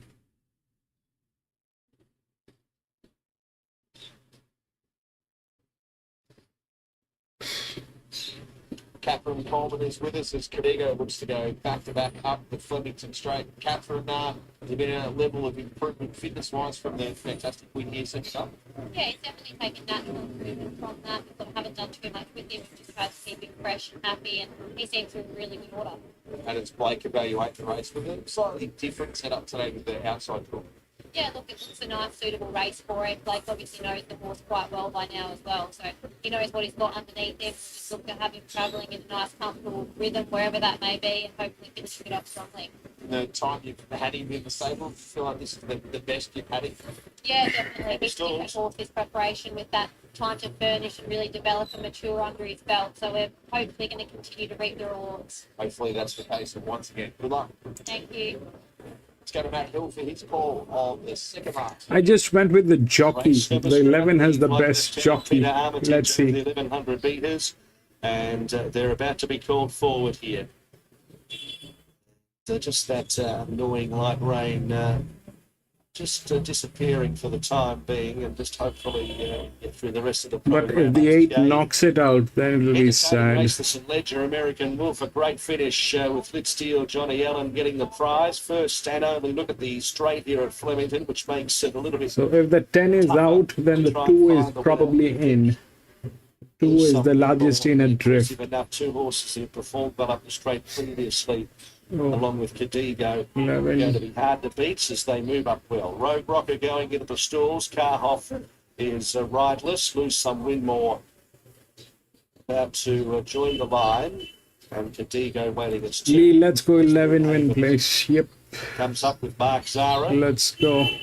Last look at the tote board. It's a tricky race. $5.10. Lose some. We're totally dependent on that jockey. Moonhaven. The jockey needs to deliver. To come up rideless, trim up. The jockey makes any mistake, as Cadigo it'll cost a lot. So Carhoff looks as though it's going to be one of the last with impressive enough. Carhoff, Giant McNeil just sitting up in the structure, waiting for his charge. Anzac Silk's worn by Logan Bates here this time with Midtown Boss. So they're locked away. 1100, race 7. Set to go. And away. Chevelle Chic from the centre jumped away pretty well. Lose some, win more is out the back in the early strides. Jumping well in the centre, Chevelle Chic from impressive enough. Cadigo and Carhoff out wider. Then Mount Niseko and Kiko, who's right of picture. And then behind those horses settling down Midtown Boss, with also Moonhaven. Lose some, win more is second last, and Rogue Rocker is at the end of the field. They reach the 700 marker, and it's impressive enough, and Kiko together with Cadigo out wider. They were followed next by Chevelle Chic and Mount Niseko from Carhoff, Moonhaven. Next in the field, Midtown Boss. Lose some, win more, still at the back of the field. Niggled out, and then came Rogue Rocker. Like the 10. Impressive enough, 350 metres to The go. 10 is doing that. Together. He was getting tailed. Chic, Kiko, Carhoff the outside. Lose some, win more, starting to come on now. Cadigo impressive enough at the Come on, baby. Kiko, lose some, win more. 11, come on, run, baby, run. Lose some, win more coming at Cadigo. Cadigo grabbed by the favourite, and lose 11. some, win more, or just get Ooh, Cadigo. the jockey did the thing. 11. Rocker and Carhoff are gap impressive enough. Followed by Chevelle Chic and Kiko, who's in it for a fair way. And Gap Moonhaven. Boom. Out to sit go at the tail of the field. Gold running fingers on your car.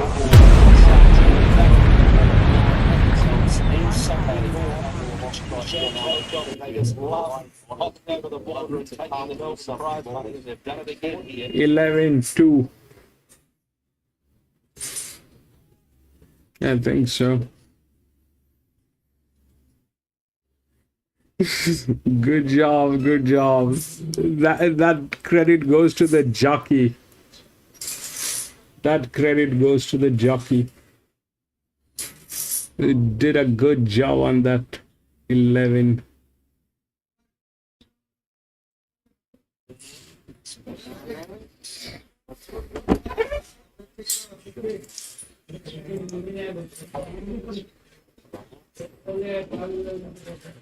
This is the first time we went with the favorite today. None of the favorites have gotten in since the morning. This is the first one, I think. This is the first favorite that actually paid off.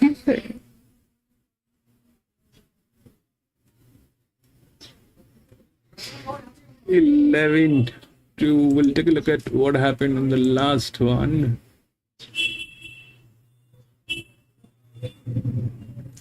7, 11, 2 and 5. That was the last one here.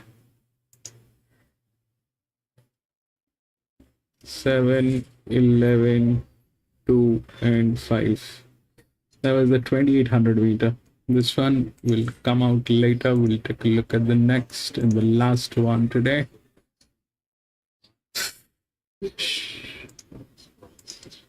Five, 12, 15 and 13.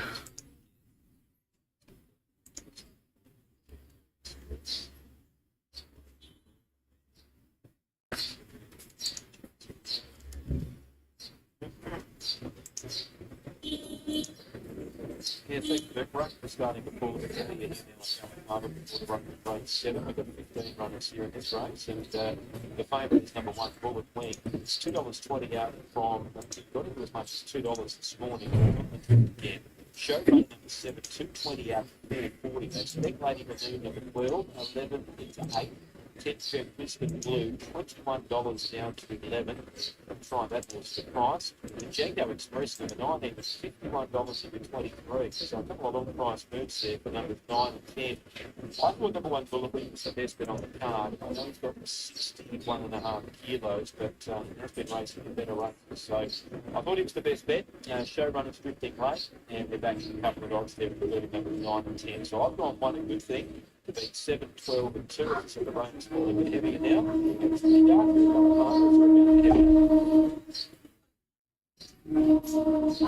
here,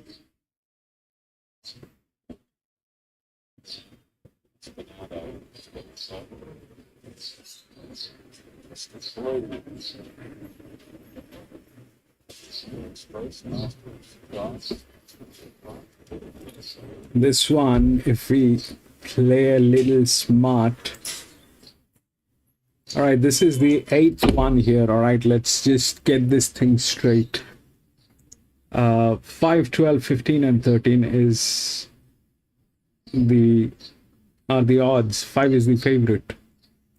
So if we look at 5, 5 is the highest pressure line. It's the linear. 219 at Flemington. Only one thing that will probably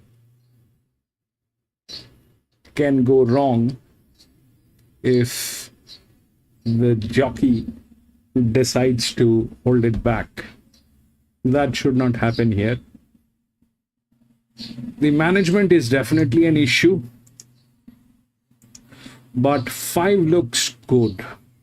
That's the highest. There is no one nearby. The club that is possible. So 15 is the second one. Okay, 15 is the second one. 15 is the second one. But 5 and 15 will not work. Why? Because there is going to be one of the neutrals or one of the drifts which will get in. So if we look at the drifts here, this is 50%. This is not good. This drift is good, 9. Which is the third. Which is the third pressure line. So that also makes sense. But what about this one, which is from gate number 12? Nah.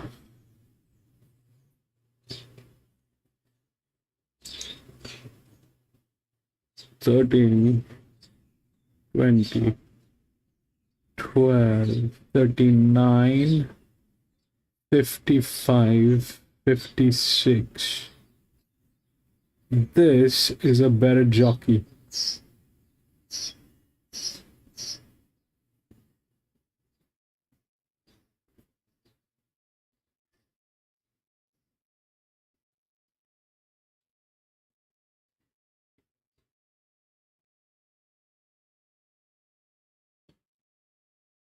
This is 39, so 55 by 39, the pressure is less on this horse. The pressure is way more here. It is also a better horse, better team.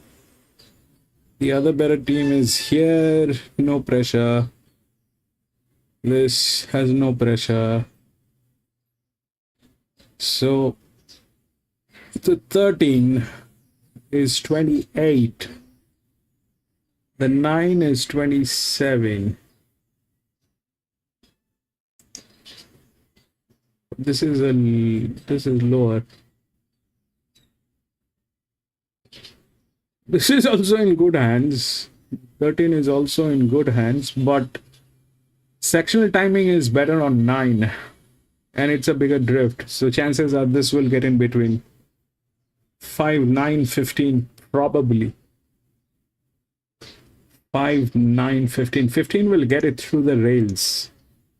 15 will get it through the rails, but 9 is the one in between. That's the drift.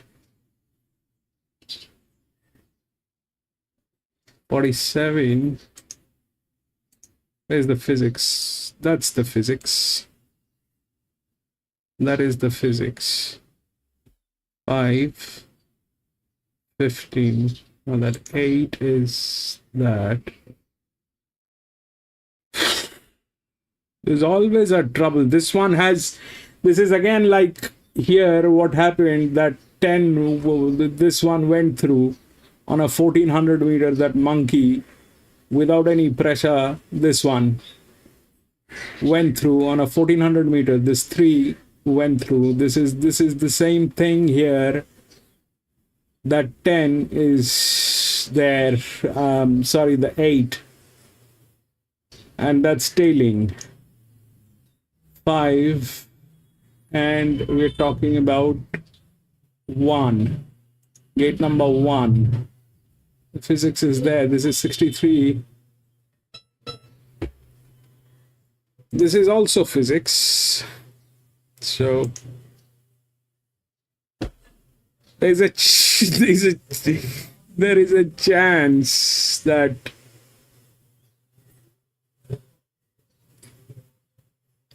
(133, 126), but the timing is this thing has been to numerous 14 league races and actually got 3 of the Group 1 races. And look at the thing that has been given. So here what happened in this one is the same thing. It had a Group 1 race and it had no pressure. Then something similar happened here. The 15 also went through with that. Here it is again, they have placed a 417 here as 8. So chances are either it is 5, 9 and 15. 15 is in because of the rails. 15 is in, but it is not the first one. It's 67, 155, 67. So either this 8 gets in between, which is more likely to happen. 5, 8 and 15 probably, or it is 5, 9 and 15. I'm going to play both. I'm on tote, so I'll play both. 5, 9, 15 or 5, 8, 15. Only 2 tickets.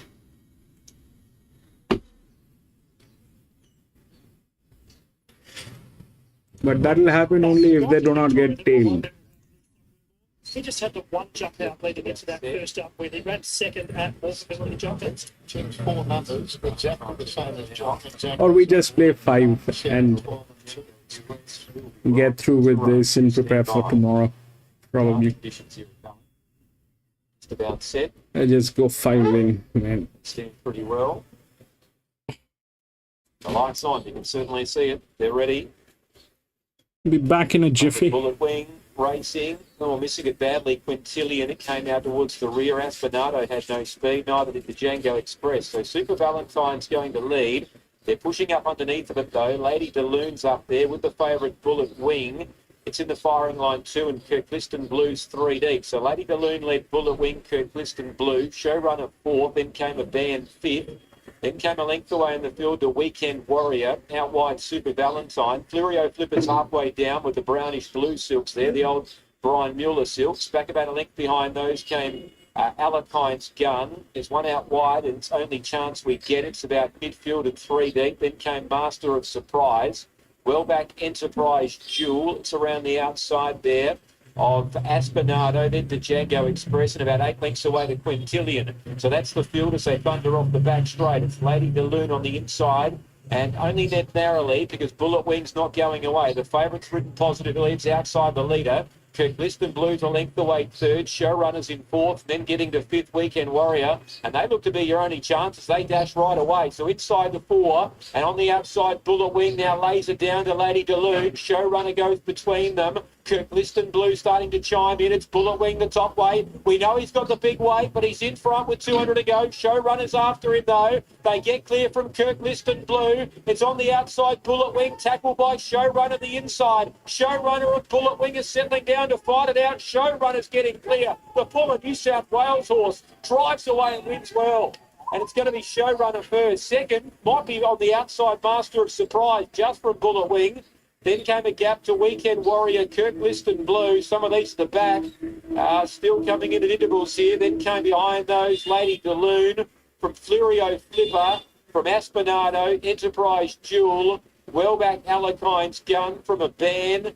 Well out of it then Super Valentine, and only chance we get the Django Express and also Quintillion, the last trio home. Showrunner first up in SA for Travis Sunday. Next racing season, Moe Cup on Sunday the 16th of November. That one in your diary. Moving in. Kababy being locked away. Magic Drum to join them. Don't rush her. She returns from a spell. She had good potential in her last campaign. Rising 4-year-old now. She trialled well, so she comes up. Juice Box, who returned with a good win at the Balnarring Picnics. Yes, that's as often run well fresh. Second up record not as strong. An $18 chance today. And for the final time, they're moving in. 2 strong chances. Don't Rush the filly first up. Well supported. Don't Rush at 225. New favourite from the Grumpy Bear. Signals there, they're off on the last. LED a little slow. Licorice Prince goes back as well with Magic Drum. And Juice Box first out from Shooter McGavin. And then comes Don't Rush Her and Burden Street around the outside. Next is Faith in Her, and then comes the Grumpy Bear about 5th or 6th, trying to find a posse deeper on the track. Elector LED, Licorice Prince, Kababy, and Magic Drums 2 lengths away. So Juice Box looking for back-to-back wins, takes them down the side 3/4 to a half on Shooter McGavin. Burden Street 3rd, but 3 wide the trip. Don't Rush Her. She's got a nice camp on the 4. Outside of Faith in Her back on the fence, and then 2 lengths to the Grumpy Bear, who's being pushed along.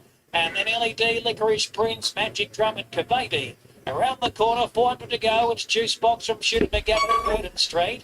And then comes Faith in Her, who's looking for a narrow run back on the fence, about to get it. Don't Rush Her, can't get out. Now she's forcing an issue. And then the Grumpy Bear and Magic Drum from a long way back coming home. And LED sneaking up on the fence. Faith in Her, the Grumpy Bear. The Grumpy Bear coming after Faith in Her, but the Faith in Her kicked on strongly. Won by a neck on the Grumpy Bear. And then followed by running on Magic Drum down the outside from LED close up, Burden Street and Don't Rush Her, from Kababy, Shooter McGavin, Juice Box and Licorice Prince. So Faith in Her, travelling well down near the fence, was able to get through the ruck, sprinted quickly. The Grumpy Bear, who was off the bit a long way out, then started to close, but coming too late. Kobe Jennings wins the last with Ben Will and JD Hayes. Faith in Her. The Bear by deep field, winning for the second time at start 10.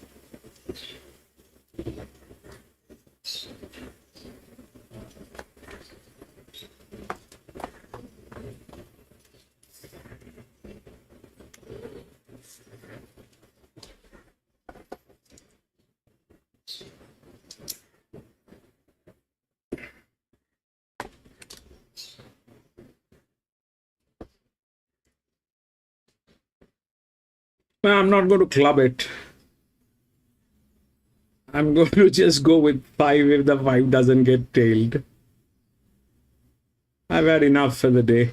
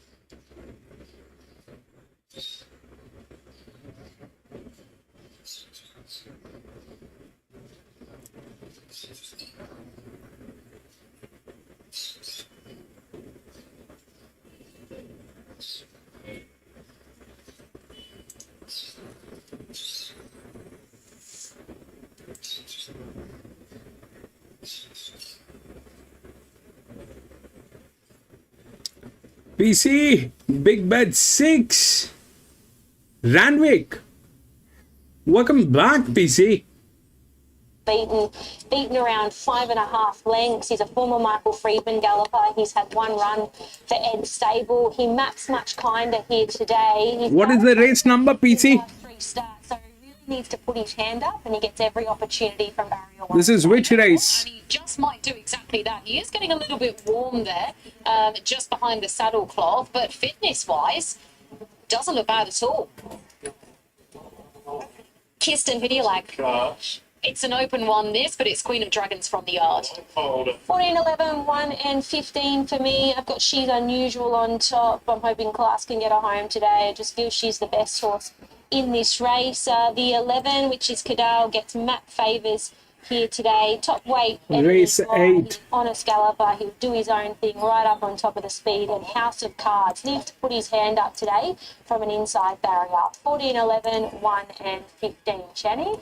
So we've got equal favourites now. There's been really good support for Well Time to be ridden further forward if he begins well. He was $10 earlier. He's now $7. Thunderlips has hovered around that 650 quote. Sits on that same line there. And then you've got Little Poncho at $7.50, edited by at $8.50. Sydney Bowler is around $9. So $7 the favourite here. Now we may have a slight issue. 15 House of Cards has been loaded in with the blindfold. Sydney Bowler, Zach Lloyd is waiting in the structure for him, so he'll be loaded in riderless.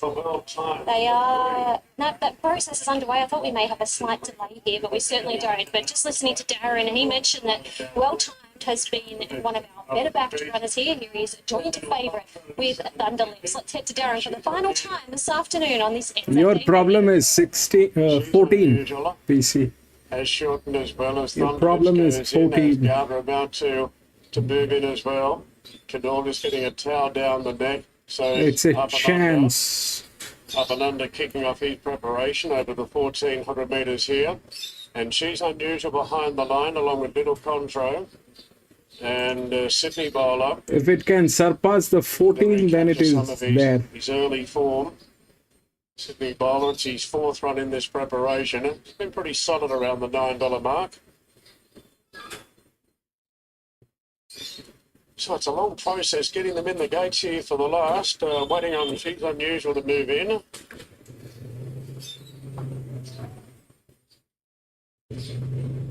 Oh, okay. Really, there's some balloons on the track. Just looking to try and get those off the track before they jump here at the last. Little Contro is moving in. She's Unusual is moving in as well. And now we're ready to go. In the last of 8 races, there's the light blinking away. Stand by for a start. Just waiting for the all clear here. Clearly the most open betting race of the day. The most you'll see full stop in a Sydney race.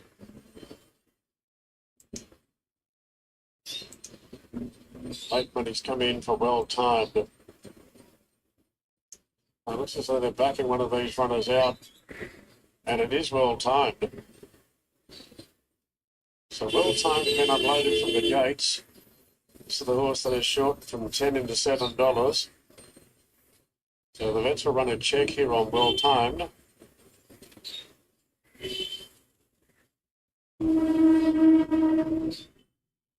Previous, Pepperita scrambled in to beat Pelosa. Runs even closing off in the third in front of Hubbard. The Rope has been the star of the day with the riding treble. And after the meeting here tomorrow, Anna's claim will be reduced from 3 to 2 kilos. So they're just trotting up well timed here behind the gates in the hands of Nash Ravilla. And it looks as though well timed is preparing to move back into the gates. So this is his fourth run in. Down the course in the provincial championship final, well timed. Still trotting up here behind the gates. Now, Little Contro, with this delay now, Little Contro has got fired up in the gates, and now it'll be a subject of a vet's examination. Little Contro has been unloaded as well now. This is a well timed, it will be right to go. Things calm down. And we've got 3 joint favourites now at $7, numbers 3, 4 and 14. So now they're trotting up Little Contro. Well time's cleared to run. Some of these horses have been in the gates for quite some time now, but well timed is right. Little Contro being led back up into the gates. So Little Contro moves in, and we're good to go now. Ready to run in the Gallipoli handicap. Stand by. Ready now. And they're racing. Cadell jump well together with Edited By. Nothing between the pair in the early stages, with Thunder Lips now improving its position wide out. Well timed is pretty handy as well. House of Cards is there in a prominent role on the rails. And the Queen of Dragons in the white jacket right behind them is well timed, dressed back a little bit now. They're followed by Asgard, Scaletrix deep out from Sydney Bowler. Then came Little Contro, moving up on the outside, up and under. And She's Unusual from the outside draw with Snagbank to last. Edited By leads, as he loves to do. Edited By in front by 3/4 to Asgard. House of Cards in a handy third. Cador 1 out 1 back. Then Queen of Dragons Automation. Scaletrix on a 3-wide park without any cover. Further back to Asgarda from well timed. Little Contro moves up 3 wide on the back of one to follow. Further back to Up and Under. She's Unusual is improving its position. And Sydney Bowler in the middle of the pack as they straighten up. Edited By just in front from Thunder Lips on the outside, and Cadula's stoked up. House of Cards couldn't go with them. Further back then do Scaletrix and Automation as Cador moved up to Thunder Lips. Cador, Thunder Lips, Edited By trying to fight on. Then Scaletrix, and here's She's Unusual with a big run. Little Contro going with her, but Thunder Lips got to the front. Thunder Lips 50 out from She's Unusual. Scaletrix and Thunder Lips won the last by a half length to She's Unusual. 4. Away third Scaletrix. Sydney Bowler closed off okay. Then came Edited By. Wider out Little Contro from Cador. That jockey was a moron, PC. Queen of Dragon Automation up and under. And well timed was about the last to finish. Oh, it's last race beyond once again, and Thunder Lips. He's never raced here, PC. This guy on 6. Most of the afternoon, and he's been able to salute. She's Unusual was fantastic down the outside.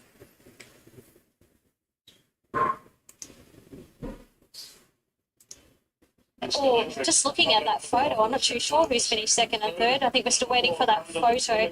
14 gets the photo. She's unusual, just ahead of 7 Scalextrics, and 6 Little Contro has wound up in 4th spot. He was tough today, Mel. Yeah, Money was spot on. He was a horse that I perhaps thought I may have overlooked, and that's exactly the case today. He was ridden positively by Dylan Gibbons, planted straight up outside the leader here. He was always comfortable in running, and gee, he was tough late because he had plenty coming at him late. I want to follow the 14 out of the race. She's unusual. She got a long way back from the wide barrier. Brilliant first up at 1400 on a rain-affected track. Scalextrics was brave. He's run another honest race into 3rd position, and Little Contro was also getting home from the back. But Money was spot on with Thunder Lips. He opened up a big price, but he was well supported in the market late, and they've got it right here.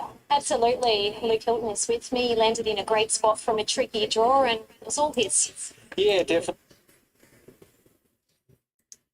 He's fit, he can roll up on the speed, and he just toughs it out. He's a tricky character, and he takes a bit of getting right. Dylan knows him well. I think he's won 2 or 3 races on him now, so he gets on with him really well, and it was a good positive ride. And yeah, it was good to bounce back. He was probably just wasn't ready first up, but it was still a really good run.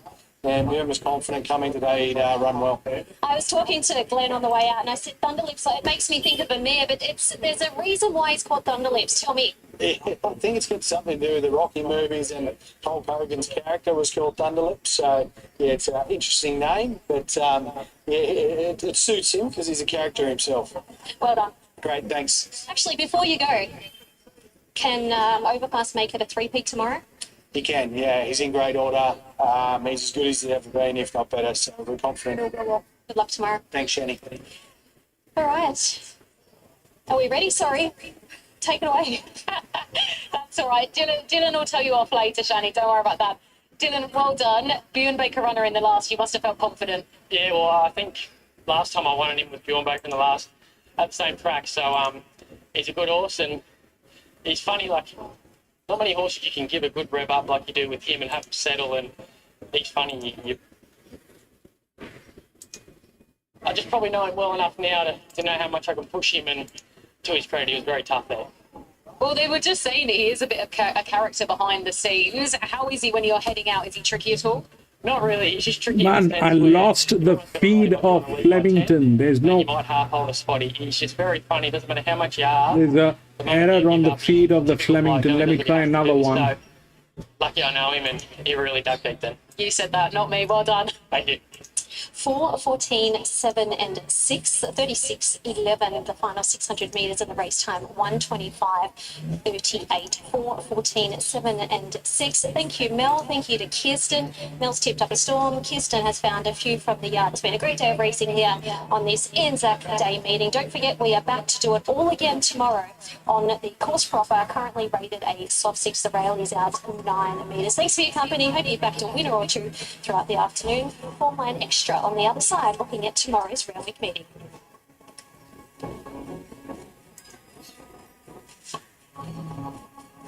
No, there's a problem with the feed.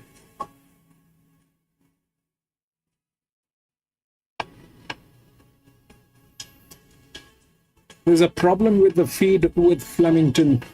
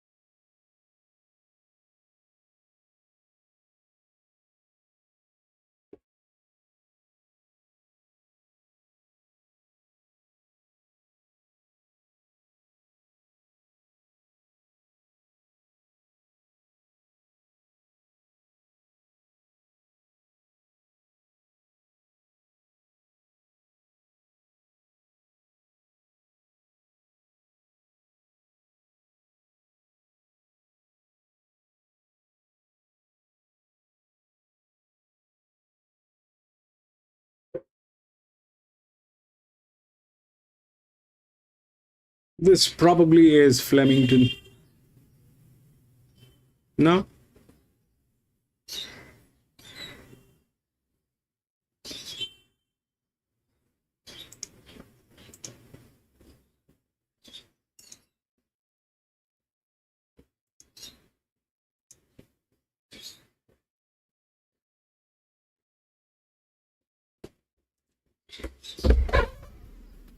Well, we lost the feed on Flemington. Might not stop if you. Oh, is it tonight? I thought it was tomorrow. No, it's tonight. What's tonight? Oh, what kind of... What time? It's 11:30.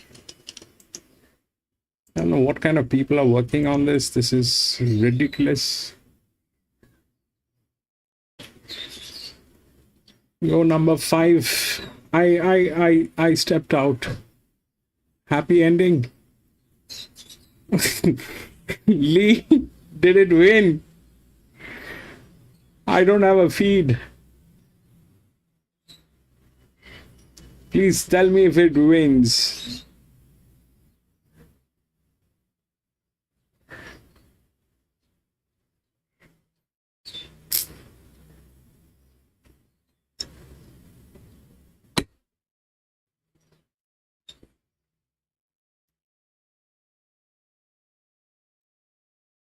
Not yet.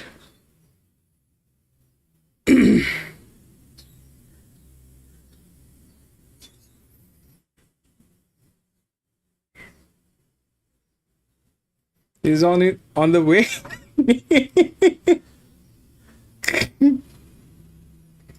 But one thing that has happened today is I was able to fix that frequent disconnection. I actually had to borrow a device from somebody else and put that device on, and it looks like we are good. There's no disconnection today.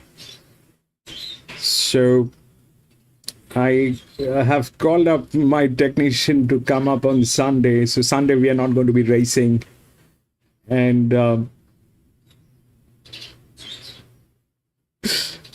yeah, PC, I might not be able to race next week, PC. There's a lot going on here in India. The political conditions are not okay. We might just go through a complete blackout. So I'm not sure, but that's what the indications are like. You'll find a lot of information online, what's going on here. But we'll race tomorrow, definitely. Randwick, probably.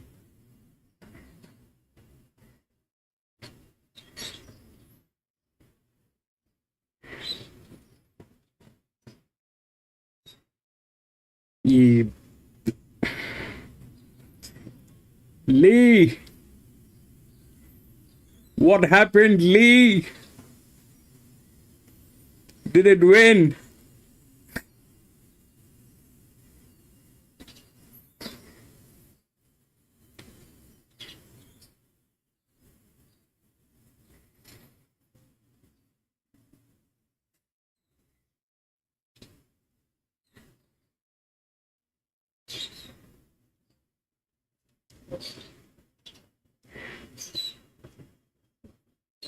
Boom!